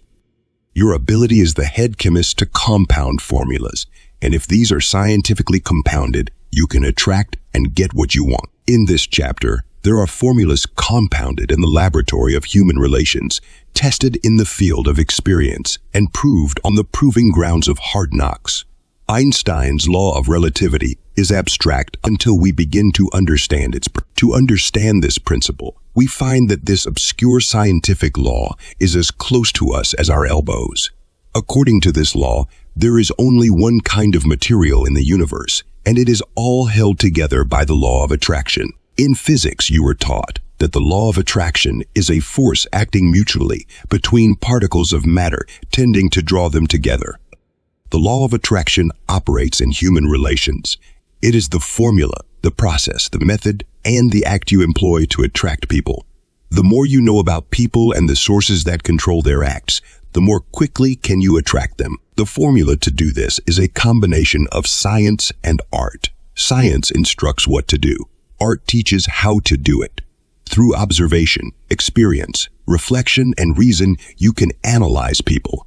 You can uncover reasons that influence and motivate them to act. People are influenced and motivated to action by ideas. To compound ideas into a scientific formula and to present them in logical sequence is the quickest way to stimulate a reaction and the best means to get results. Human nature is fundamental. There is nothing more certain to predict than the reaction you will get from people when you present them with a certain definite idea. A positive idea in action always produces a reaction. This reaction will be favorable if the formula to convey the idea is scientifically prepared. Over 2,000 years ago, Socrates, the wise old Greek, said, "Know thyself." Sometimes a knowledge of ourselves and what appeals to us gives us a definite clue to what appeals to and attracts others. We discover an appeal that makes them act. Most people are fundamentally alike. What will appeal to one will appeal to all. Most of us are constantly and eternally trying to persuade and even convince ourselves that we are different from everyone else. With 40 years' experience working and experimenting in the laboratory of human relations, I know differently. We all have a lot in common with each other. The sooner we realize this, the sooner we will generate the power to attract. We must realize and appreciate one great fact about other people. They are all rational human beings. They have desires, problems, and needs, and will listen to an appeal on how to meet and fulfill them based on reason and common sense. The qualities, characteristics, and attributes of other people can usually be determined by an understanding of our own. Mason once said, "To speak what other men think, to express what other men feel." Therefore, with this understanding, using other people and their needs as the center of interest, we can build and construct thoughts, plans, systems, suggestions, and formulas that will impel them to act. We can attract them and inspire them to have confidence in our proposition. In analyzing people, we find their acts are controlled by three sources. These three sources were discussed in Chapter 8, How to Turn Your Ideas into Money. These ideas are the subtle power we employ to attract and to motivate. So important are these sources that I again enumerate them. By all means, initiate them in your activities. They are: 1. Emotion. This is the means to send out thoughts. Make it easy for people to listen to what you have to say. 2. Judgment. The judgment is reached through knowledge. You must organize your knowledge and arrange it in sequence. This conveys the power of your intelligence and impresses others with what you are capable of doing. 3. Desire. This creates the urge to act, to gain attention, and to get interest is not enough. With a feeling of confidence and earnestness, you must arouse the desire, incite that inward, invisible intensity of being and make others want to do what you. After uncovering the sources that control the acts of people, you must uncover the causes that prompt these sources. These causes are motivated by interests.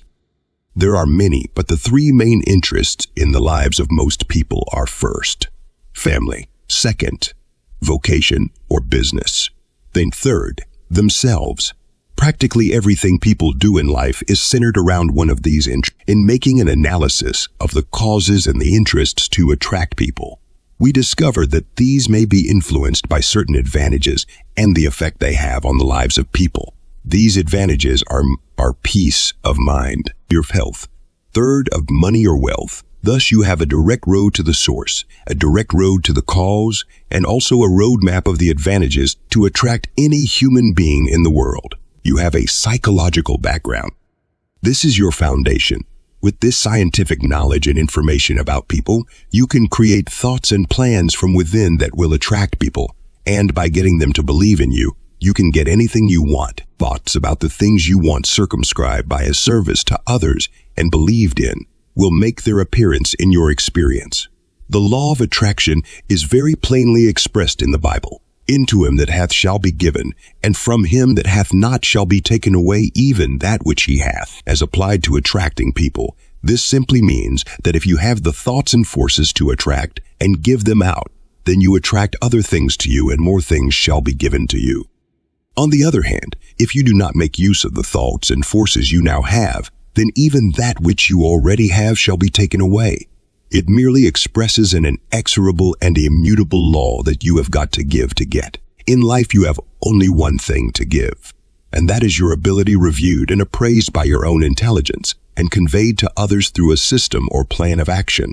You can give this in a haphazard way, or you can give it in a scientific way to attract and get what you want. The latter is imperative. The perfection of a business, art, or profession starts with you. How high do you register in the scale of perfection? What are you doing to improve your efficiency? Have you learned to harness all your forces and concentrate them on the job at hand? Have you acquired the knowledge and skill to do the greatest amount of work with the least possible amount of effort in the shortest period of time? Can you get maximum results with minimum effort? Are your thoughts liquid? Can you adjust yourself quickly? Have you the power of adaptability? Can you apply common sense? Do you need a slide rule to multiply 2 by 2? Do you assume the role of self-importance when shouldered with the responsibility of directing others?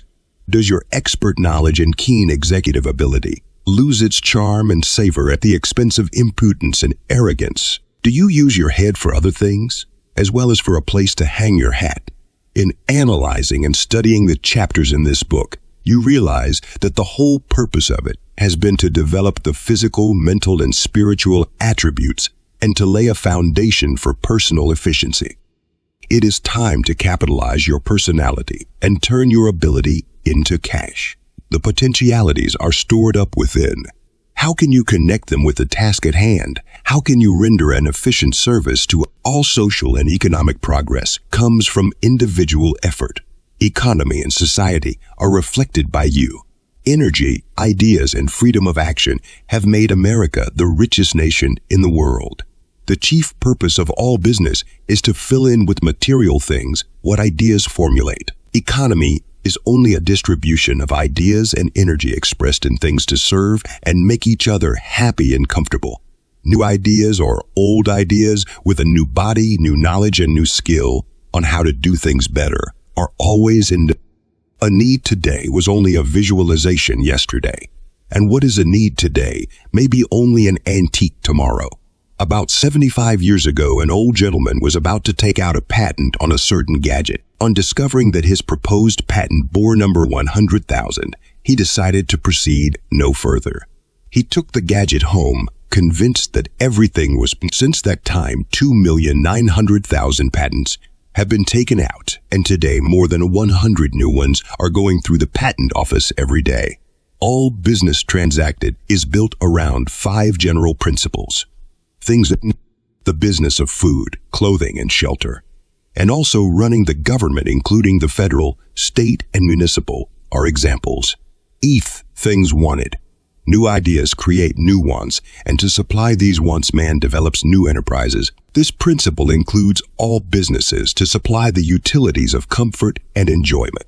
Automobiles, household appliances, certain building developments, railroads, steamships, buses, and all time-saving devices are examples. 3 things to make money.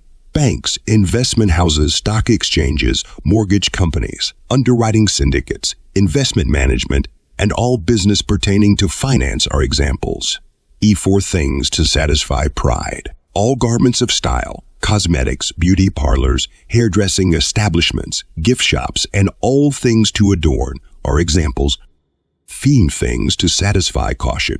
Man is a cautious creature, and he likes to make sure about the future comfort and enjoyment of his family and himself.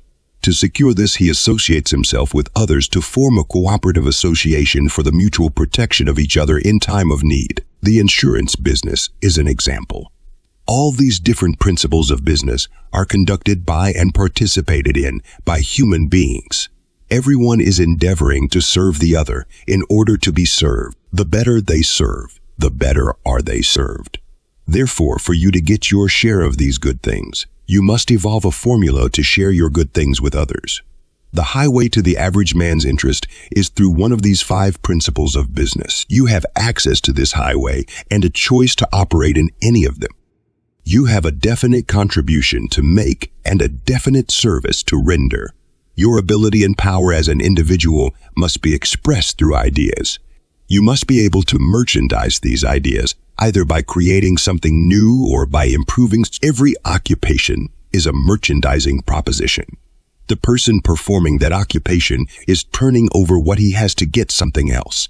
In short, he is selling something. How can you merchandise your ideas? Select the idea you want to accomplish. Second, and enumerate the idea in terms of service, thing, or proposition, and visualize its values and advantages in concrete terms. Arrange the idea and its advantage in sequence and give it a solid plan or body. Formulate Chapter 8 and apply its contents. Fourth, idealize the plan. See and feel it attracting attention and getting results. Reinforce your power to do this by the 4 laws, namely, the law of faith, the law of imagination, the law of repetition, and the law of persistence. Will remain typewritten in plain words or have a blueprint made if it is to portray a thing. This will make either of them mean something to you and to others. In applying for a new job or position, review your ideas in the light of your own experience. Setting forth in detail past performances, present engagements and what you feel capable of doing. The employer can react only on what you tell him. Leave nothing to chance. Be thorough and explicit. No one has a better idea of what you are capable of doing, and no one can tell it better than you. Applying the above principles to merchandise his ability. A young fellow presented his qualifications to his next-door neighbor. He specified his training, gave a complete review of his experience, enumerated his attributes and qualities, visualized and idealized his capabilities, and graphically portrayed how the corporation could use and benefit from his services. His next-door neighbor was the president of the corporation. He was so impressed with the plan presenting the young man's work specifications that he immediately employed him at a substantial salary. Today, he is vice president of the corporation. To try my own prowess, using this plan to merchandise my own ability, I applied to a company for a job. No one in the company knew me. I had no letter of recommendation. I addressed my communication to the president of the company. In brief, I stated my name, age, education, and experience. I enumerated all the different departments of this business from the time the raw material was received until the product was in the hands of the consumer. I visualized in my application all the ins and outs of getting this product to the customer. I suggested a merchandising plan that would make every customer a salesman to obtain a wider distribution of the company's product. I presented a plan that would create and develop a better relation between the customer and the product. I made the president feel that I could increase the business of the company. A few days later, I received a letter from him, suggesting an interview to make arrangements for employment at a substantial salary. Of course, I did not accept. I called on him as a matter of courtesy and told him of my experiment. He insisted that I take a fee, which I refused. I did not approach the president of that company begging for a job. I approached him with an idea that meant money to his company. I attracted his attention, incited his interest, and made him feel that I had ideas to share. This, in turn, made him feel that he had a profit to share with me. Most people are so busy scratching in the dirt that they never stop to think of what the dirt is made. They wonder why they do not get ahead. Now and then one pauses, thinks, and analyzes the dirt. He becomes a creative thinker, for uses his head. And the minute he begins to use his head, at that minute, he begins to get ahead. 3 men were working on a construction force. Someone asked, "What are you doing?" Number 1 answers, "I am cutting stone. I am earning $10 a day. I am building a cathedral." Number 3 has vision and imagination. He is thinking about that which he is doing. Eventually, number 3 will be conducting his own business. Feeling his seniority rights had been overlooked, an employee went to the president of the company to complain that a younger man had been advanced to a position to which he felt entitled. "Why has my 25 years of experience been ignored?" he queried.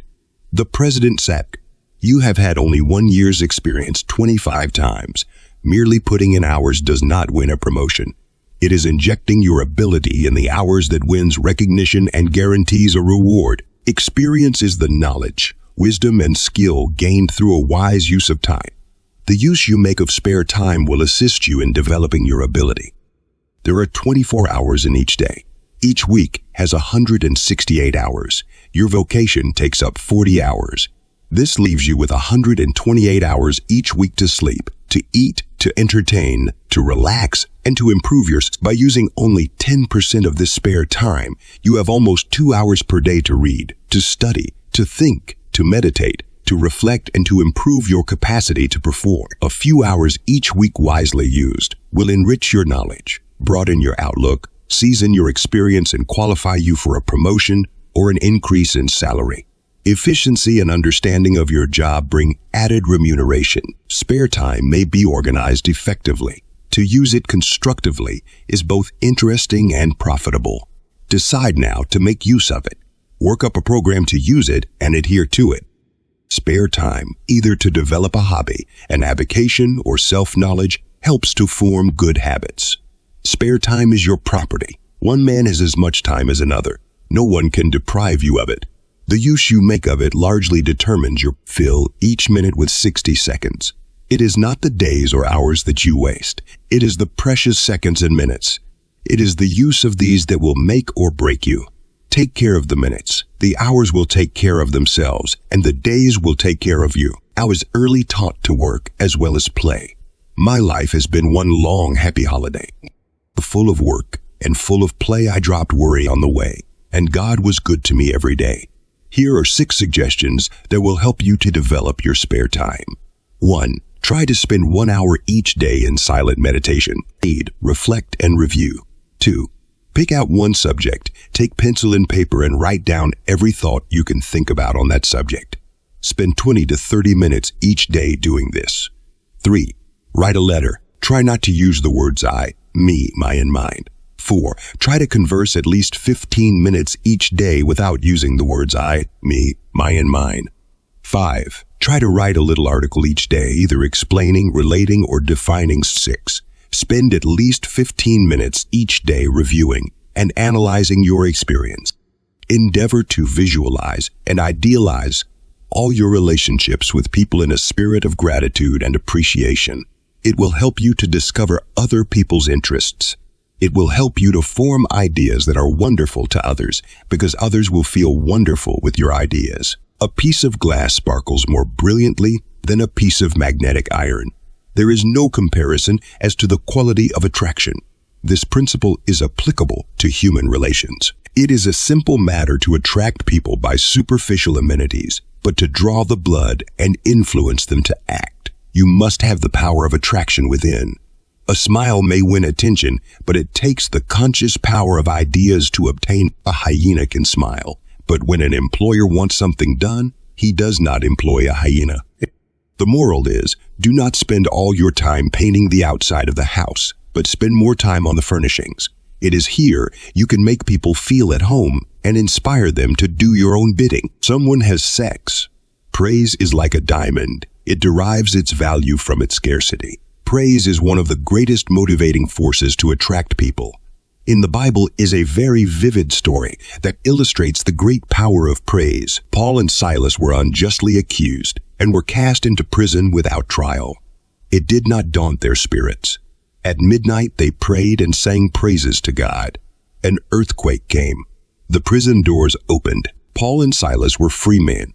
In the physical world, there are two ways to expand things. 1.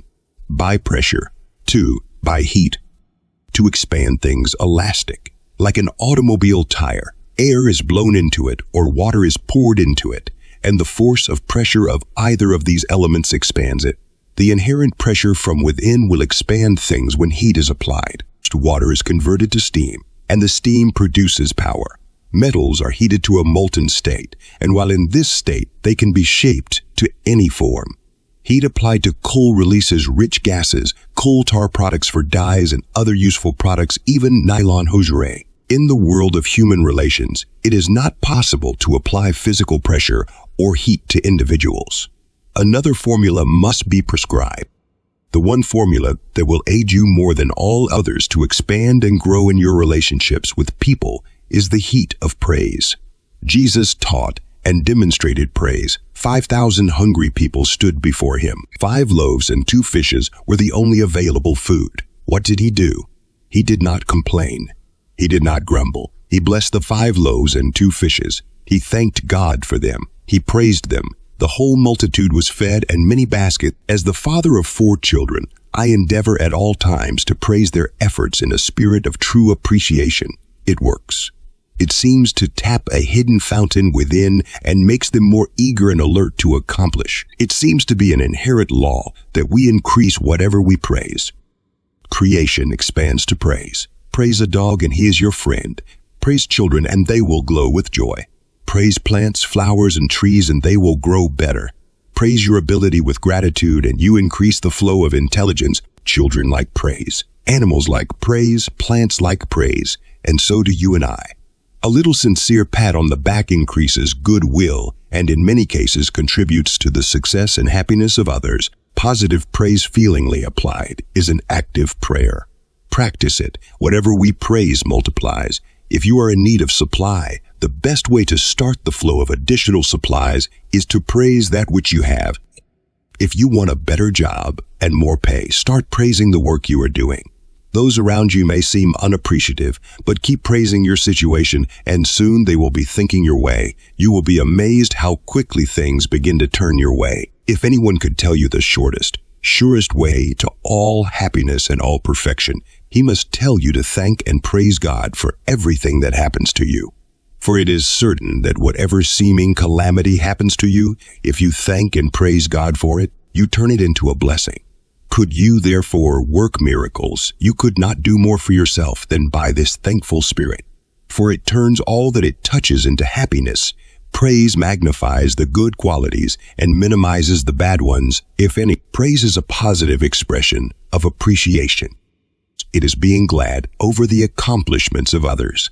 It is something you can't buy. It must be earned and shared by those who deserve it. It is more than fame and money. It is giving hearty and warm approval to a friend. It is letting him know that you are interested in his welfare. It breaks down barriers and lets you in on situations that would not otherwise be possible. Praise may be called the great liberator. Therefore, when anyone deserves or earns your approbation, you will encourage them and have a greater appreciation of your own qualities. I like what Burton Braley says in Do It Now. If with pleasure you are viewing any work a man is doing, if you like him or you love him, tell him now. Don't withhold your approbation till the parson makes oration as he lies with snowy lilies o'er his brow. For no matter how you shout it, he won't really care about it. He don't know how many teardrops you have shed. If you think some praise is due him, now's the time to pass it to him, for he cannot read his tombstone when he's dead. People stop learning too soon. They reach the mature age of 30 and think they can learn no longer. Learn something new. Formulate new ideas, develop new interest, and generate new enthusiasm. In these you will find new zest, new courage, and new inspiration to perfect your job. Ordinary things done in an extraordinary way attract more attention and create more interest than extraordinary things done in an ordinary way. It is not necessary to be an economic royalist to have stars in your crown, friends among your associates, and money in your pocket. Two of my good friends are Frederick Beckhusen and Karl Kaltenhauser. They are head masseurs at Young's Health Institute. Two finer characters could not be found.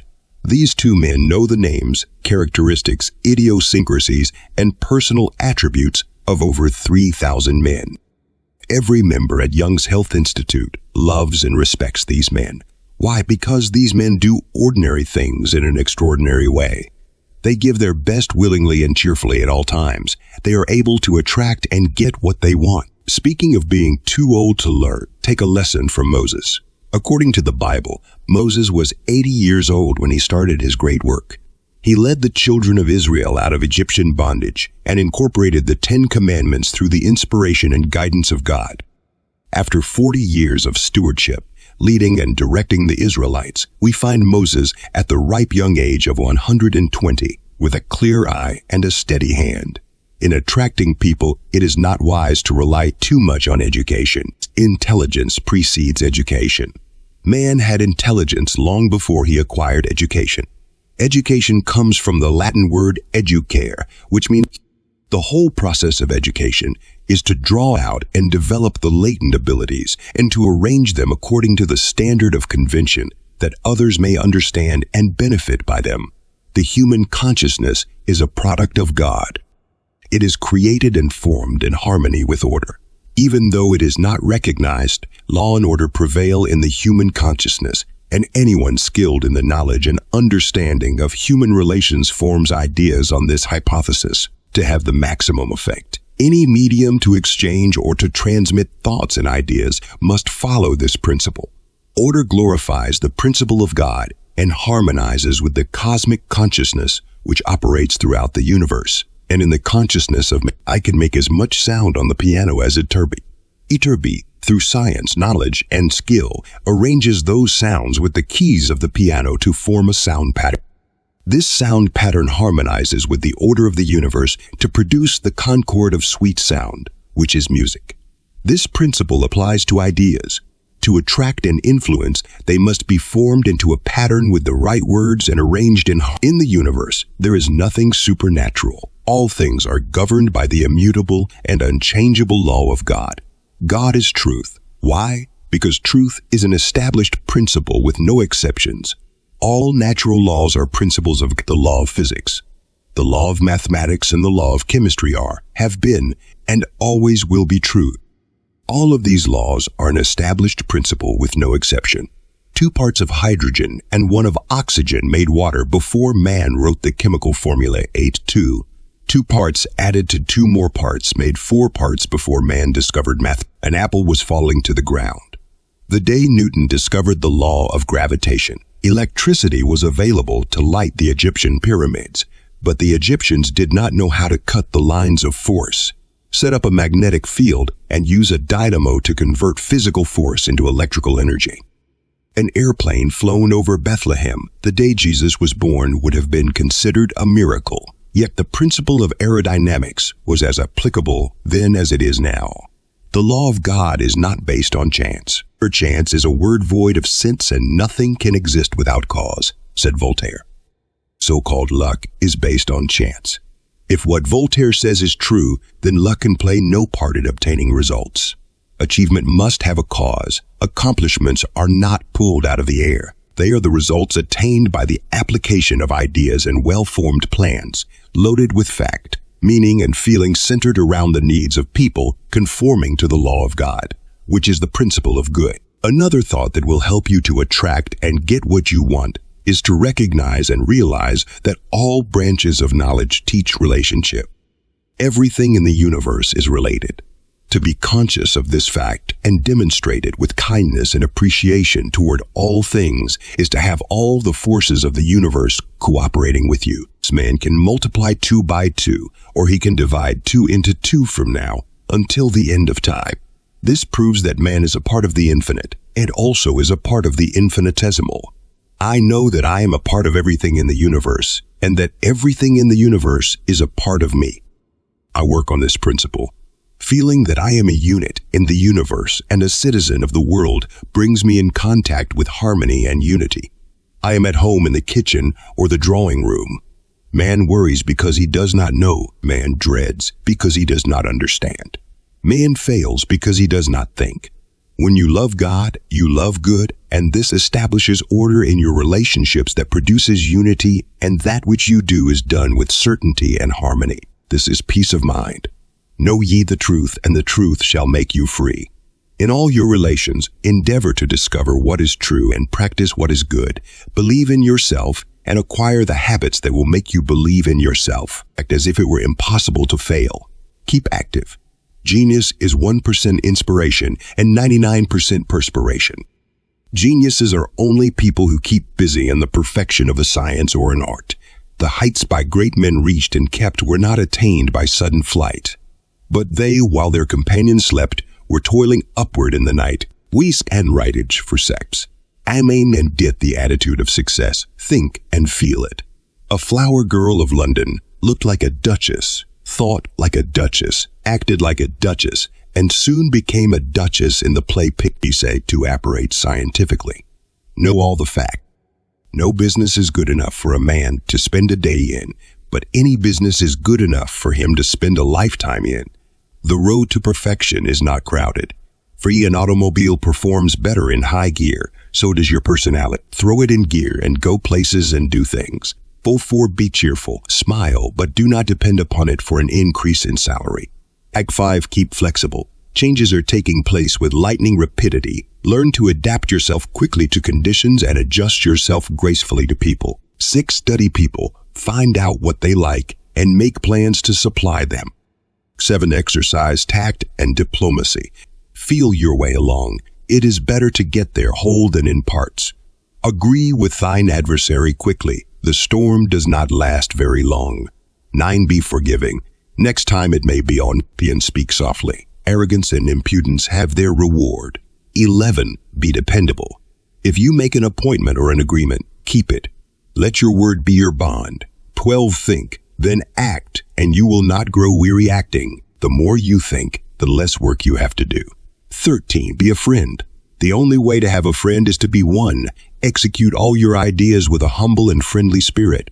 14. If you feel the symptoms of self-importance and a slight attack of big-headedness coming on, take this antidote. Think of all things that have been done, all things that are being done, and all things that will be done, even without you and me.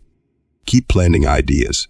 Some will fall upon stony hearts, some will fall upon marble domes, but some will fall upon fertile brains and will bring forth some 30, some 60, and some even 100-fold of good results. The law of averages is a very exacting law. It requires that you plant ideas, but it never fails to justly reward you. When you have earned something, nothing in the universe will keep you from getting it. You can attract and get what you want by simply believing in your ideas. They are the substance of things you want, and if you have faith in them, the substance of the ideas become the evidence of the things you wanted. Every successful achievement has followed this principle. In this chapter, I have revealed to you the psychological attributes and the spiritual qualities that enable you to attract people and impel them to be conscious of your ideas. Ideas that conform to a pattern are like music to the ear.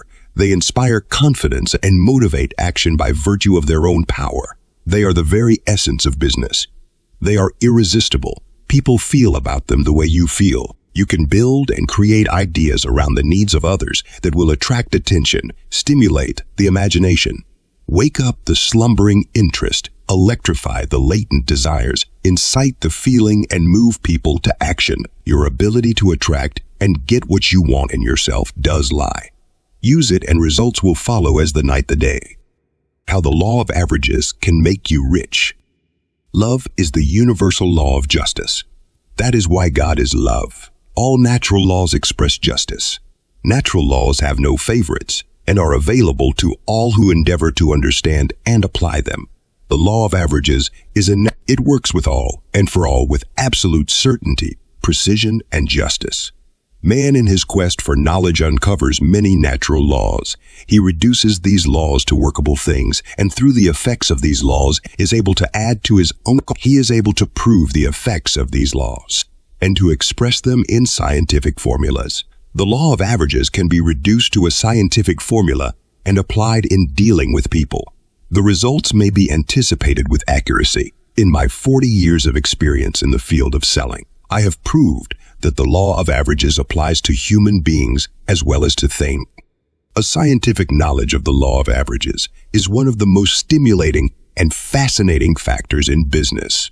The application of this law guarantees success in any field of endeavor. A practical introduction that proves the law of averages in dealing with things and people. Second, I want to give you a scientific interpretation of the law of averages. I want to tell you how the law of averages can make you rich and also how it works with me and for me. To introduce the scientific application of the law of averages, let us observe a demonstration. Take a coin and toss it into the air 100 times. Mark down the number of times it falls heads and the number of times it falls tails. What happens? There are two sides to that coin, and both sides are exposed.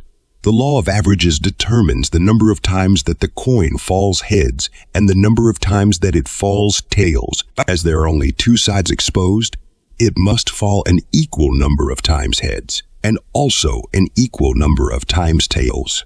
A coin tossed into the air a sufficient number of times will get the same result every time. There is another demonstration that will interest you. Number 10 golf balls. 1, 2, 3, and right on up to 10. Put them in a sack and shake them thoroughly. Draw one. The number you draw is one of the 10. The law of averages yields number 1 every time during the 10 draws. Draw these balls 100 times, and during the draws the law of averages yields the ball marked number 1 and 2 in succession. Draw these balls 1,000 times, and during the draws the law of averages yields the balls marked number 1, 2, and 3 in succession. Draw these balls 10,000 times, and during the draws the law of averages yields the balls marked number 1, 2, 3, and 4 in succession. Draw these balls 100,000 times, and during the draws the law of averages yields the balls marked 1, 2, 3, 4, and 5 in succession. Keep the draws up to 10 billion, and during the draws the law of averages yields the balls marked 1, 2, 3, 4, 5, 6, 7, 8, 9, and 10 in succession. If you do not believe it, try it. Either of the above demonstrations will prove that the law of averages works. Since it does work, let us endeavor to define it. Socrates, one of the greatest thinkers who ever lived, had one great motto. Define your terms. It is only logical, therefore, that you should know the scientific meaning of the law of average. In my attempt to define the law of averages, I wrote letters, made inquiries, and asked many questions. From these different sources, I received many ideas and suggestions. To sum them all up, the answer: if you put something in, you get something out. A very good answer, and it contains the elements of truth. However, it did not satisfy me. Many millions of people had seen things fall to the ground long before Sir Isaac Newton discovered the law of gravity. But Newton wanted to know the reason why things fell to the ground. Someone asked him how he discovered the law of gravitation. His answer: by thinking about it. After thinking many days about the law of averages in terms of application, in terms of demonstration, in terms of relationships, and in terms of how it produces results, I created the following definition. The law of averages is the law that determines the number of times a thing will happen in proportion to the number of times that that thing is exposed. The coin is exposed 100 times. It has two sides only, heads and tails. Therefore, it must fall an equal number of times for each side, and will always do this in proportion to the number of times it is exposed. The same principle applies to the golf balls. Expose them enough times, and the result you are seeking is bound. The definition of the law of averages establishes it on a scientific basis. Therefore, it will prove very helpful to you to visualize this definition and get it well established in your mind. To know a principle thoroughly inspires us to apply it. Anyone who applies the law of averages based on the above definition cannot fail to produce results. Some may confuse the law of averages with chance. Chance comes from the Latin word cadere, which means to fail. Chance is taking a gamble that a thing will happen. It is a pure risk with a possibility to win based on that imaginary thing called luck. The law of averages is a definite law that eliminates chance, avoids risk, and fulfills every requirement to which it is applied. The law of averages is used by all life insurance companies to determine the death rate of a given number of people at a given. It is the scientific principle on which to compute all mortality tables. Why? Because a given number of people are exposed to death at all times, and therefore a certain number of deaths will happen each year with absolute accuracy. This fact, plus the rate of interest earned on the premiums collected, determines the cost of the life insurance per year. The law of averages also applies to the investment portfolio. Out of a given number of companies doing business, a certain number of these companies will be successful. A financial institution can invest in a sufficient number of these companies in order that the law of averages can operate. This provides a reasonable security for an investment and also a guaranteed interest return on the investment. Therefore, by applying the law of averages, a financial institution can invest money scientifically. Most credit risks are based on the law of averages. Out of a given number of credit risk, a certain number will always be responsible and prove to be satisfactory. In all enterprises, the law of averages operates. Some people in business are conscious of this law and expand their enterprises with speed, alacrity, and certainty.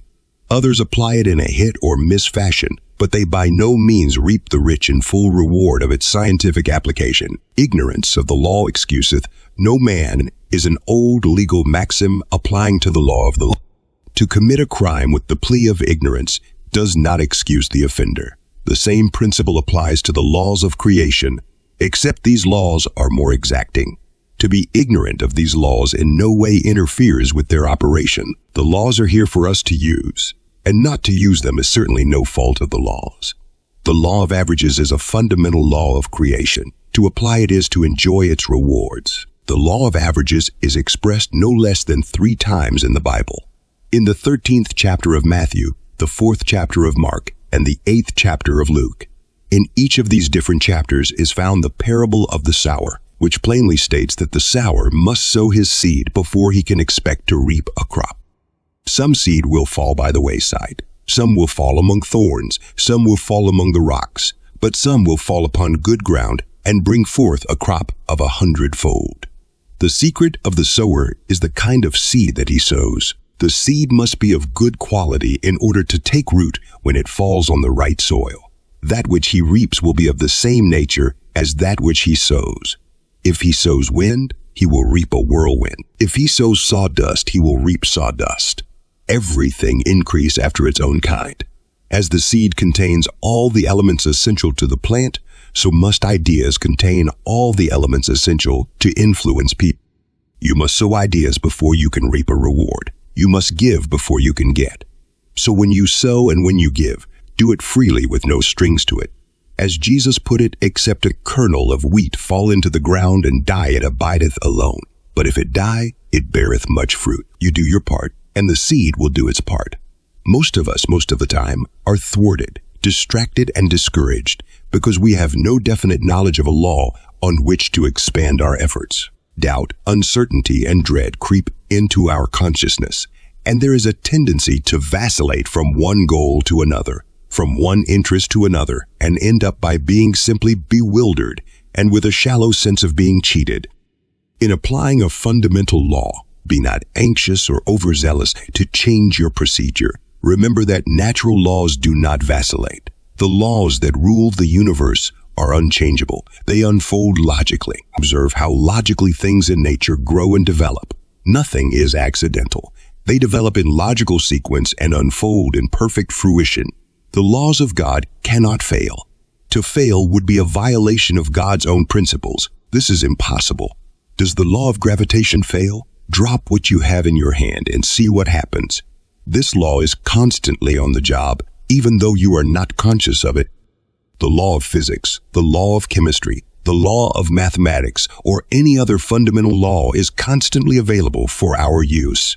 Someone may ask what a dozen eggs will cost at 6 cents each. Instantly, through the law of mathematics, you multiply 12x6 and solve the problem. The moment you are conscious of the law, it is there to meet your need.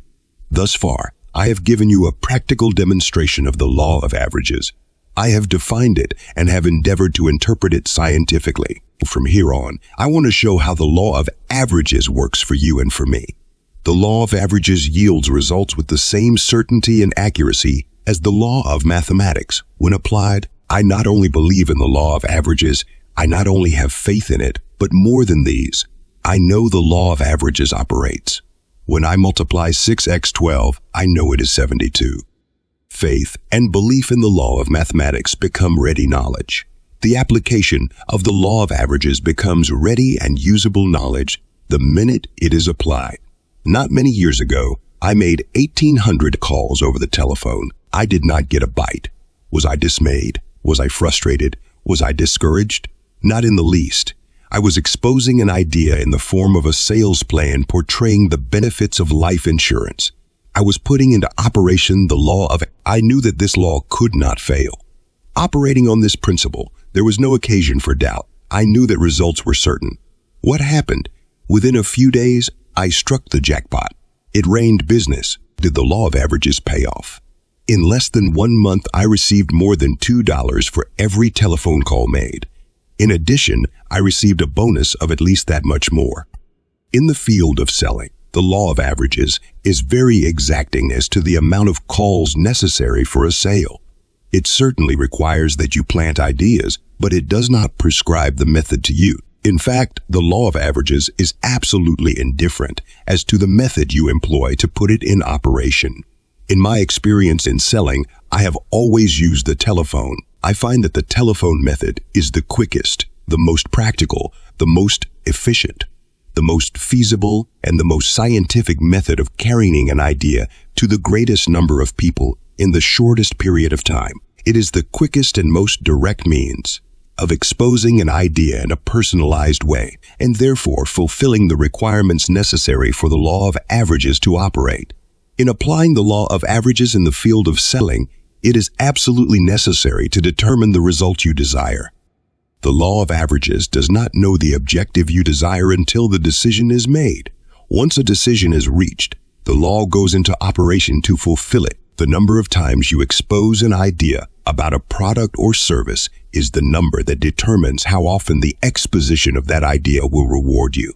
Most of those people who sell work either on a commission basis or for a salary. If you work on a commission basis, put a definite cash value on each call. If you work on a salary, put a definite estimate of the number of calls you want to make to consummate a sale. Keep a record and watch the law of averages operate. In my own experience, I have always placed a value of $2 on each telephone call. Therefore, if I make 50 telephone calls in one day, I know I have earned $100. To illustrate this fact, it will be of interest to you to know that in June 1947, I began to operate the law of averages on this basis. At the end of December 1947, I found that I had made 3,000 telephone calls, and the law of averages paid me not only $2 for each call, but again rewarded me with a substantial bonus. You may ask, does the law of averages work among strangers? Does the sun know any strangers? The law of averages knows no strangers, and once it is put in operation, it works like a magnet. It attracts and draws to it the thing you desire. Remember the parable of the sower. Always rely upon goods, the value and advantage of the product or service, and what they mean to the prospect are the seed you sow. To expose ideas built into a sales plan and transmit them with absolute faith and certainty to a given number of prospects puts the law of averages in operation. Are reactions to ideas predictable? Yes, there is nothing more certain to predict than the reaction you will get from a given number of people when you present them with a certain definite idea. A positive action always gets a reaction. This reaction will be favorable or unfavorable. If it is favorable, you act upon it quickly. If it is unfavorable, you forget it and go after another one. Are you seeking a job? Do you want a larger salary? Do you want to improve your present occupation? Apply the law of averages and it can be a decided advantage to bring about any of the above situations.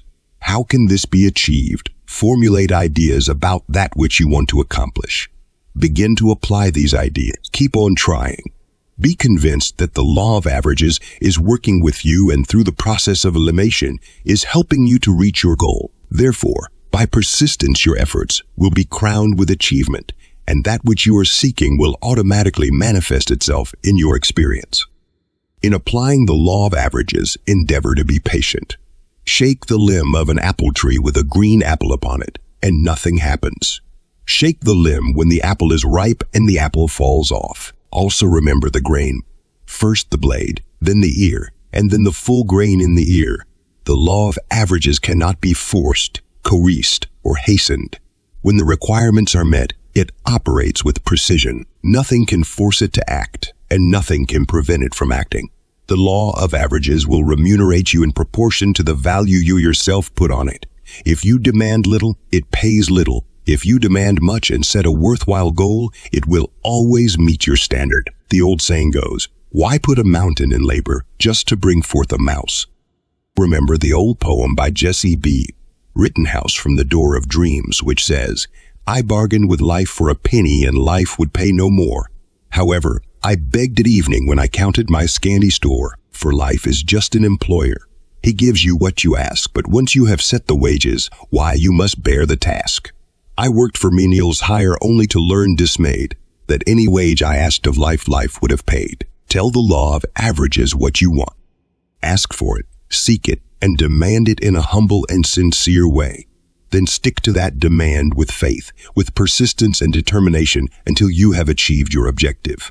M. Ear, one of the greatest advertising men that this country ever produced, had a great slogan, keeping everlastingly at it brings success. Some people think that this implies a form of slavery. I think possibly Mr. Ear was referring to the law of averages. A chain of ideas puts into operation the law of averages, which brings about results. An idea once in print begins to accelerate a process of other ideas to form a chain of influence, and eventually, through the law of averages, the idea brings success. In applying the law of averages, remember that you have no control over its rewards or the source from which the rewards come. It rewards you from the most unsuspected sources and in the most unexpected way. As a salesman, you may be all aglow with a sure sale. On the surface, the prospect could not fail. What happens? The prospect does fail to buy. Why? Because he is human. The law of averages, on the other hand, cannot fail, and what you thought only a suspect turns into a genuine sale. This principle applies also to those who seek a job, a larger salary, or an improvement in occupancy. The reward comes from the source least expected. The law of averages is unlike man-made law. It cannot be changed, altered, or amended. No act of chicanery, no cunning fraud, and no art of deception can force it to act or cause it to fail. It can only be put into action by the true purpose of the law of averages is to give you a definite plan of action with the absolute assurance that the application of your ability cannot fail to produce results. This assurance gives you the power and determination to carry on. The experiences which I have enumerated are not opinions or theories about the law of averages. They are the law of averages in action. This law does not need a favorable place or a favorable time to operate.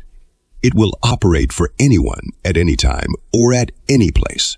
It requires concentration and application, and these provoke quick. Many constructive thoughts and ideas will come to you as you begin to apply the law of averages. Your ability to express these thoughts and ideas will increase as you need them. Your knack of applying the law of averages will give you many thrills and many checks. How to find your place in life. The other day, while looking over the Sunday paper, my eyes were instantly drawn to a picture of a graduating class at one of the large universities. I analyzed that picture. The faces on those boys appeared to be uncertain, not uncertain about life or its future, but uncertain as to the place they could take in it. They seemed to be in a quandary. Were they wondering where it would be possible for them to fit in? Were they wondering how to make the most efficient use of their talents and abilities to tender the best and most useful service? Not only boys graduating from universities and colleges, but thousands of other people are wondering at all times if they are in the right place. Am I a square peg in a round hole, or am I a round peg in a square hole? Am I making the full use of my talents? Are my abilities being channeled in the right directions? Is there not some occupation or thing that I can do more efficiently? Are my efforts being fully appreciated? These are typical questions people ask themselves. Most everyone is seeking to find, or to improve, his place in life. He wants a place in the sun, where his knowledge and skill may be applied with efficiency and where unity, harmony, and peace of mind may be enjoyed. Is there a system or a guide to help people find their true place in life? Is it necessary to stumble hither and yon with no definite objective? After giving this subject much thought, I evolved 5 steps to help you. Take these 5 steps and you will be in your place. 1. Take stock of your ability if you are going to engage in a business. The first sensible and practical thing to do would be to take a complete inventory. You would survey its present location, inspect the building, make an inventory of the stock, appraise the fixtures, list its assets, and tabulate its liabilities. You would quietly analyze these data. You would visualize the business in relation to the customer. You would study his needs and wants and make provision to supply them.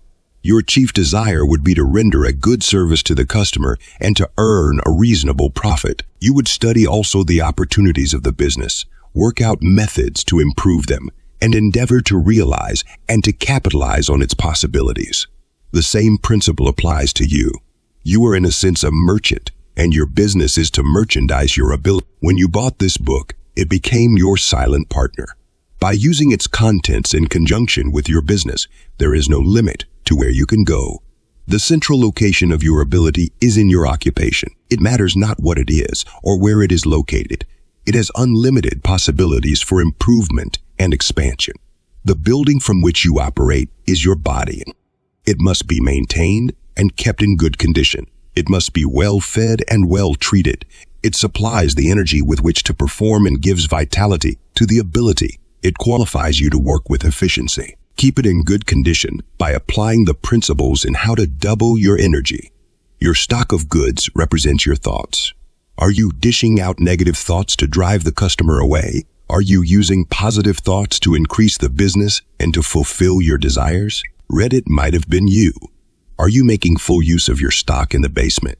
Do you bring it out? Let people know what you have. You can draw on your stock in the basement and make full use of it by reading, Are you 9/10 underwater? Do you observe the customer's needs? Do you concentrate on methods and plans to satisfy those? Have you his name listed correctly? And can you recall the last transaction? Do you reason out his wants in advance and contemplate how to take care of them? Do you stir in a little of the priceless ingredient every now and then, that he may know your real value and spread your name around among his neighbors? How to increase your power to think and to build catalogs all these and tells you how to make the wisest use. Do you use the right words in presenting your stock in order that the customer may have full confidence and a complete knowledge of what you can do for him? The key to a fortune tells how. Have you enthusiasm for your business, and can you generate it in yourself and also in the customer? Read how to generate enthusiasm. Do you lack faith in your business? Is your stock getting shop-worn and ragged around the edges? Read The Most Interesting Thing in the World and watch your business improve. Are you making the full use of your ideas to improve the stock, stimulate buying interest, and enlarge the business? New ideas about commonplace things often attract attention and arouse buying interests in the customer. Read how to turn your ideas into money. Are you anxious about the future of your business? Are you concerned about a shortage in stock? Are you uncertain and doubtful about conditions? Is your peace of mind perturbed? Review how to make use of the present. Have you inspected your fixtures lately? How about your equipment to display your merchandise?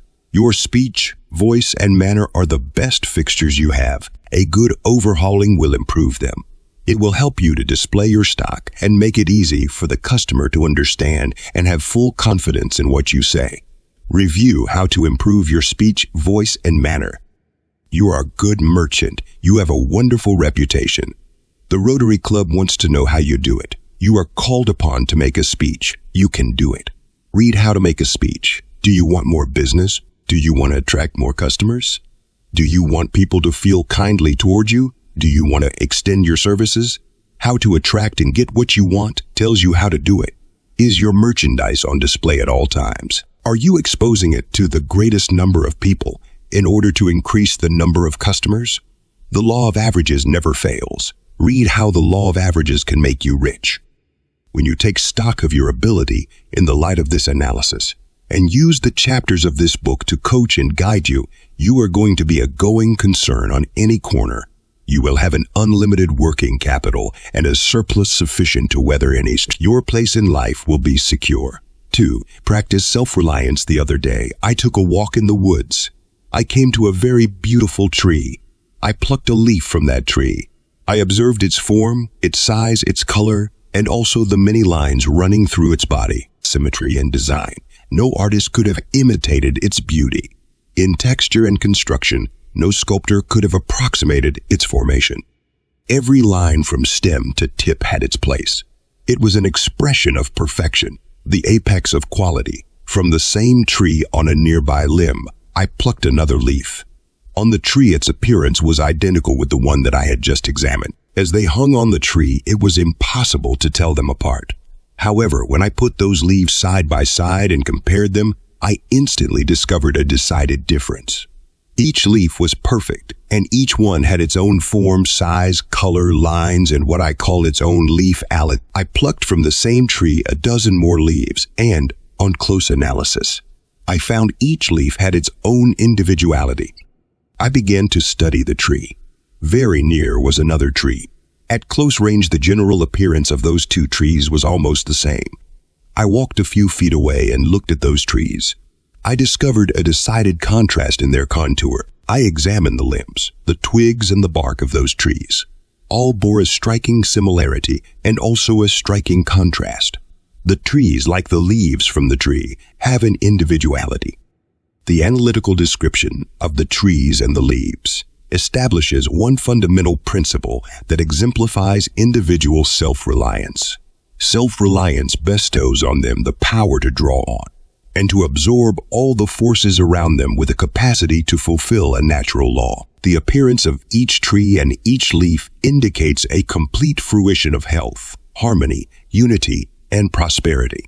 All animals practice the doctrine of self-reliance. They follow their natural instinct, which is a natural, spontaneous impulse of propensity, moving them without reason toward action, essential to their existence, preservation, and development. By adhering to this instinct, they are fed, sustained, and maintained in their natural habitat and live a complete and full life. All birds and fowls follow their natural instinct, and they too are fed, nourished, and sustained, maintained, and directed in what to do and how to do it. All things in nature practice and demonstrate the power of self-reliance. To observe the acts of plants, trees, birds, fowl, animals, fish, and insects should be an inspiration to every man to practice self-reliance. Observe the lilies of the valley. They toil not, neither do they spin, and yet Solomon in all his glory is not arrayed like one of these. Observe the robin that built a nest in your backyard as he goes south in November and returns the following spring to his old nest. Observe the homing pigeon being shipped 1,000 miles away from his home. When released without compass or chart, he circles a moment and then makes a beeline back to his home. Observe the salmon returning after years at sea to the exact river in which he was born. Observe a bee 5 miles away from its hive, equivalent to 1,000 miles for a man returning laden with its pollen.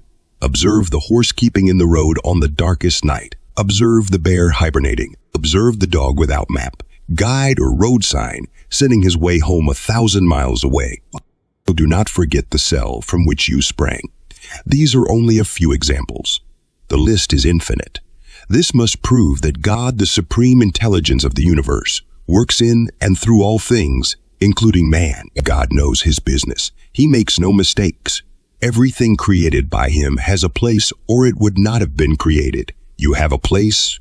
You are an individual. Your fingerprints indicate this. Of all the millions of fingerprints on records, your fingerprints distinguish you. You are a complete entity possessed with all the qualities and attributes to unfold into a perfect individual. You cannot imitate another's fingerprints, and neither can you ape another's ability. You must rely on your own. You must practice self-reliance. What is self-reliance? It is relying on your own mental resources, judgment, and ability to perform. It is absolute trust in the integrity of your own mind. Integrity is the quality of being complete. It is the independence of individuality and helps you to realize that no part of you can be separated from the whole of you. You have got what it takes at any time or any place. All you have to do is to rely on it, think, speak, and act your latent convictions, and they shall be the means to influence all men. Self-reliance is the power to believe in your own thought and to act as if it were impossible to fail. Conventional methods and orthodox procedure are excellent guides, but they are very poor teachers. That which each can do best, none but his Creator can teach him. In the distance, I can hear a wood thrush. The loud, clear notes are an exquisite arrangement of tone and pitch blending into the concord of sweet sound. It is music at its source. I pause. The wood thrush never had a lesson in voice culture. It teaches a lesson on self-reliance. Situations arise from time to time where it is absolutely necessary to practice self-reliance. Conditions must be met on the spot. You must either sink or swim. I encounter many of these situations in selling by telephone. The following one is a good example. I called a very prosperous wool merchant on the telephone, whom I had nipped. His secretary answered the telephone, and she put me through the third degree as to my name, history, pedigree, business qualifications, and last, but not least, she wanted to know what I wanted to talk to Miss Woolman about. I told her my mission point blank. I told her I was calling Mr. Woolman about a life insurance plan. That positive statement of fact connected me with Mr. Woolman. "Is this Mr. J. Edgar Woolman?" I said. "Yes, what about it?" Then with a mellow but firm voice, I told my story. Attentively, he listened, and when I had finished, he said, "I am not interested." I accepted his statement. Self-reliance came in and suggested that I could possibly convince him more thoroughly if I knew his date of birth and submit my plan in the form of a brief. Believing that discretion is the better part of valor and that a soft word turneth away wrath, I spoke to him very gently and sec. "Mr. Woolman, I have never met you, yet I know you are like all other good businessmen. I know you are naturally a good sport. Therefore, Mr. Woolman, I want you to do me a favor, and that favor is simply this. I want you to give me your date of birth." To which he replied, "I do not care to give out my date of birth to a stranger over the telephone." Self-reliance. "As Mr. Woolman, will you loan me your date of birth for a few days?" Laughingly, he replied, "August 15, 1875. In a few days, I submitted the plan for Mr. Woolman's consideration. He liked it, and as a result of that telephone conversation, using the principle of self-reliance, I sold him a $100,000 life insurance policy. Man is born with an instinct, the instinct of self-preservation. When he acquired the power of conscious thought, he changed the name of instinct to intuition, but he did not change its source, purpose, quality, or power. Intuition may be defined as a quick perception without conscious attention or reason. It is ready knowledge from within, knowledge that is always available to act in an emergency, to thwart a disaster, or to avert a calamity. I like to think of intuition as the trunk line of communication directly to God. Often hunches present themselves. Sometimes a hunch tells you what to do instantly. Following a hunch carries me back 30 years ago. I was traveling in the South selling paint and roofing material. In my territory was a purchasing agent who bought for 50 different cotton mills. I called at his office, and a young lady took my card in. A minute later, she returned and gave me a nickel for my card. A hunch came. I sent another card in with a message that the cards were 2 for a nickel. I was going down the corridor, and the young lady came shouting after me that my purchasing agent wanted to see me. I went in. I told him that I was honest and did not want to cheat him. Following a little hunch, I received an order for several carloads of material. Self-reliance is one of the fundamental principles of existence. It develops character and will help you to perfect yourself. And to perfect yourself is to perfect your place in life. to reform a nation, to reform a world, no wise man will undertake, and all but foolish men know. The only solid and thorough reformation is what each one begins and perfects on himself. This may be of interest to you. Take a $1 bill and turn the green side up. On the left side of this bill, you will observe a pyramid, and just above the pyramid is a triangle, or the unfinished part of the pyramid. Look at the eye glowing out of that triangle. It almost speaks. The eye in the triangle represents the all-seeing and all-knowing eye of God. That triangle represents the apex of perfection. Over the triangle is the Latin phrase annuit coeptus. Translated, this means God looks on with favor. That triangle symbolizes the individual dignity of man and recognizes his individual integrity. That is a traditional heritage that guarantees to every American the right to perfect himself in any art, craft, business, profession, science, or in any other field of endeavor. He can rise to the top. This traditional heritage is symbolized in the Great Seal of the United States. This means that these individual rights are guaranteed to you by the entire resources of the United States. It is a franchise to encourage everyone to practice self-reliance. This heritage and right should set a man on fire with inspiration. It is a wonderful country where a poor boy can become the head of it. Always remember what Burroughs, the great naturalist, said about his friend Emerson, the great essayist. Where he was at all, he was altogether. It makes the practice of self-reliance a reality. 3. Let your light shine. Have you ever turned on the light in a dark room? It makes a vast difference. Yet nothing has changed. The only thing lacking was light. A little light makes a big difference. It matters not where you are or what you are doing. The minute you light up your consciousness, you light up the place around you. The best way to light up your place in life is to turn on the light of optimism. Optimism comes from the Latin word optimus, which means best. It is looking for the best in everything and everybody. The optimist is right. The pessimist is right. One sees things in the light. One sees things in the dark. Each is right. They only see things from different points of view. The optimist sees things as they are and is able to establish their proper relations.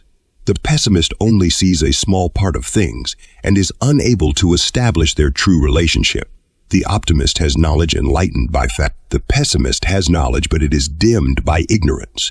The optimist sees the donut. The pessimist sees the hole. Optimism is thinking straight. It is an excellent vaccine to prevent failure. It is maintaining a sense of equilibrium regardless of what happens. It puts in practice the adage taught by Marcus Aurelius. Whatever happens at all happens as it should happen. A man without a penny dropped into a restaurant. He ordered 12 oysters. He was an optimist. He hoped to find a pearl with which to pay for the oysters. In the last oyster, he found a pearl worth $1,000. Does optimism pay? When you walk toward the light, the shadows are back of you. When you walk away from the light, the shadows are before you. Practice and demonstrate optimism in your affairs. Always walk toward the light and endeavor to encourage others to let your light shine. Trim the wick with kindness and feed it with the oil of optimism. Optimism is like digging a hole in the ground. The more you take from it, the larger it gets. You can share it with others because it is inexhaustible. It is also like a sweet scented perfume. You cannot spread it around without getting some of it on yourself. Share optimism with others. Be as happy about their success as you are about yours. Never kick a man who is down or aid the gossip of the town. And if you hear of one gone wrong, think your best to make him strong. Always remember to let your light shine. 4. Keep on the move. The road is always better than the ends. Maurice Maeterlinck, famed author of The Bluebird, says, "To me, these words by the great Spanish writer Cervantes mean a way of living. In my younger days, I often aimed too hard to reach some goal, finish some job. When this is done, I'd say I shall find satisfaction and reward. But later I came to realize that each achievement, like each inn, is only a point along the road. The real goodness of living comes with the journey itself, with the striving and desire to keep moving. I find now that I can look back on my 84 years with pleasure, and what is even more important, to me, that I can still look to the future with hope and desire. I have learned to take each inn along the way with a traveler's stride. not as a stopping point, but a starting point for some new and better endeavor. There is nothing permanent in the world but change. Everywhere this law is evident. Everything in nature is always on the move. Movement teaches a great natural law. It tells you to keep on the move. It tells you to keep active. It is more fun to wear out than to rust out. Keep on keeping on. As an old proverb says, he who tills the soil shall eat. Keep on the move. It is the real way of life. Watch the bees flit from blossom to blossom in search of honey. Observe the ant. Consider her ways and be wise. Every cell in your body is active. Everything around you is on the move. So why not you and I? When you keep on the move, you advance. Grass does not grow under moving feet. Keep on the move and you form good habits. You turn pessimism and defeat into action and achievement.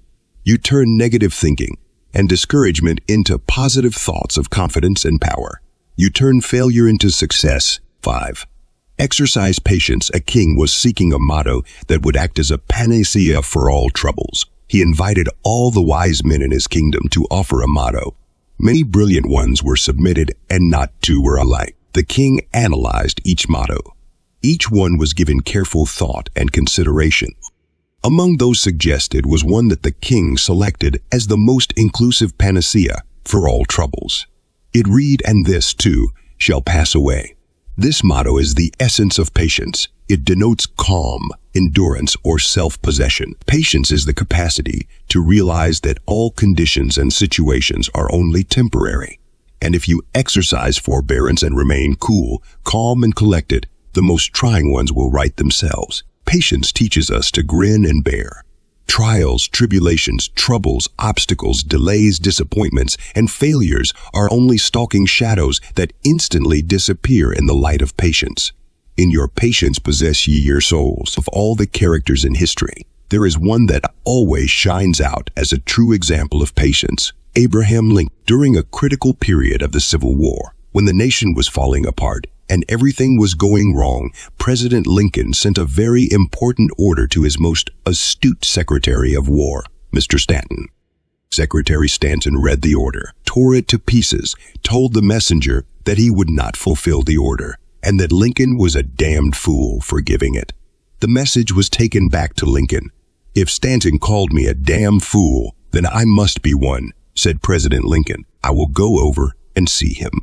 Throwing his long arms around the shoulders of Secretary Stanton, Mr. Lincoln pleaded with him for cooperation. From that day on, Secretary Stanton was Mr. Lincoln's best friend and staunchest supporter. Patience had won the day.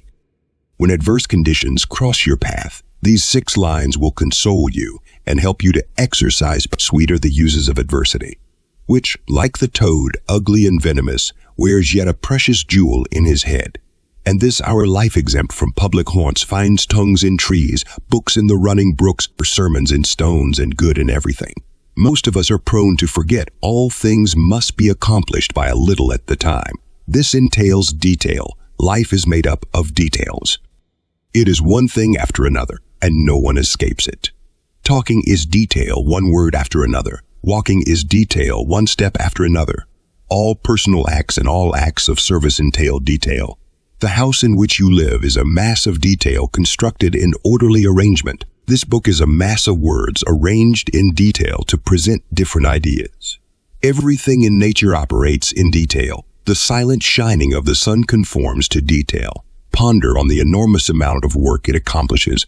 Millions of miles to travel. A complete solar system, including 8 planets: Mercury, Venus, Mars, Jupiter, Saturn, Uranus, Neptune, Pluto, and our own Earth, to heat and light. And, with all these vast duties to perform, the sun can still ripen the tomato in the backyard. It took Leonardo da Vinci over 4 years to complete Mona Lisa, the most famous portrait in the world, for which an offer of $5 million was refused. With untiring patience, Da Vinci inserted every detail and captured that fleeting something we call expression. After 400 years, this masterpiece of art hangs on the walls of the Louvre, an inspiration to every mortal. The one way to master detail is to exercise patience. Learn to love it. With the proper attitude, chores are a very pleasant pastime, especially when you realize that everyone else is doing them. Every task begins in detail and ends in detail. To feel kindly toward detail relieves tension and strain, develops the power to concentrate, and the task is soon completed. Most relish detail, and detail loses its sting. Don't mind detail, and detail will mind. With all your manifold details, exercise patience. It will reward you. It is estimated that it takes less than 7% of a locomotive's power to pull a train of boxcars, but that it needs 100% of a locomotive's power to start the train. Your task, the difficulty, and the job seem to be in starting. Start something. Take stock of your ability, analyze it, and size up your place in harmony with the chapters in this book. Practice self-reliance. Learn to depend and rely on your own ability. It is always where you are and is instantly available for your use. By all means, draw upon it. Let your light shine. Demonstrate optimism. Look for the best and expect the best. It is always present. Keep on the move. Gold is found by those who look for it. It is no farther away from you than the 5 steps in this chapter. Keep on the move. You will find it. Exercise patience. Trials, tribulations, and adverse conditions are only temporary, and patience is a ready solvent to dissolve them. All things come to him who thinks and has patience to wait. Opportunities are as plentiful as the air you breathe, and also as inexhaustible. They are all around you. Take the 5 steps in this chapter and convert these opportunities into realities. Achievement is the result of invested effort. He that loses his life shall find it. Harness your forces. Measure your time, marshal your energies, and concentrate your ability on the job at hand. Lose yourself in the affairs, services, and needs of others. Make their interest your cause. Let the results take care of themselves, and before you know it, your place in life will be secure. You will turn wishbone into backbone. You will crown your efforts with achievement. Be like the postage stamp. Stick to one thing until you get there. You will discover that your place is where you are, and your success is only a byproduct of what you are. It is all yours. Take it easy every day. I thank God for 2 things. First, that I was born a human being. Second, that I am a citizen of the United States. As a human being, I am able to visualize and imagine my opportunity. As a citizen of the United States, I am able to realize and enjoy them. This great heritage gives me cause to be truly thankful. Everyone in the United States has cause to be grateful. No nation in all history has been more generously blessed. Most assuredly, the United States is the garden spot of the world. Her geographical position, combined with her varying altitudes, provide a greater variety of soil and vegetation than any equal extent of territory in the world. There is no logical or common sense reason for anyone to be a pessimist living in the United States, if he will only open his eyes and see a survey of the material resources with which you have to work, and also a survey of the fundamental facts affecting the prosperity, security, development, and progress of the United States will enable you to have a better appreciation of these resources. On the north is expanding Canada, with which to trade. On the east is the Atlantic Ocean, to connect us with all European and Near East. On the south is the Gulf of Mexico, the Mediterranean of the New World, with unexcelled natural facilities to enlarge our export and import business with South America. On the west is the Pacific Ocean, to connect us with the Orient and in the United States. There are 8 great rivers: the Hudson, the Delaware, the Potomac, the Mississippi, the Ohio, the Missouri, the Columbia, and all these rivers and many more are natural arteries for commerce, waiting for the ingenuity and skill of man with vision to dot their banks with thriving industry, and to set afloat on their surging bosoms argosies of commerce to enrich the comforts of people. Someday boats propelled by electric waves will be serving the people along these rivers. The water power resources of the United States can produce annually 500 billion kilowatt hours of electricity, or enough to give each family approximately 15,000 kilowatt hours of electricity each year. This source of power has hardly been tapped. It is waiting for development. The United States, including possessions, has a total area of almost 4 million square miles. If this land were divided, it would be enough to give every man, woman, and child a farm of 19 acres each. The United States contains only 6% of the world's area, 7% of the world's population, 48% of the world's coffee, 50% of the world's tin, 56% of the world's rubber, 21% of the world's sugar, 72% of the world's silk, 36% of the world's coal, 42% of the world's pig iron, 47% of the world's copper, 60% of the world's crude petroleum. The United States produces over 3 billion bushels of corn, 1.5 billion bushels of wheat, and 15 million bales of cotton each year. With 30 million automobiles, everyone in the United States can take a ride at one time. The United States has over 60% of the world's telephones.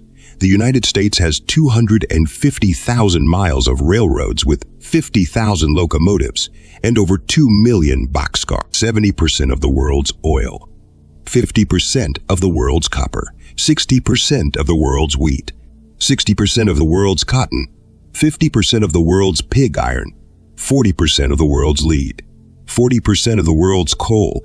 The purchasing power of the population of the United States is greater than that of 500 million people in Europe. The people of the United States have their lives insured for more than $175 billion. This is almost an average of $1,200 for every man, woman, and child. The United States has over 3 million commercial business concerns and over 200,000 manufacturing establishments. The United States has almost $22 billion in gold, over 70% of the world's total supply.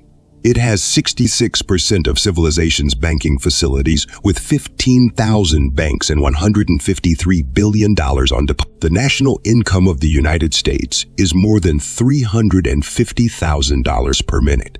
To meet this income, Ford's fortune would last less than one half a day.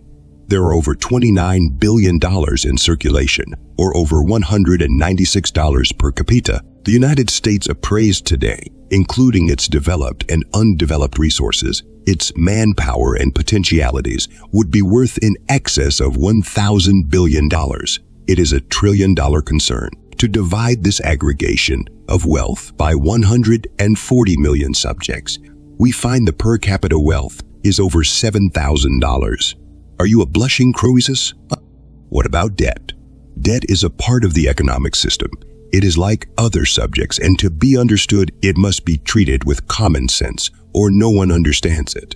Debt does not mean anything so long as it is in the family. The public and private debt of the United States at the end of 1945 was $400 billion, $500 million. It was divided as follows: $247 billion in the federal government and federal agencies, 13 7/10 billions in state and local governments, 85 8/10 billions in corporate bonds, including both short and long-term issues, 27 3/10 billions in urban real estate and mortgages, 5 2/10 billions in farm mortgages, and 21 5/10 billions in non-corporate bonds. Debt, because it is owned by the people, increases the national wealth. A $1,000 United States government bond is a debt and an obligation against the United States, and it is treated as a liability. The same bond in your safe deposit is far from being a debt or a liability. In fact, it is a gilted security and a quick liquid asset. A $1,000 bond issued by the Pennsylvania Railroad Company is carried on its books as a debt and listed as a liability in its financial statement. The same bond is listed as an asset in the financial statement of the New York Life Insurance Company. Debt is a large part of our wealth. In fact, most of the assets of insurance companies and other savings institutions are predicated on debt. The most scientific way to treat this debt is to have some of it transferred to your own safe deposit box. What about dollars are based on wealth.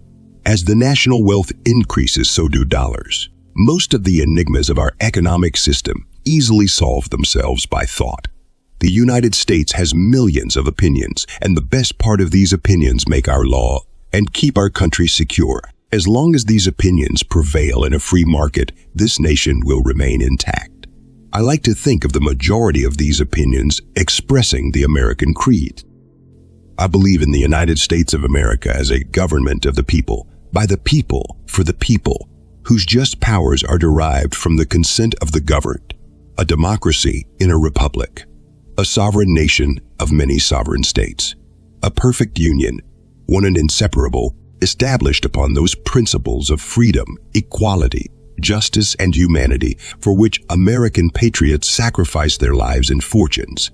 I therefore believe it is my duty to my country to love it, to support its Constitution, to obey its laws, to respect its flag, and to defend it against all enemies. As an individual citizen in the United States, you have free access to its gigantic wealth through your own initiative and ability. As long as you do not encroach upon the rights of others, you can acquire as much of it as your capacity warrants. It is all yours. All these unlimited resources are yours to draw upon. All these inexhaustible supplies are here to satisfy your desires. You have the ability to convert them into economic values to meet your own comforts and enjoyment. Therefore, there should be no occasion for want, and certainly no reason for doubt, uncertainty, anxiety, worry, or dread.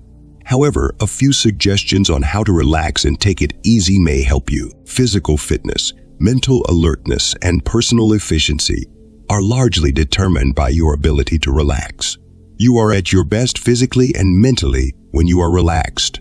Relaxation is only following out a natural law. All things in nature grow with ease and grace. There is no friction. It has also been proved by observation and experience that the power of most living things lies in their ability to relax. The dog can leap 3 times as far from a state of relaxation. The rattlesnake can strike its full length from a state of coy or relaxation.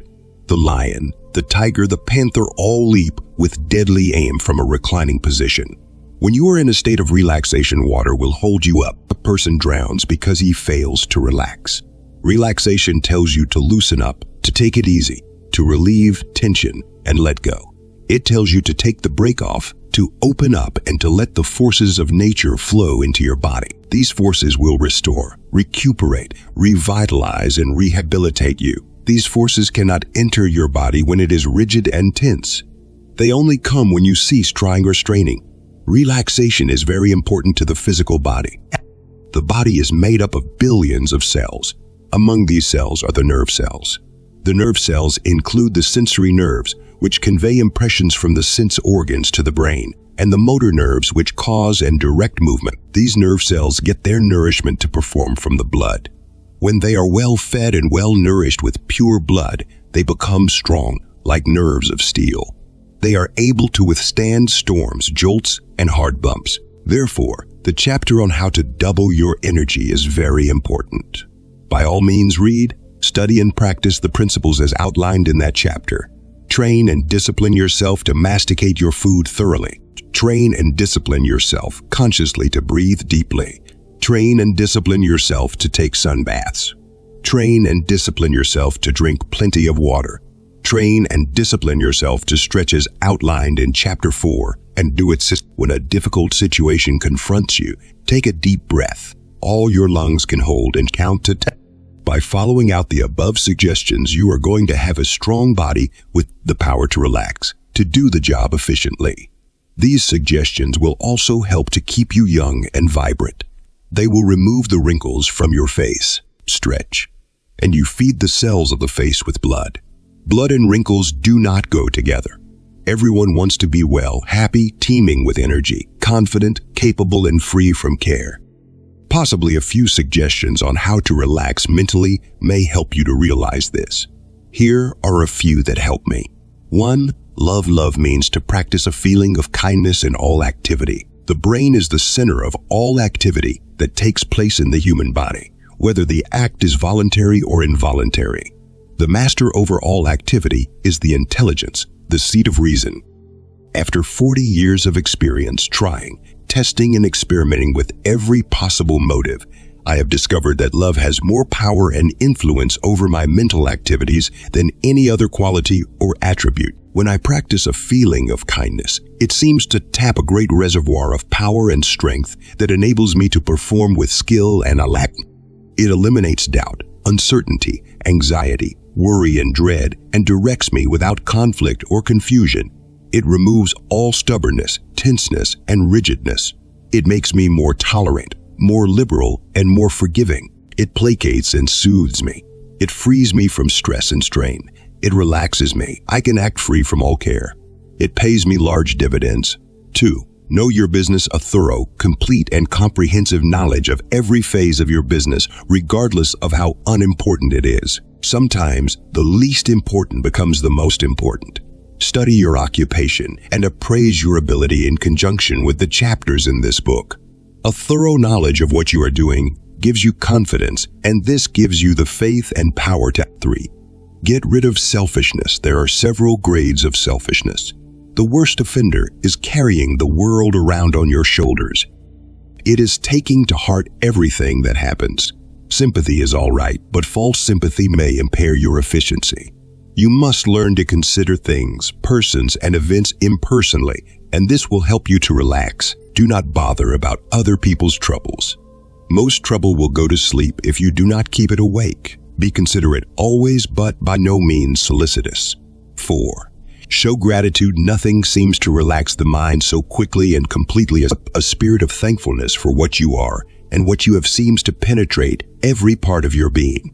It seems to loosen the very marrow in your bones. When you stop, pause, and think for a moment, you find many things for which to be thankful.